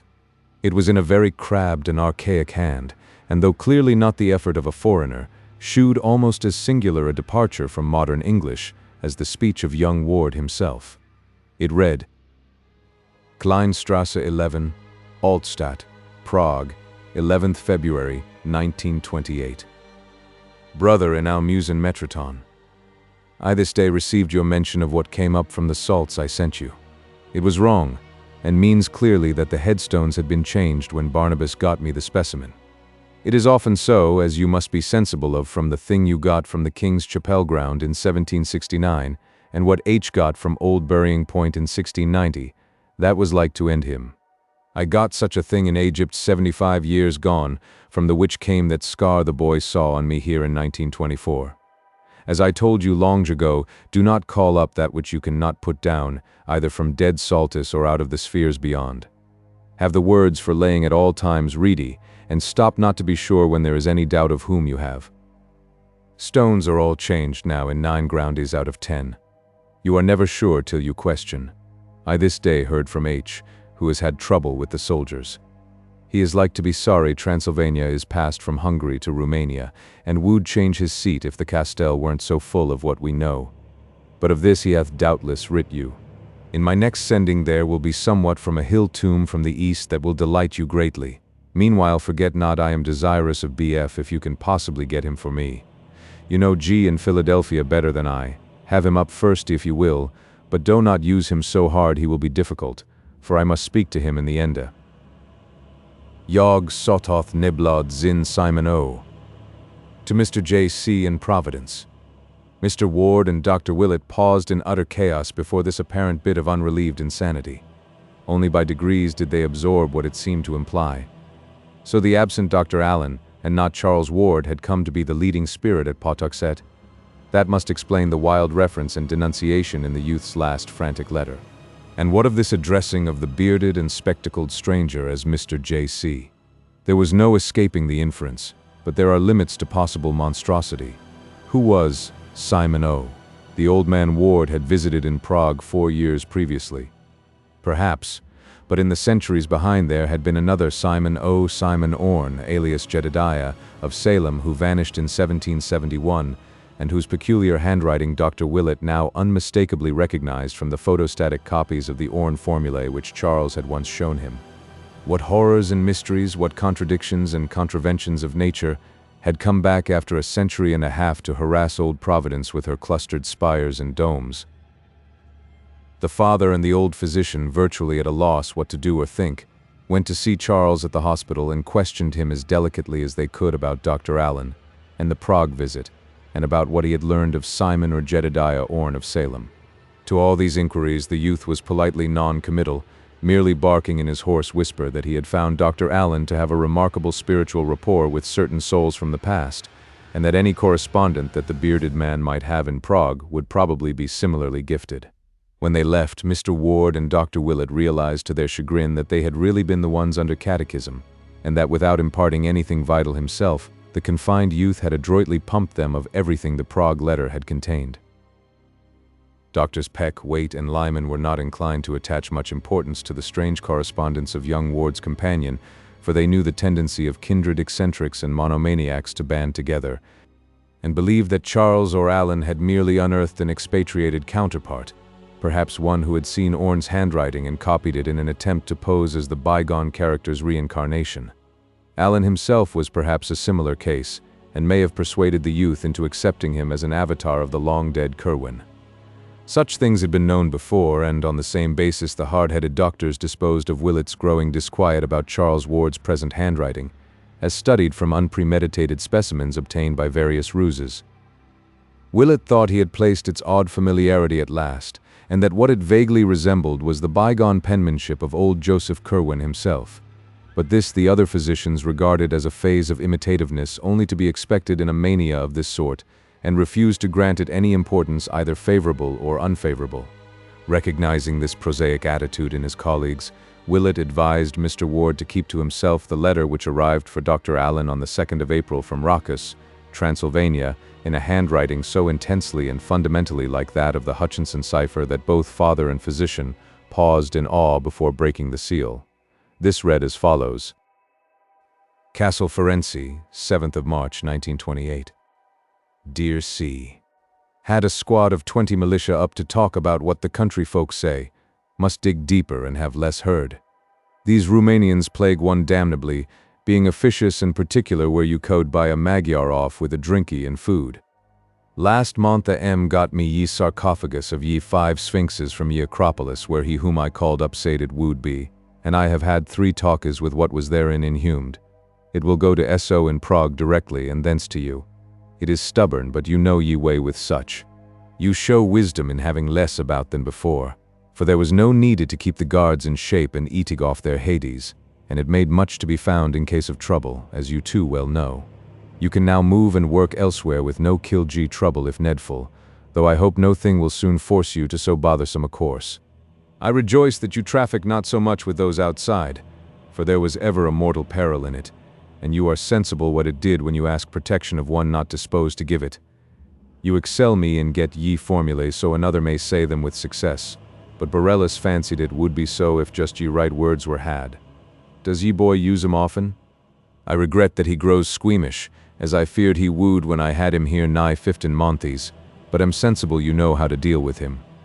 You can't say him down with ye formula, for that will work only upon such as ye other formula hath called up from Saltus. But you still have strong handies and knife and pistol, and graves are not hard to dig, nor acids loth to burn.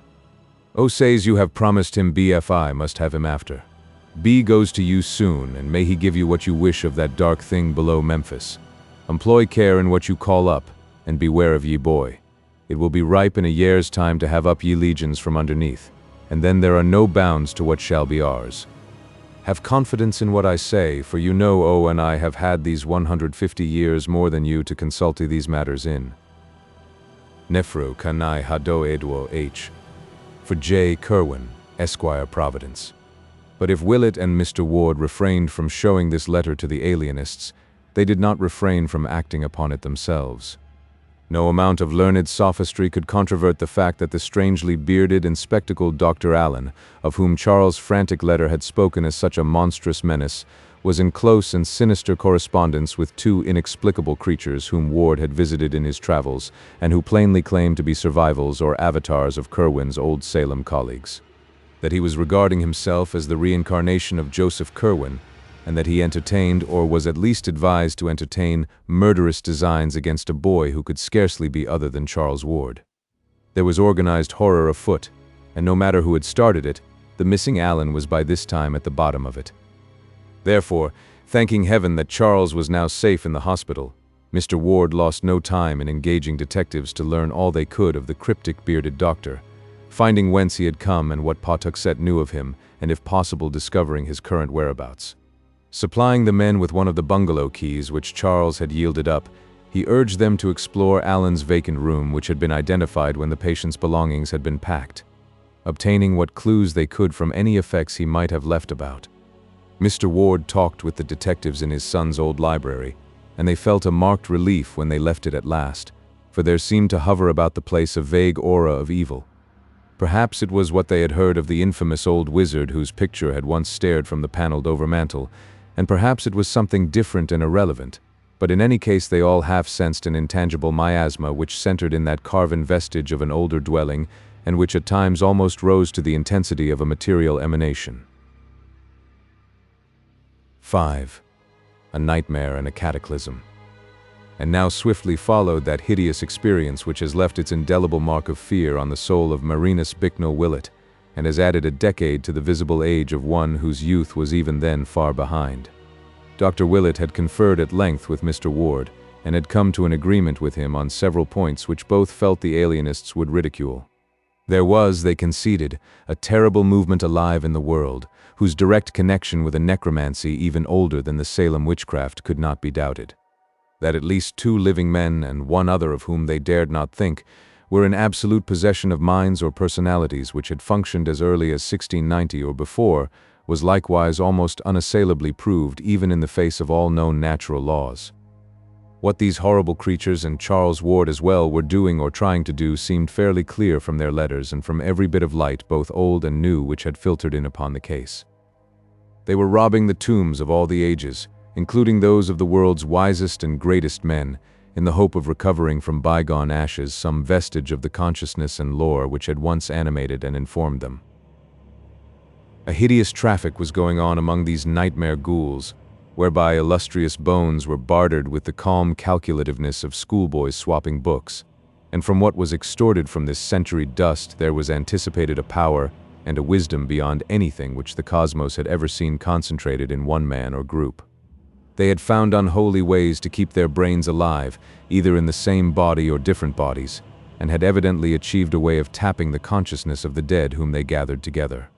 There had, it seems, been some truth in chimerical old Borellus when he wrote of preparing from even the most antique remains certain essential saltus from which the shade of a long-dead living thing might be raised up.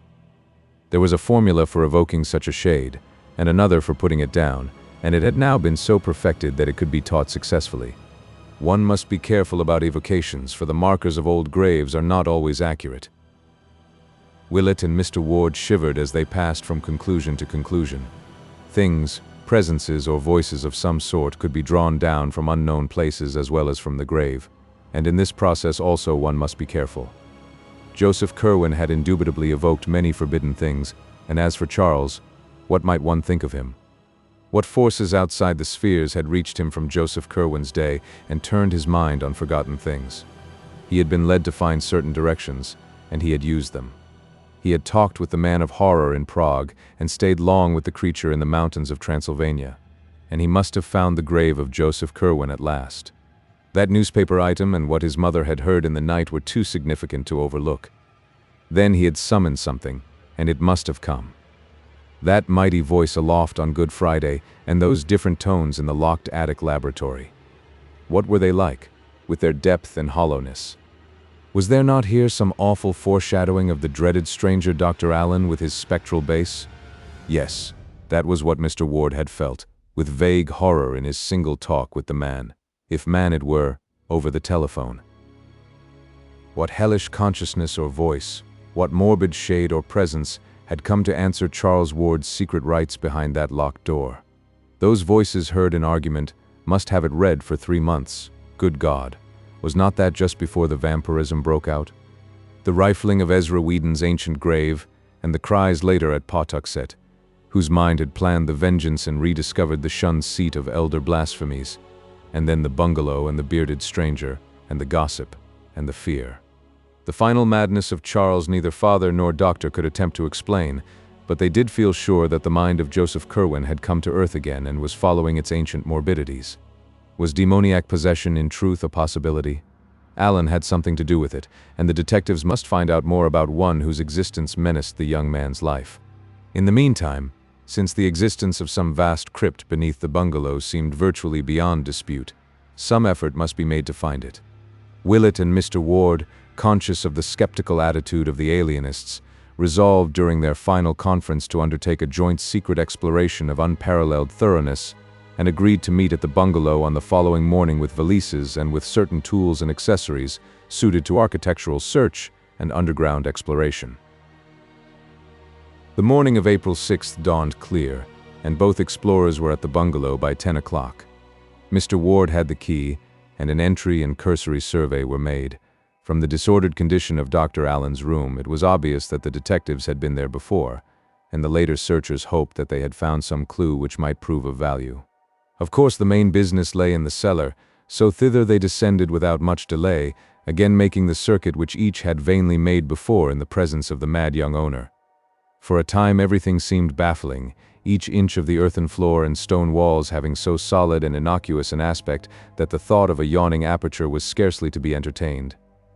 Willett reflected that since the original cellar was dug without knowledge of any catacombs beneath, the beginning of the passage would represent the strictly modern delving of young Ward and his associates, where they had probed for the ancient vaults whose rumor could have reached them by no wholesome means. The doctor tried to put himself in Charles' place and see how a delver would be likely to start, but could not gain much inspiration from this method. Then he decided on elimination as a policy, and went carefully over the whole subterranean surface, both vertical and horizontal, trying to account for every inch separately. He was soon substantially narrowed down, and at last had nothing left but the small platform before the washtubs, which he had tried once before in vain. Now experimenting in every possible way, and exerting a double strength, he finally found that the top did indeed turn and slide horizontally on a corner pivot. Beneath it lay a trim concrete surface with an iron manhole, to which Mr. Ward at once rushed with excited zeal. The cover was not hard to lift, and the father had quite removed it when Willett noticed the queerness of his aspect. He was swaying and nodding dizzily, and in the gust of noxious air which swept up from the black pit beneath, the doctor soon recognized ample cause. In a moment Dr. Willett had his fainting companion on the floor above and was reviving him with cold water. Mr. Ward responded feebly, but it could be seen that the mephitic blast from the crypt had in some way gravely sickened him. Wishing to take no chances, Willett hastened out to Broad Street for a taxicab and had soon dispatched the sufferer home despite his weak-voiced protests, after which he produced an electric torch, covered his nostrils with a band of sterile gauze, and descended once more to peer into the newfound depths. The foul air had now slightly abated, and Willett was able to send a beam of light down the Stygian hole. For about 10 feet, he saw, it was a sheer cylindrical drop with concrete walls and an iron ladder, after which the hole appeared to strike a flight of old stone steps, which must originally have emerged to earth somewhat southward of the present building. Willett freely admits that for a moment the memory of the old Kerwin legends kept him from climbing down alone into that malodorous gulf. He could not help thinking of what Luke Fenner had reported on that last monstrous night. Then duty asserted itself and he made the plunge, carrying a great valise for the removal of whatever papers might prove of supreme importance. Slowly, as befitted one of his years, he descended the ladder and reached the slimy steps below. This was ancient masonry, his torch told him, and upon the dripping walls he saw the unwholesome moss of centuries. Down, down ran the steps, not spirally but in 3 abrupt turns, and with such narrowness that 2 men could have passed only with difficulty. He had counted about 30 when a sound reached him very faintly, and after that he did not feel disposed to count any more. It was a godless sound, one of those low-keyed, insidious outrages of nature which are not meant to be. To call it a dull wail, a doom-dragged whine, or a hopeless howl of chorused anguish and stricken flesh without mind would be to miss its most quintessential loathsomeness and soul-sickening overtones. Was it for this that Ward had seemed to listen on that day he was removed? It was the most shocking thing that Willett had ever heard, and it continued from no determinate point as the doctor reached the bottom of the steps and cast his torchlight around on lofty corridor walls, surmounted by cyclopean vaulting and pierced by numberless black archways. The hall in which he stood was perhaps 14 feet high to the middle of the vaulting and 10 or 12 feet broad. Its pavement was of large chipped flagstones, and its walls and roof were of dressed masonry. Its length he could not imagine, for it stretched ahead indefinitely into the blackness. Of the archways, some had doors of the old 6-paneled colonial type, whilst others had none. Overcoming the dread induced by the smell and the howling, Willett began to explore these archways one by one, finding beyond them rooms with groined stone ceilings, each of medium size and apparently of bizarre uses. Most of them had fireplaces, the upper courses of whose chimneys would have formed an interesting study in engineering. Never before or since had he seen such instruments or suggestions of instruments as here loomed up on every hand through the burying dust and cobwebs of a century and a half, in many cases evidently shattered as if by the ancient raiders. For many of the chambers seemed wholly untrodden by modern feet, and must have represented the earliest and most obsolete phases of Joseph Curwen's experimentation. Finally, there came a room of obvious modernity, or at least of recent occupancy. There were oil heaters, bookshelves and tables, chairs and cabinets, and a desk piled high with papers of varying antiquity and contemporaneousness. Candlesticks and oil lamps stood about in several places, and finding a match safe handy, Willett lighted such as were ready for use. In the fuller gleam it appeared that this apartment was nothing less than the latest study or library of Charles Ward. Of the books the doctor had seen many before, and a good part of the furniture had plainly come from the Prospect Street mansion. Here and there was a piece well known to Willett, and the sense of familiarity became so great that he half forgot the noisomeness and the wailing, both of which were plainer here than they had been at the foot of the steps. His first duty, as planned long ahead, was to find and seize any papers which might seem of vital importance, especially those portentous documents found by Charles so long ago behind the picture in Olney Court. As he searched, he perceived how stupendous a task the final unraveling would be, for file on file was stuffed with papers in curious hands and bearing curious designs, so that months or even years might be needed for a thorough deciphering and editing. Once he found large packets of letters with Prague and Rakus postmarks, and in writing clearly recognizable as Orne's and Hutchinson's, all of which he took with him as part of the bundle to be removed in his valise. At last, in a locked mahogany cabinet once gracing the Ward home, Willett found the batch of old Kerwin papers, recognizing them from the reluctant glimpse Charles had granted him so many years ago. The youth had evidently kept them together very much as they had been when first he found them, since all the titles recalled by the workmen were present except the papers addressed to Orne and Hutchinson, and the cipher with its key. Willett placed the entire lot in his valise and continued his examination of the files. Since young Ward's immediate condition was the greatest matter at stake, the closest searching was done among the most obviously recent matter, and in this abundance of contemporary manuscript one very baffling oddity was noted. That oddity was the slight amount in Charles' normal writing, which indeed included nothing more recent than 2 months before. On the other hand, there were literally reams of symbols and formulae, historical notes and philosophical comment, in a crabbed penmanship absolutely identical with the ancient script of Joseph Kerwin, though of undeniably modern dating. Plainly, a part of the latter-day program had been a sedulous imitation of the old wizard's writing, which Charles seemed to have carried to a marvelous state of perfection. Of any third hand which might have been Allen's there was not a trace. If he had indeed come to be the leader, he must have forced young Ward to act as his amanuensis. In this new material, one mystic formula, or rather pair of formulae, recurred so often that Willett had it by heart before he had half finished his quest. It consisted of 2 parallel columns, the left-hand one surmounted by the archaic symbol called Dragon's Head and used in almanacs to indicate the ascending node, and the right-hand one headed by the corresponding sign of Dragon's Tail or descending node. The appearance of the whole was something like this, and almost unconsciously the doctor realized that the second half was no more than the first written syllabically backward with the exception of the final monosyllables and of the odd name Yog-Sothoth, which he had come to recognize under various spellings from other things he had seen in connection with this horrible matter. The formulae were as follows, exactly so as Willett is abundantly able to testify, and the first one struck an odd note of uncomfortable latent memory in his brain, which he recognized later when reviewing the events of that horrible Good Friday of the previous year. So haunting were these formulae, and so frequently did he come upon them, that before the doctor knew it he was repeating them under his breath. Eventually, however, he felt he had secured all the papers he could digest to advantage for the present, hence resolved to examine no more till he could bring the skeptical alienists en masse for an ample and more systematic raid.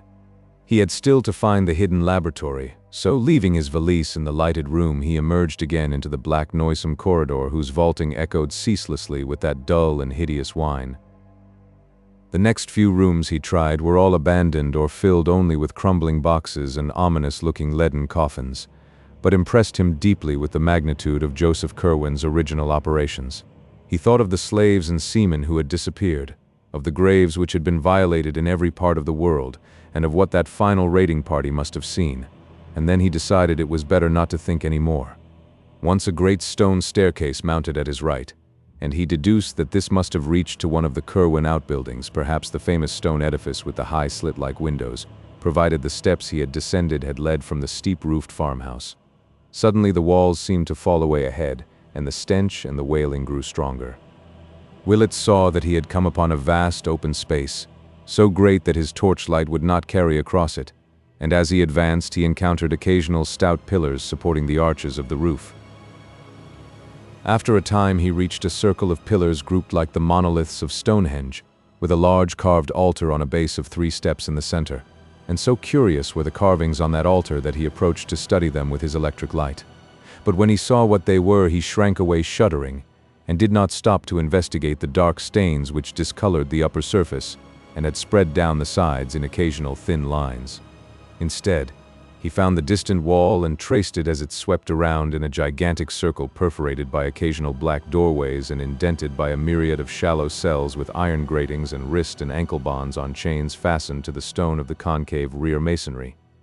These cells were empty, but still the horrible odor and the dismal moaning continued, more insistent now than ever, and seemingly varied at times by a sort of slippery thumping. From that frightful smell and that uncanny noise Willett's attention could no longer be diverted. Both were plainer and more hideous in the great pillared hall than anywhere else, and carried a vague impression of being far below, even in this dark netherworld of subterranean mystery. Before trying any of the black archways for steps leading further down, the doctor cast his beam of light about the stone-flagged floor. It was very loosely paved, and at irregular intervals there would occur a slab curiously pierced by small holes in no definite arrangement, while at one point there lay a very long ladder carelessly flung down. To this ladder, singularly enough, appeared to cling a particularly large amount of the frightful odor which encompassed everything. As he walked slowly about, it suddenly occurred to Willett that both the noise and the odor seemed strongest directly above the oddly pierced slabs, as if they might be crude trapdoors leading down to some still deeper region of horror. Kneeling by one, he worked at it with his hands and found that with extreme difficulty he could budge it. At his touch the moaning beneath ascended to a louder key, and only with vast trepidation did he persevere in the lifting of the heavy stone. A stench unnameable now rose from below, and the doctor's head reeled dizzily as he laid back the slab and turned his torch upon the exposed square yard of gaping blackness. If he had expected a flight of steps to some wide gulf of ultimate abomination, Willett was destined to be disappointed, for amidst that furor and cracked whining he discerned only the brick-faced top of a cylindrical well, perhaps a yard and a half in diameter, and devoid of any ladder or other means of descent. As the light shone down, the wailing changed suddenly to a series of horrible yelps, in conjunction with which there came again that sound of blind, futile scrambling and slippery thumping. The explorer trembled, unwilling even to imagine what noxious thing might be lurking in that abyss, but in a moment mustered up the courage to peer over the rough-hewn brink, lying at full length and holding the torch downward at arm's length to see what might lie below. For a second he could distinguish nothing but the slimy, moss-grown brick walls sinking illimitably into that half-tangible miasma of murk and foulness and anguished frenzy, and then he saw that something dark was leaping clumsily and frantically up and down at the bottom of the narrow shaft, which must have been from 20 to 25 feet below the stone floor where he lay. The torch shook in his hand, but he looked again to see what manner of living creature might be immured there in the darkness of that unnatural well, left starving by young Ward through all the long months since the doctors had taken him away, and clearly only one of a vast number prisoned in the kindred wells whose pierced stone covers so thickly studded the floor of the great vaulted cavern. Whatever the things were, they could not lie down in their cramped spaces, but must have crouched and whined and waited and feebly leaped all those hideous weeks since their master had abandoned them unheeded. But Marinus Bicknell Willett was sorry that he looked again, for surgeon and veteran of the dissecting room though he was, he has not been the same since. It is hard to explain just how a single sight of a tangible object with measurable dimensions could so shake and change a man. And we may only say that there is about certain outlines and entities a power of symbolism and suggestion which acts frightfully on a sensitive thinker's perspective, and whispers terrible hints of obscure cosmic relationships and unnameable realities behind the protective illusions of common vision. In that second look Willett saw such an outline or entity, for during the next few instants he was undoubtedly as stark mad as any inmate of Dr. Waite's private hospital. He dropped the electric torch from a hand drained of muscular power or nervous coordination, nor heeded the sound of crunching teeth which told of its fate at the bottom of the pit. He screamed and screamed and screamed in a voice whose falsetto panic no acquaintance of his would ever have recognized, and though he could not rise to his feet he crawled and rolled desperately away over the damp pavement where dozens of Tartarian wells poured forth their exhausted whining and yelping to answer his own insane cries. He tore his hands on the rough, loose stones, and many times bruised his head against the frequent pillars, but still he kept on. Then at last he slowly came to himself in the utter blackness and stench, and stopped his ears against the droning wail into which the burst of yelping had subsided. He was drenched with perspiration and without means of producing a light, stricken and unnerved in the abysmal blackness and horror, and crushed with a memory he never could efface.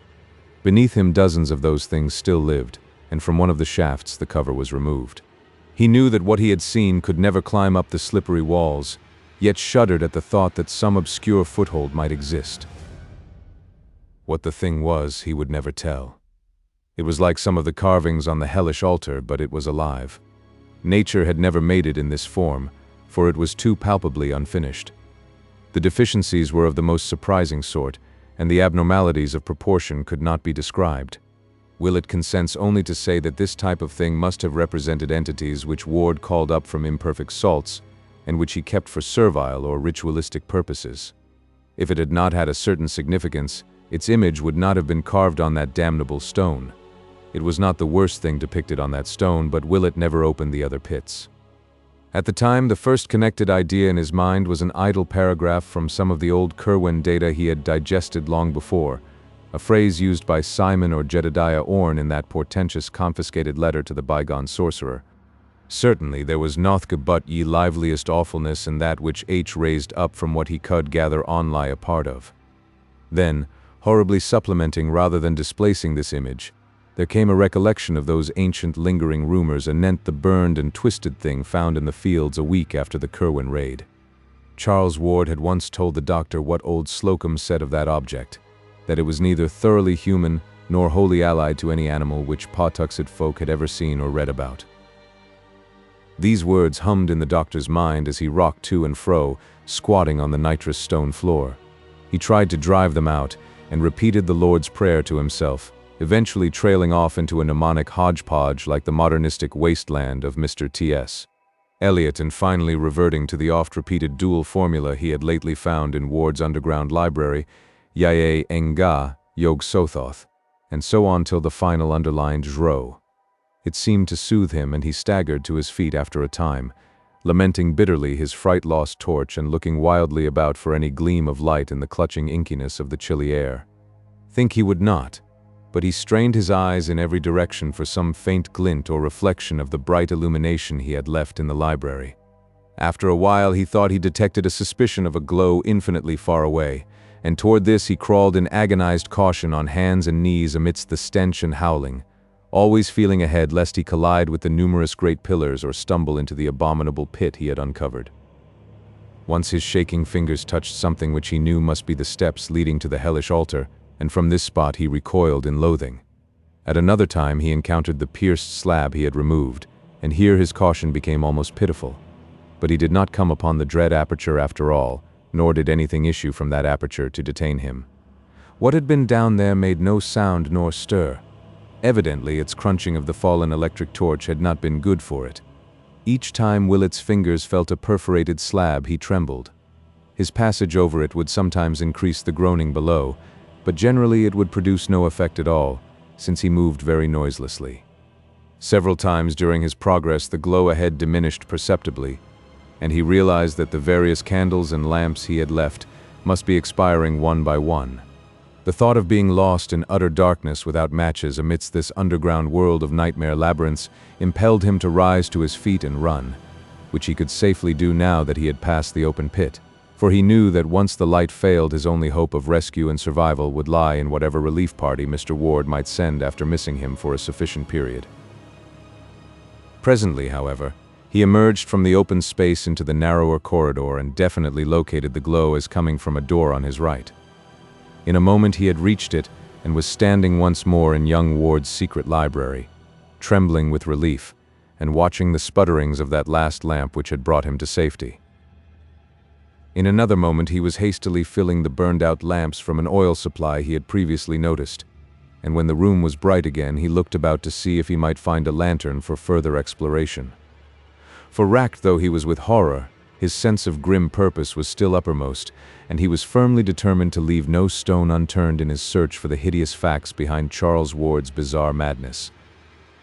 Failing to find a lantern, he chose the smallest of the lamps to carry, also filling his pockets with candles and matches, and taking with him a gallon can of oil, which he proposed to keep for reserve use in whatever hidden laboratory he might uncover beyond the terrible open space with its unclean altar and nameless covered wells. To traverse that space again would require his utmost fortitude, but he knew it must be done. Fortunately, neither the frightful altar nor the open shaft was near the vast cell-indented wall which bounded the cavern area, and whose black mysterious archways would form the next goals of a logical search. So Willett went back to that great pillared hall of stench and anguished howling, turning down his lamp to avoid any distant glimpse of the hellish altar, or of the uncovered pit with the pierced stone slab beside it. Most of the black doorways led merely to small chambers, some vacant and some evidently used as storerooms, and in several of the latter he saw some very curious accumulations of various objects. One was packed with rotting and dust-draped bales of spare clothing, and the explorer thrilled when he saw that it was unmistakably the clothing of a century and a half before. In another room he found numerous odds and ends of modern clothing, as if gradual provisions were being made to equip a large body of men. But what he disliked most of all were the huge copper vats which occasionally appeared. These, and the sinister incrustations upon them. He liked them even less than the weirdly figured leaden bowls whose ruins retained such obnoxious deposits and around which clung repellent odors perceptible above even the general noisomeness of the crypt. When he had completed about half the entire circuit of the wall, he found another corridor like that from which he had come, and out of which many doors opened. This he proceeded to investigate, and after entering 3 rooms of medium size and of no significant contents, he came at last to a large oblong apartment whose business-like tanks and tables, furnaces and modern instruments, occasional books and endless shelves of jars and bottles proclaimed it indeed the long-sought laboratory of Charles Ward, and no doubt of old Joseph Curwen before him. After lighting the 3 lamps which he found filled and ready, Dr. Willett examined the place and all its appurtenances with the keenest interest, noting from the relative quantities of various reagents on the shelves that young Ward's dominant concern must have been with some branch of organic chemistry. On the whole, little could be learned from the scientific ensemble, which included a gruesome-looking dissecting table, so that the room was really rather a disappointment. Among the books was a tattered old copy of Borellus in black letter, and it was weirdly interesting to note that Ward had underlined the same passage whose marking had so perturbed good Mr. Merritt at Curwen's farmhouse more than a century and a half before. That older copy, of course, must have perished along with the rest of Curwen's occult library in the final raid. 3 archways opened off the laboratory, and these the doctor proceeded to sample in turn. From his cursory survey he saw that 2 led merely to small storerooms, but these he canvassed with care, remarking the piles of coffins in various stages of damage and shuddering violently at 2 or 3 of the few coffin plates he could decipher. There was much clothing also stored in these rooms, and several new and tightly nailed boxes which he did not stop to investigate. Most interesting of all, perhaps, were some odd bits which he judged to be fragments of old Joseph Curwen's laboratory appliances. These had suffered damage at the hands of the raiders, but were still partly recognizable as the chemical paraphernalia of the Georgian period. The 3rd archway led to a very sizable chamber entirely lined with shelves and having in the center a table bearing 2 lamps. These lamps Willett lighted, and in their brilliant glow studied the endless shelving which surrounded him. Some of the upper levels were wholly vacant, but most of the space was filled with small, odd-looking leaden jars of 2 general types, one tall and without handles like a Grecian lekythos or oil jug, and the other with a single handle and proportioned like a phaleron jug. All had metal stoppers, and were covered with peculiar-looking symbols molded in low relief. In a moment the doctor noticed that these jugs were classified with great rigidity, all the lekythoi being on one side of the room with a large wooden sign reading Custodes above them, and all the phalerons on the other, correspondingly labeled with a sign reading Materia. Each of the jars or jugs, except some on the upper shelves that turned out to be vacant, bore a cardboard tag with a number apparently referring to a catalog, and Willett resolved to look for the latter presently. For the moment, however, he was more interested in the nature of the array as a whole, and experimentally opened several of the lekythoi and phalerons at random with a view to a rough generalization. The result was invariable. Both types of jar contained a small quantity of a single kind of substance, a fine dusty powder of very light weight and of many shades of dull neutral color. To the colors which formed the only point of variation there was no apparent method of disposal, and no distinction between what occurred in the lekythoi and what occurred in the phalerons. A bluish-gray powder might be by the side of a pinkish-white one, and any one in a phaleron might have its exact counterpart in a lekythos. The most individual feature about the powders was their non-adhesiveness. Willett would pour one into his hand, and upon returning it to its jug would find that no residue whatever remained on his palm. The meaning of the two signs puzzled him, and he wondered why this battery of chemicals was separated so radically from those in glass jars on the shelves of the laboratory proper. Custodes, materia, that was the Latin for guards and material, respectively, and then there came a flash of memory as to where he had seen that word guards before in connection with this dreadful mystery.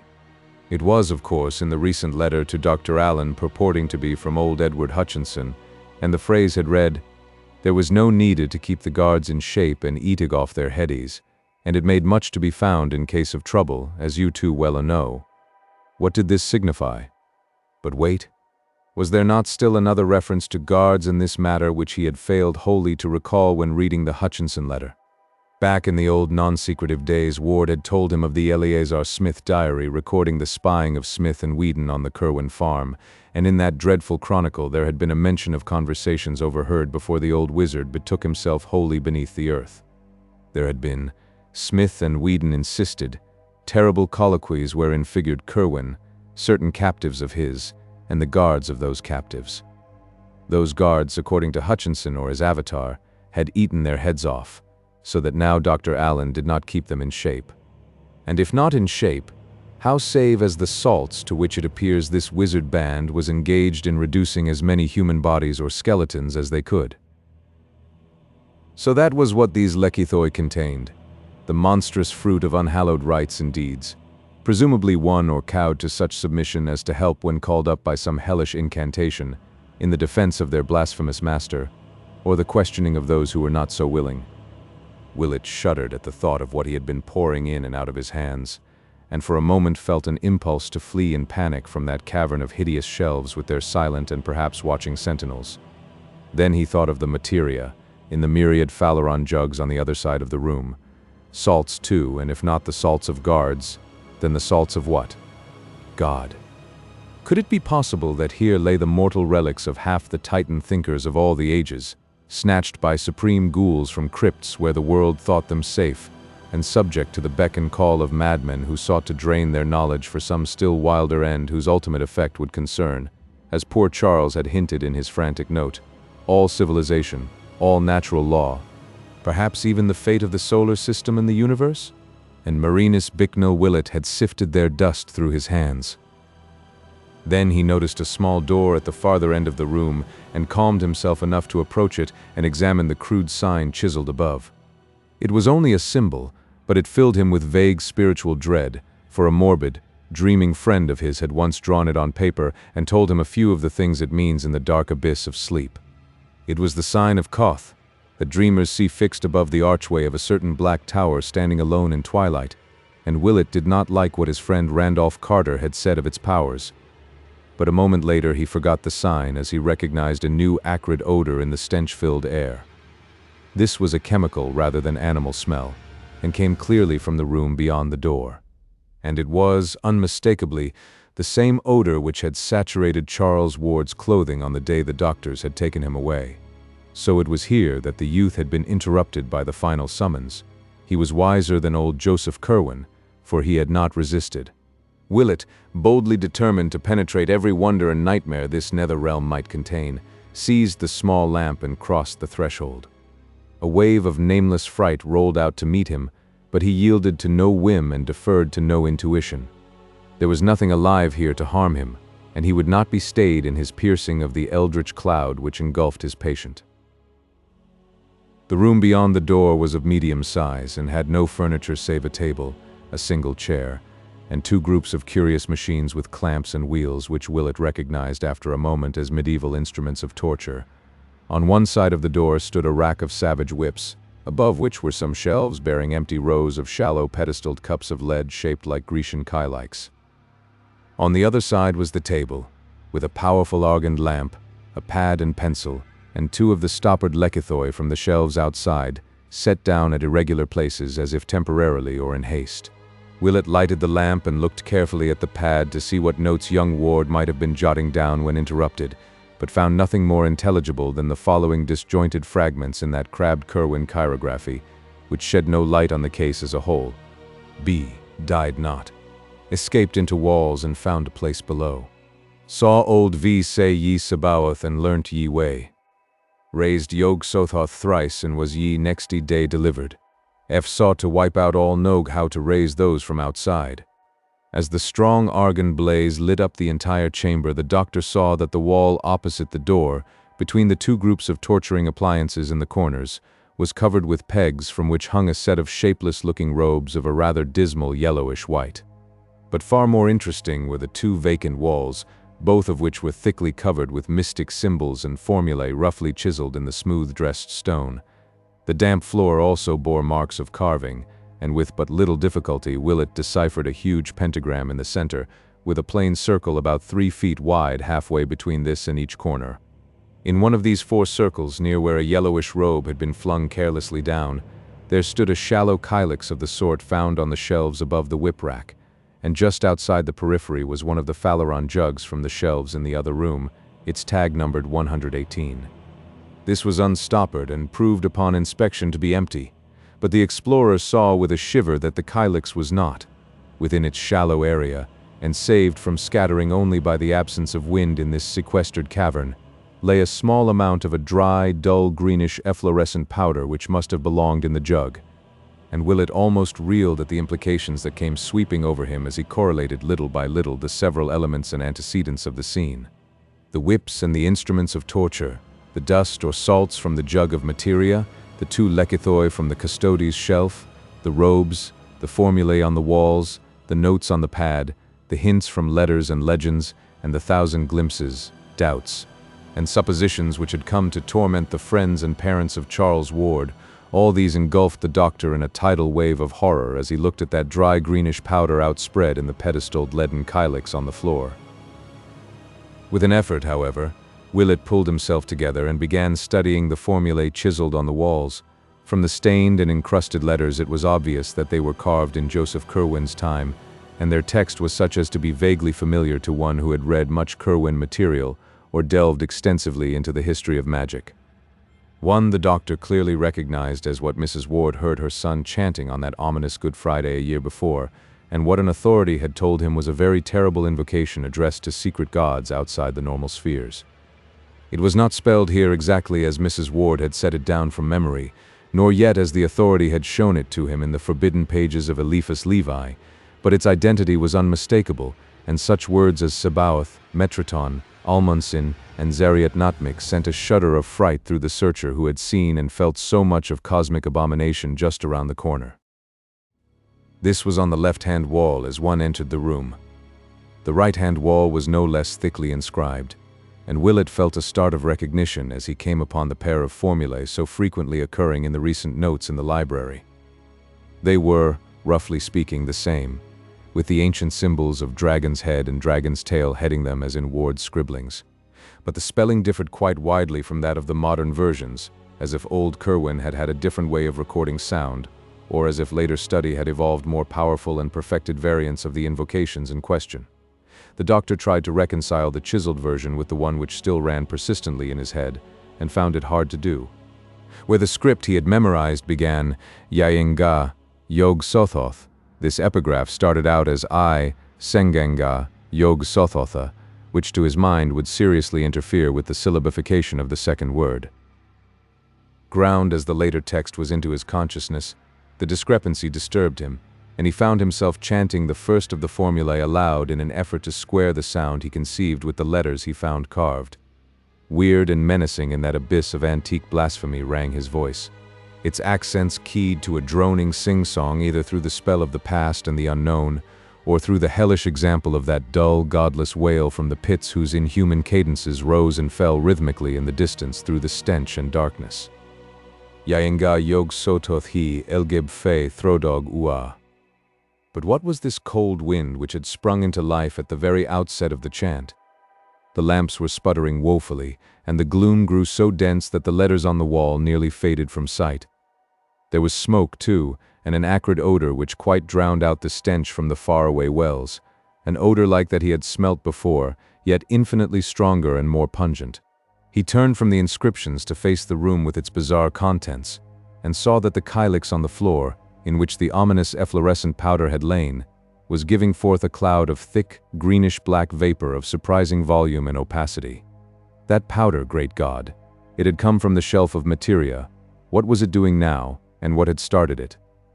The formula he had been chanting, the first of the pair, Dragon's Head, Ascending Node, Blessed Savior, could it be? The doctor reeled, and through his head raced wildly disjointed scraps from all he had seen, heard, and read of the frightful case of Joseph Curwen and Charles Dexter Ward. I say to you again, do not call up any that you cannot put down. Have ye words for laying at all times ready, and stop not to be sure when there is any doubt of whom you have. 3 talk is with what was therein inhumed. Mercy of heaven, what is that shape behind the parting smoke? Marinus Bicknell Willett has no hope that any part of his tale will be believed except by certain sympathetic friends, hence has made no attempt to tell it beyond his most intimate circle. Only a few outsiders have ever heard it repeated, and of these the majority laugh and remark that the doctor surely is getting old. He has been advised to take a long vacation and to shun future cases dealing with mental disturbance. But Mr. Ward knows that the veteran physician speaks only a horrible truth. Did not he himself see the noisome aperture in the bungalow cellar? Did not Willett send him home overcome and ill at 11 o'clock that portentous morning? Did he not telephone the doctor in vain that evening, and again the next day, and had he not driven to the bungalow itself on that following noon, finding his friend unconscious but unharmed on one of the beds upstairs? Willett had been breathing stertorously, and opened his eyes slowly when Mr. Ward gave him some brandy fetched from the car. Then he shuddered and screamed, crying out, "That beard, those eyes, God, who are you?" A very strange thing to say to a trim, blue-eyed, clean-shaven gentleman whom he had known from the latter's boyhood. In the bright noon sunlight the bungalow was unchanged since the previous morning.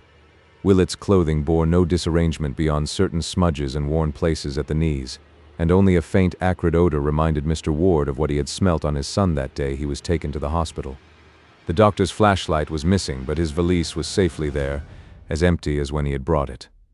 Before indulging in any explanations, and obviously with great moral effort, Willett staggered dizzily down to the cellar and tried the fateful platform before the tubs.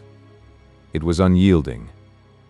Crossing to where he had left his yet isdine tool satchel the day before, he obtained a chisel and began to pry up the stubborn planks one by one. Underneath the smooth concrete was still visible, but of any opening or perforation there was no longer a trace. Nothing yawned this time to sicken the mystified father who had followed the doctor downstairs, only the smooth concrete underneath the planks, no noisome well, no world of subterranean horrors, no secret library, no Curwen papers, no nightmare pits of stench and howling, no laboratory or shelves or chiseled formulae. No. Dr. Willett turned pale and clutched at the younger man. "Yesterday," he asked softly, "did you see it here and smell it?" And when Mr. Ward, himself transfixed with dread and wonder, found strength to nod an affirmative, the physician gave a sound half a sigh and half a gasp, and nodded in turn. "Then I will tell you," he said. So for an hour, in the sunniest room they could find upstairs, the physician whispered his frightful tale to the wondering father. There was nothing to relate beyond the looming up of that form when the greenish-black vapor from the kylix parted, and Willett was too tired to ask himself what had really occurred.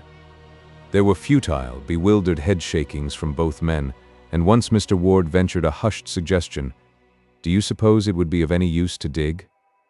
The doctor was silent, for it seemed hardly fitting for any human brain to answer when powers of unknown spheres had so vitally encroached on this side of the great abyss. Again Mr. Ward asked, "But where did it go?" "It brought you here, you know, and it sealed up the hole somehow." And Willett again let silence answer for him. But after all, this was not the final phase of the matter. Reaching for his handkerchief before rising to leave, Dr. Willett's fingers closed upon a piece of paper in his pocket, which had not been there before, and which was companioned by the candles and matches he had seized in the vanished vault.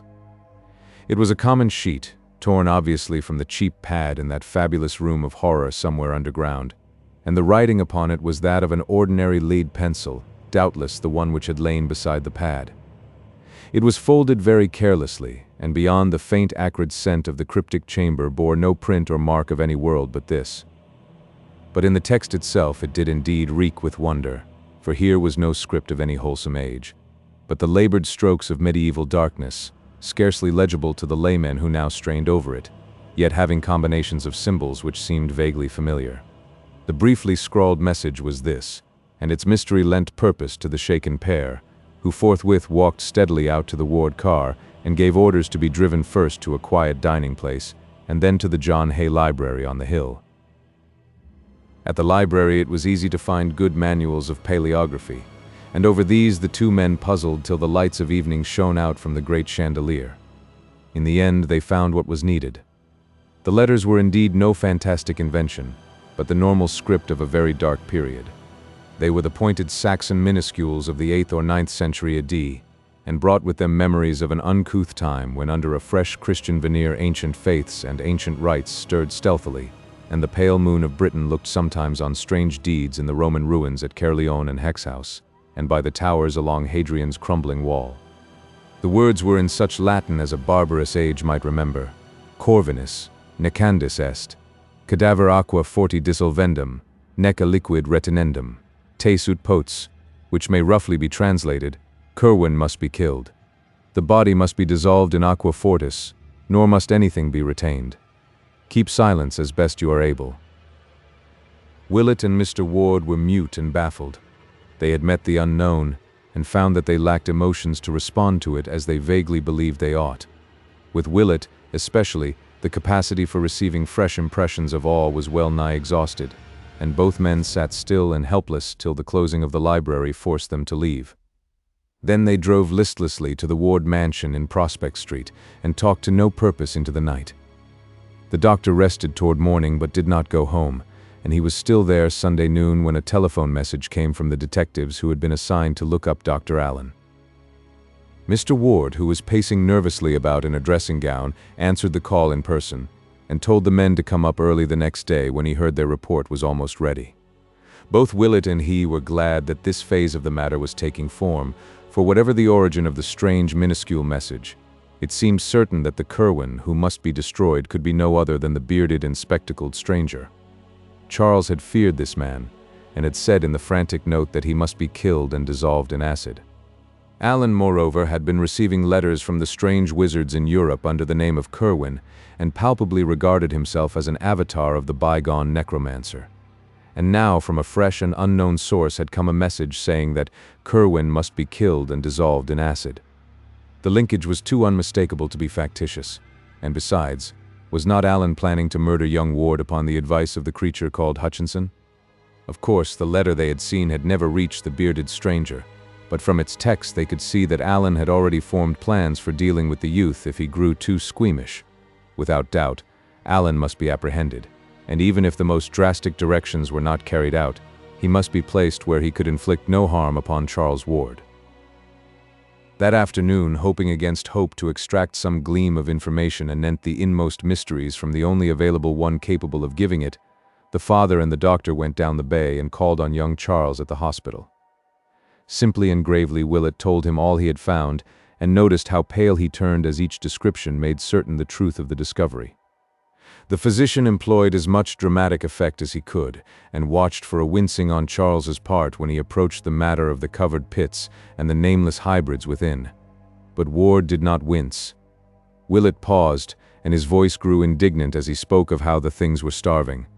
He taxed the youth with shocking inhumanity, and shivered when only a sardonic laugh came in reply. For Charles, having dropped as useless his pretense that the crypt did not exist, seemed to see some ghastly jest in this affair, and chuckled hoarsely at something which amused him. Then he whispered, in accents doubly terrible because of the cracked voice he used, "Damn 'em, they do eat, but they don't need to. That's the rare part. A month, you say, without food? Lud, sir, you be modest. D'ye know that was the joke on poor old Whipple with his virtuous bluster. Kill everything off, would he? Why, damn, he was half deaf with the noise from outside and never saw or heard aught from the wells. He never dreamed they were there at all. Devil take ye, those cursed things have been howling down there ever since Curwen was done for 157 years gone." But no more than this could Willett get from the youth. Horrified, yet almost convinced against his will, he went on with his tale in the hope that some incident might startle his auditor out of the mad composure he maintained. Looking at the youth's face, The doctor could not but feel a kind of terror at the changes which recent months had wrought. Truly, the boy had drawn down nameless horrors from the skies. When the room with the formulae and the greenish dust was mentioned, Charles showed his first sign of animation. A quizzical look overspread his face as he heard what Willett had read on the pad, and he ventured the mild statement that those notes were old ones, of no possible significance to anyone not deeply initiated in the history of magic. "But," he added, "had you but known the words to bring up that which I had out in the cup, you had not been here to tell me this. 'Twas number 118, and I conceive you would have shook had you looked it up in my list in t'other room. 'Twas never raised by me, but I meant to have it up that day you came to invite me hither." Then Willett told of the formula he had spoken and of the greenish-black smoke which had arisen, and as he did so he saw true fear dawn for the first time on Charles Ward's face. "It came, and you be here alive." As Ward croaked the words, his voice seemed almost to burst free of its trammels and sink to cavernous abysses of uncanny resonance.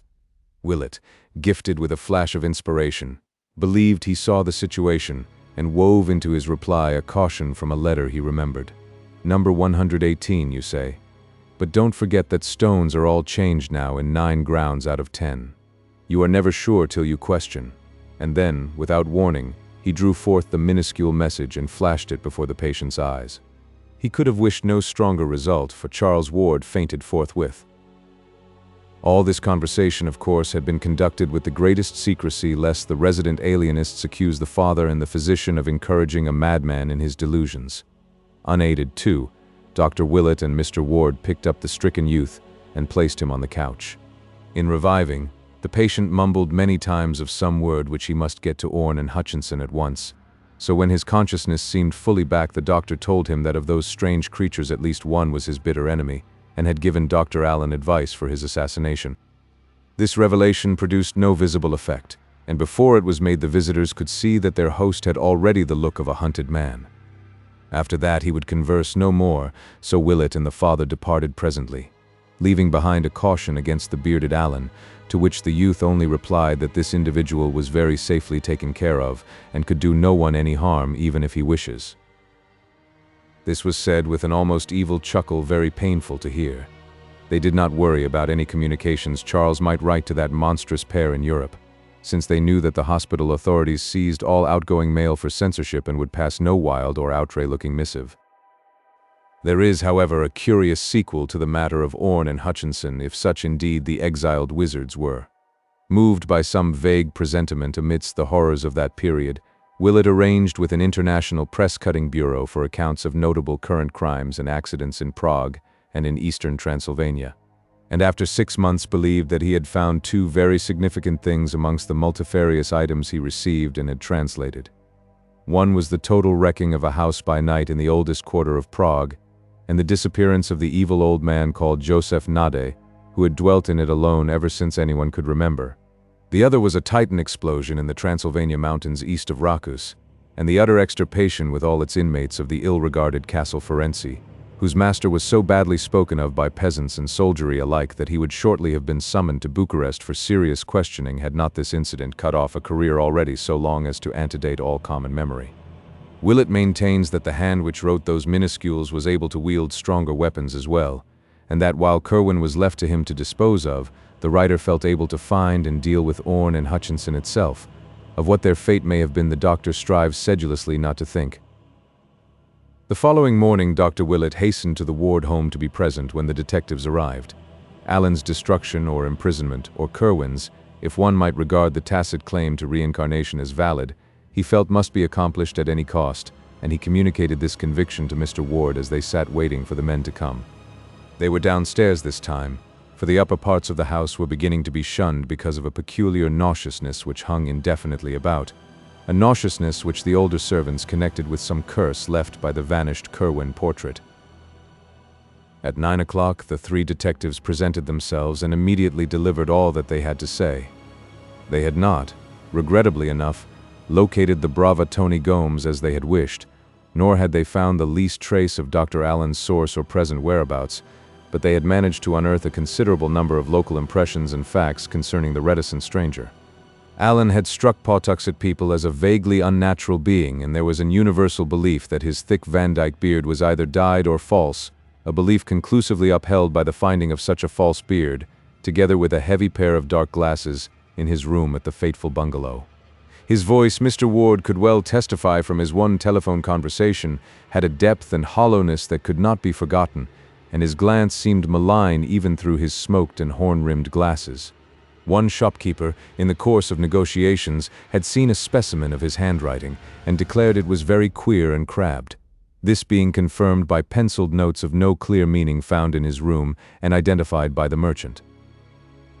In connection with the vampirism ructions of the preceding summer, a majority of the gossips believed that Alan rather than Ward was the actual vampire. Statements were also obtained from the officials who had visited the bungalow after the unpleasant incident of the motor truck robbery. They had felt less of the sinister in Dr. Allen, but had recognized him as the dominant figure in the queer, shadowy cottage. The place had been too dark for them to observe him clearly, but they would know him again if they saw him. His beard had looked odd, and they thought he had some slight scar above his dark spectacled right eye. As for the search of Alan's room, it yielded nothing definite save the beard and glasses, and several penciled notes in a crabbed writing, which Willett at once saw was identical with that shared by the old Curwen manuscripts and by the voluminous recent notes of young Ward found in the vanished catacombs of horror. Dr. Willett and Mr. Ward caught something of a profound, subtle, and insidious cosmic fear from this data as it was gradually unfolded, and almost trembled in following up the vague, mad thought which had simultaneously reached their minds. The false beard and glasses, the crabbed Curwen penmanship, the old portrait and its tiny scar, and the altered youth in the hospital with such a scar, that deep, hollow voice on the telephone. Was it not of this that Mr. Ward was reminded when his son barked forth those pitiable tones to which he now claimed to be reduced? Who had ever seen Charles and Alan together? Yes, some officials had once, but who later on? Was it not when Alan left that Charles suddenly lost his growing fright and began to live wholly at the bungalow? Curwen, Alan, Ward, in what blasphemous and abominable fusion had two ages and two persons become involved? That damnable resemblance of the picture to Charles, had it not used to stare and follow the boy around the room with its eyes? Why, too, did both Alan and Charles copy Joseph Curwen's handwriting, even when alone and off guard? And then the frightful work of those people, the lost crypt of horrors that had aged the doctor overnight, the starved monsters in the noisome pits, the awful formula which had yielded such nameless results, the message in minuscules found in Willett's pocket, the papers and the letters and all the talk of graves and salts and discoveries. Whither did everything lead? In the end, Mr. Ward did the most sensible thing. Steeling himself against any realization of why he did it, he gave the detectives an article to be shown to such Pawtuxet shopkeepers as had seen the portentous Dr. Allen. That article was a photograph of his luckless son, on which he now carefully drew in ink the pair of heavy glasses and the black pointed beard, which the men had brought from Allen's room. For 2 hours he waited with the doctor in the oppressive house where fear and miasma were slowly gathering as the empty panel in the upstairs library leered and leered and leered. Then the men returned. Yes, the altered photograph was a very passable likeness of Dr. Allen. Mr. Ward turned pale, and Willett wiped a suddenly dampened brow with his handkerchief. Allen, Ward, Curwen, it was becoming too hideous for coherent thought. What had the boy called out of the void, and what had it done to him? What really had happened from first to last? Who was this Allen who sought to kill Charles as too squeamish, and why had his destined victim said in the postscript to that frantic letter that he must be so completely obliterated in acid? Why, too, had the minuscule message, of whose origin no one dared think, said that Curwen must be likewise obliterated? What was the change, and when had the final stage occurred? That day when his frantic note was received, he had been nervous all the morning. Then there was an alteration. He had slipped out unseen and swaggered boldly and past the men hired to guard him. That was the time when he was out. But no, had he not cried out in terror as he entered his study, this very room? What had he found there? Or wait, what had found him? That simulacrum which brushed boldly in without having been seen to go, was that an alien shadow and a horror forcing itself upon a trembling figure which had never gone out at all? Had not the butler spoken of queer noises? Willett rang for the man and asked him some low-toned questions. It had, surely enough, been a bad business. There had been noises, a cry, a gasp, a choking, and a sort of clattering or creaking or thumping, or all of these. And Mr. Charles was not the same when he stalked out without a word. The butler shivered as he spoke and sniffed at the heavy air that blew down from some open window upstairs. Terror had settled definitely upon the house, and only the businesslike detectives failed to imbibe a full measure of it. Even they were restless, for this case had held vague elements in the background which pleased them not at all. Dr. Willett was thinking deeply and rapidly, and his thoughts were terrible ones. Now and then he would almost break into muttering as he ran over in his head a new, appalling, and increasingly conclusive chain of nightmare happenings. Then Mr. Ward made a sign that the conference was over, and everyone save him and the doctor left the room. It was noon now, but shadows as of coming night seemed to engulf the phantom-haunted mansion. Willett began talking very seriously to his host, and urged that he leave a great deal of the future investigation to him. There would be, he predicted, certain obnoxious elements which a friend could bear better than a relative. As family physician, he must have a free hand, and the first thing he required was a period alone and undisturbed in the abandoned library upstairs, where the ancient overmantel had gathered about itself an aura of noisome horror more intense than when Joseph Curwen's features themselves glanced slyly down from the painted panel. Mr. Ward, dazed by the flood of grotesque morbidities and unthinkably maddening suggestions that poured in upon him from every side, could only acquiesce, and half an hour later the doctor was locked in the shunned room with the paneling from Olney Court. The father, listening outside, heard fumbling sounds of moving and rummaging as the moments passed, and finally a wrench and a creak, as if a tight cupboard door were being opened. Then there was a muffled cry, a kind of snorting choke, and a hasty slamming of whatever had been opened. Almost at once the key rattled and Willett appeared in the hall, haggard and ghastly, and demanding wood for the real fireplace on the south wall of the room. The furnace was not enough, he said, and the electric log had little practical use. Longing yet not daring to ask questions, Mr. Ward gave the requisite orders and a man brought some stout pine logs, shuddering as he entered the tainted air of the library to place them in the grate. Willett, meanwhile, had gone up to the dismantled laboratory and brought down a few odds and ends not included in the moving of the July before. They were in a covered basket, and Mr. Ward never saw what they were. Then the doctor locked himself up in the library once more, and by the clouds of smoke which rolled down past the windows from the chimney, it was known that he had lighted the fire. Later, after a great rustling of newspapers, that odd wrench and creaking were heard again, followed by a thumping which none of the eavesdroppers liked. Thereafter 2 suppressed cries of Willett's were heard, and hard upon these came a swishing rustle of indefinable hatefulness. Finally, the smoke that the wind beat down from the chimney grew very dark and acrid, and everyone wished that the weather had spared them this choking and venomous inundation of peculiar fumes. Mr. Ward's head reeled, and the servants all clustered together in a knot to watch the horrible black smoke swoop down. After an age of waiting, the vapors seemed to lighten, and half-formless sounds of scraping, sweeping, and other minor operations were heard behind the bolted door. And at last, after the slamming of some cupboard within, Willett made his appearance, sad, pale, and haggard, and bearing the cloth-draped basket he had taken from the upstairs laboratory. He had left the window open, and into that once accursed room was pouring a wealth of pure, wholesome air to mix with a queer new smell of disinfectants. The ancient overmantel still lingered, but it seemed robbed of malignity now, and rose as calm and stately in its white paneling as if it had never borne the picture of Joseph Curwen. Night was coming on, yet this time its shadows held no latent fright, but only a gentle melancholy. Of what he had done the doctor would never speak. To Mr. Ward he said, "I can answer no questions, but I will say that there are different kinds of magic. I have made a great purgation. Those in this house will sleep the better for it." That Dr. Willett's purgation had been an ordeal almost as nerve-wracking in its way as his hideous wandering in the vanished crypt is shown by the fact that the elderly physician gave out completely as soon as he reached home that evening. For 3 days he rested constantly in his room, though servants later muttered something about having heard him after midnight on Wednesday, when the outer door softly opened and closed with phenomenal softness. Servants' imaginations, fortunately, are limited, else comment might have been excited by an item in Thursday's evening bulletin, which ran as follows. North End ghouls again active.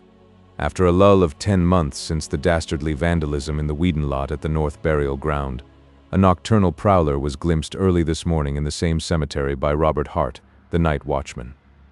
Happening to glance for a moment from his shelter at about 2 in the morning, Hart observed a glow of a lantern or pocket torch not far to the northward, and upon opening the door detected the figure of a man with a trowel very plainly silhouetted against a nearby electric light. At once starting in pursuit, he saw the figure dart hurriedly toward the main entrance, gaining the street and losing himself among the shadows before approach or capture was possible.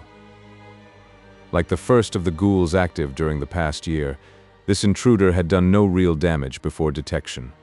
A vacant part of the Ward lot showed signs of a little superficial digging, but nothing even nearly the size of a grave had been attempted, and no previous grave had been disturbed. Hart, who cannot describe the prowler except as a small man probably having a full beard, inclines to the view that all 3 of the digging incidents have a common source, but police from the second station think otherwise on account of the savage nature of the second incident, where an ancient coffin was removed and its headstone violently shattered. The first of the incidents, in which it is thought an attempt to bury something was frustrated, occurred a year ago last March, and has been attributed to bootleggers seeking a cache. It is possible, says Sergeant Riley, that this third affair is of similar nature. Officers at the second station are taking especial pains to capture the gang of miscreants responsible for these repeated outrages. All day Thursday, Dr. Willett rested as if recuperating from something past or nerving himself for something to come. In the evening, he wrote a note to Mr. Ward, which was delivered the next morning and which caused the half-dazed parent to ponder long and deeply. Mr. Ward had not been able to go down to business since the shock of Monday with its baffling reports and its sinister purgation, but he found something calming about the doctor's letter in spite of the despair it seemed to promise and the fresh mysteries it seemed to evoke. 10 Barnes Street, Providence, Rhode Island, April 12, 1928. Dear Theodore, I feel that I must say a word to you before doing what I am going to do tomorrow. It will conclude the terrible business we have been going through, for I feel that no spade is ever likely to reach that monstrous place we know of. But I'm afraid it won't set your mind at rest unless I expressly assure you how very conclusive it is. You have known me ever since you were a small boy, so I think you will not distrust me when I hint that some matters are best left undecided and unexplored. It is better that you attempt no further speculation as to Charles's case, and almost imperative that you tell his mother nothing more than she already suspects. When I call on you tomorrow, Charles will have escaped. That is all which need remain in anyone's mind. He was mad, and he escaped. So don't ask me any questions when I call. It may be that something will go wrong, but I'll tell you if it does. I don't think it will. There will be nothing more to worry about, for Charles will be very, very safe. He is now safer than you dream. You need hold no fears about Alan, and who or what he is. He forms as much a part of the past as Joseph Curwen's picture, and when I ring your doorbell you may feel certain that there is no such person, and what wrote that minuscule message will never trouble you or yours. But you must steel yourself to melancholy and prepare your wife to do the same. I must tell you frankly that Charles's escape will not mean his restoration to you. He has been afflicted with a peculiar disease, as you must realize from the subtle physical as well as mental changes in him, and you must not hope to see him again. He stumbled on things no mortal ought ever to know, and reached back through the years as no one ever should reach, and something came out of those years to engulf him. And now comes the matter in which I must ask you to trust me most of all, for there will be indeed no uncertainty about Charles's fate. In about a year, say, you can, if you wish, devise a suitable account of the end, for the boy will be no more.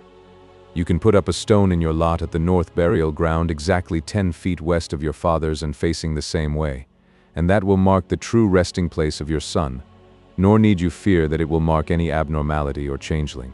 The ashes in that grave will be those of your own unaltered bone and sinew, of the real Charles Dexter Ward whose mind you watched from infancy, the real Charles with the olive mark on his hip and without the black witch mark on his chest or the pit on his forehead. The Charles who never did actual evil, and who will have paid with his life for his squeamishness. That is all. Charles will have escaped, and a year from now you can put up his stone. Do not question me tomorrow, and believe that the honor of your ancient family remains untainted now as it has been at all times in the past. With profoundest sympathy and exhortations to fortitude, calmness, and resignation, I am ever, sincerely your friend, Marinus B. Willett. So on the morning of Friday, April 13, 1928, Marinus Bicknell Willett visited the room of Charles Dexter Ward at Dr. Waite's private hospital on Conanicut Island. After the interchange of a few strained formalities, a new element of constraint crept in, as Ward seemed to read behind the doctor's mask-like face a terrible purpose which had never been there before. Ward actually turned pale, and the doctor was the first to speak. "More," he said, "has been found out, and I must warn you fairly that a reckoning is due." "Digging again, and coming upon more poor starving pets?" was the ironic reply. It was evident that the youth meant to show bravado to the last. "No," Willett slowly rejoined, "this time I did not have to dig. We have had men looking up Dr. Allen, and they found the false beard and spectacles in the bungalow." "Excellent," commented the disquieted host in an effort to be wittily insulting. "And I trust they proved more becoming than the beard and glasses you now have on." "They would become you very well," came the even and studied response, as indeed they seemed to have done. As Willett said this, it almost seemed as though a cloud passed over the sun, though there was no change in the shadows on the floor. Then Ward ventured, "And is this what asks so hotly for a reckoning? Suppose a man does find it now and then useful to be twofold?" "No," said Willett gravely. "Again you are wrong. It is no business of mine if any man seeks duality, provided he has any right to exist at all, and provided he does not destroy what called him out of space." Ward now started violently. "Well, sir, what have you found, and what do you want with me?" The doctor let a little time elapse before replying, as if choosing his words for an effective answer. "I have found," he finally intoned, "something in a cupboard behind an ancient overmantel where a picture once was, and I have burned it and buried the ashes where the grave of Charles Dexter Ward ought to be." The madman choked and sprang from the chair in which he had been sitting. "Damn ye, who did ye tell, and who believe it was he after these full 2 months, with me alive? What d'ye mean to do?" Willett, though a small man, actually took on a kind of judicial majesty as he calmed the patient with a gesture. "I have told no one. This is no common case. It is a madness out of time and a horror from beyond the spheres which no police or lawyers or courts or alienists could ever fathom or grapple with. You cannot deceive me, Joseph Kerwin, for I know that your accursed magic is true. I know how you wove the spell that brooded outside the years and fastened on your double and descendant. I know how you drew him into the past and got him to raise you up from your detestable grave. I know how he kept you hidden in his laboratory while you studied modern things and roved abroad as a vampire by night, and how you later showed yourself in beard and glasses that no one might wonder at your godless likeness to him. I know what you resolved to do when he balked at your monstrous rifling of the world's tombs, and at what you planned afterward, and I know how you did it. You left off your beard and glasses and fooled the guards around the house. They thought it was he who went in, and they thought it was he who came out when you had strangled and hidden him. But you hadn't reckoned on the different contacts of two minds. You were a fool, Kerwin, to fancy that a mere visual identity would be enough. Why didn't you think of the speech and the voice and the handwriting? It hasn't worked, you see, after all. You know better than I who or what wrote that message in minuscules, but I will warn you it was not written in vain. There are abominations and blasphemies which must be stamped out, and I believe that the writer of those words will attend to Orne and Hutchinson. One of those creatures wrote you once, "Do not call up any that you cannot put down. Kerwin, a man can't tamper with nature beyond certain limits, and every horror you have woven will rise up to wipe you out." But here the doctor was cut short by a convulsive cry from the creature before him. Hopelessly at bay, weaponless, and knowing that any show of physical violence would bring a score of attendants to the doctor's rescue, Joseph Kerwin had recourse to his one ancient ally, and began a series of cabalistic motions with his forefingers as his deep, hollow voice, now unconcealed by feigned hoarseness, bellowed out the opening words of a terrible formula. Per Adonai Elohim, Adonai Jehovah, Adonai Sabaoth, Metatron. But Willett was too quick for him. Even as the dogs in the yard outside began to howl, and even as a chill wind sprang suddenly up from the bay, the doctor commenced the solemn and measured intonation of that which he had meant all along to recite. An eye for an eye, magic for magic, let the outcome shew how well the lesson of the abyss had been learned. So in a clear voice Marinus Bicknell Willett began the second of that pair of formulae, whose first had raised the writer of those minuscules, the cryptic invocation whose heading was the dragon's tail, sign of the descending node. Og throd Iaf Gebeli Yog Sothoth Negang Aijro. At the very first word from Willett's mouth, the previously commenced formula of the patient stopped short. Unable to speak, the monster made wild motions with his arms until they too were arrested. When the awful name of Yog Sothoth was uttered, the hideous change began. It was not merely a dissolution, but rather a transformation or recapitulation, and Willett shut his eyes lest he faint before the rest of the incantation could be pronounced. But he did not faint, and that man of unholy centuries and forbidden secrets never troubled the world again. The madness out of time had subsided, and the case of Charles Dexter Ward was closed. Opening his eyes before staggering out of that room of horror, Dr. Willett saw that what he had kept in memory had not been kept amiss. There had, as he had predicted, been no need for acids. For like his accursed picture a year before, Joseph Curwen now lay scattered on the floor as a thin coating of fine bluish-gray dust. The end.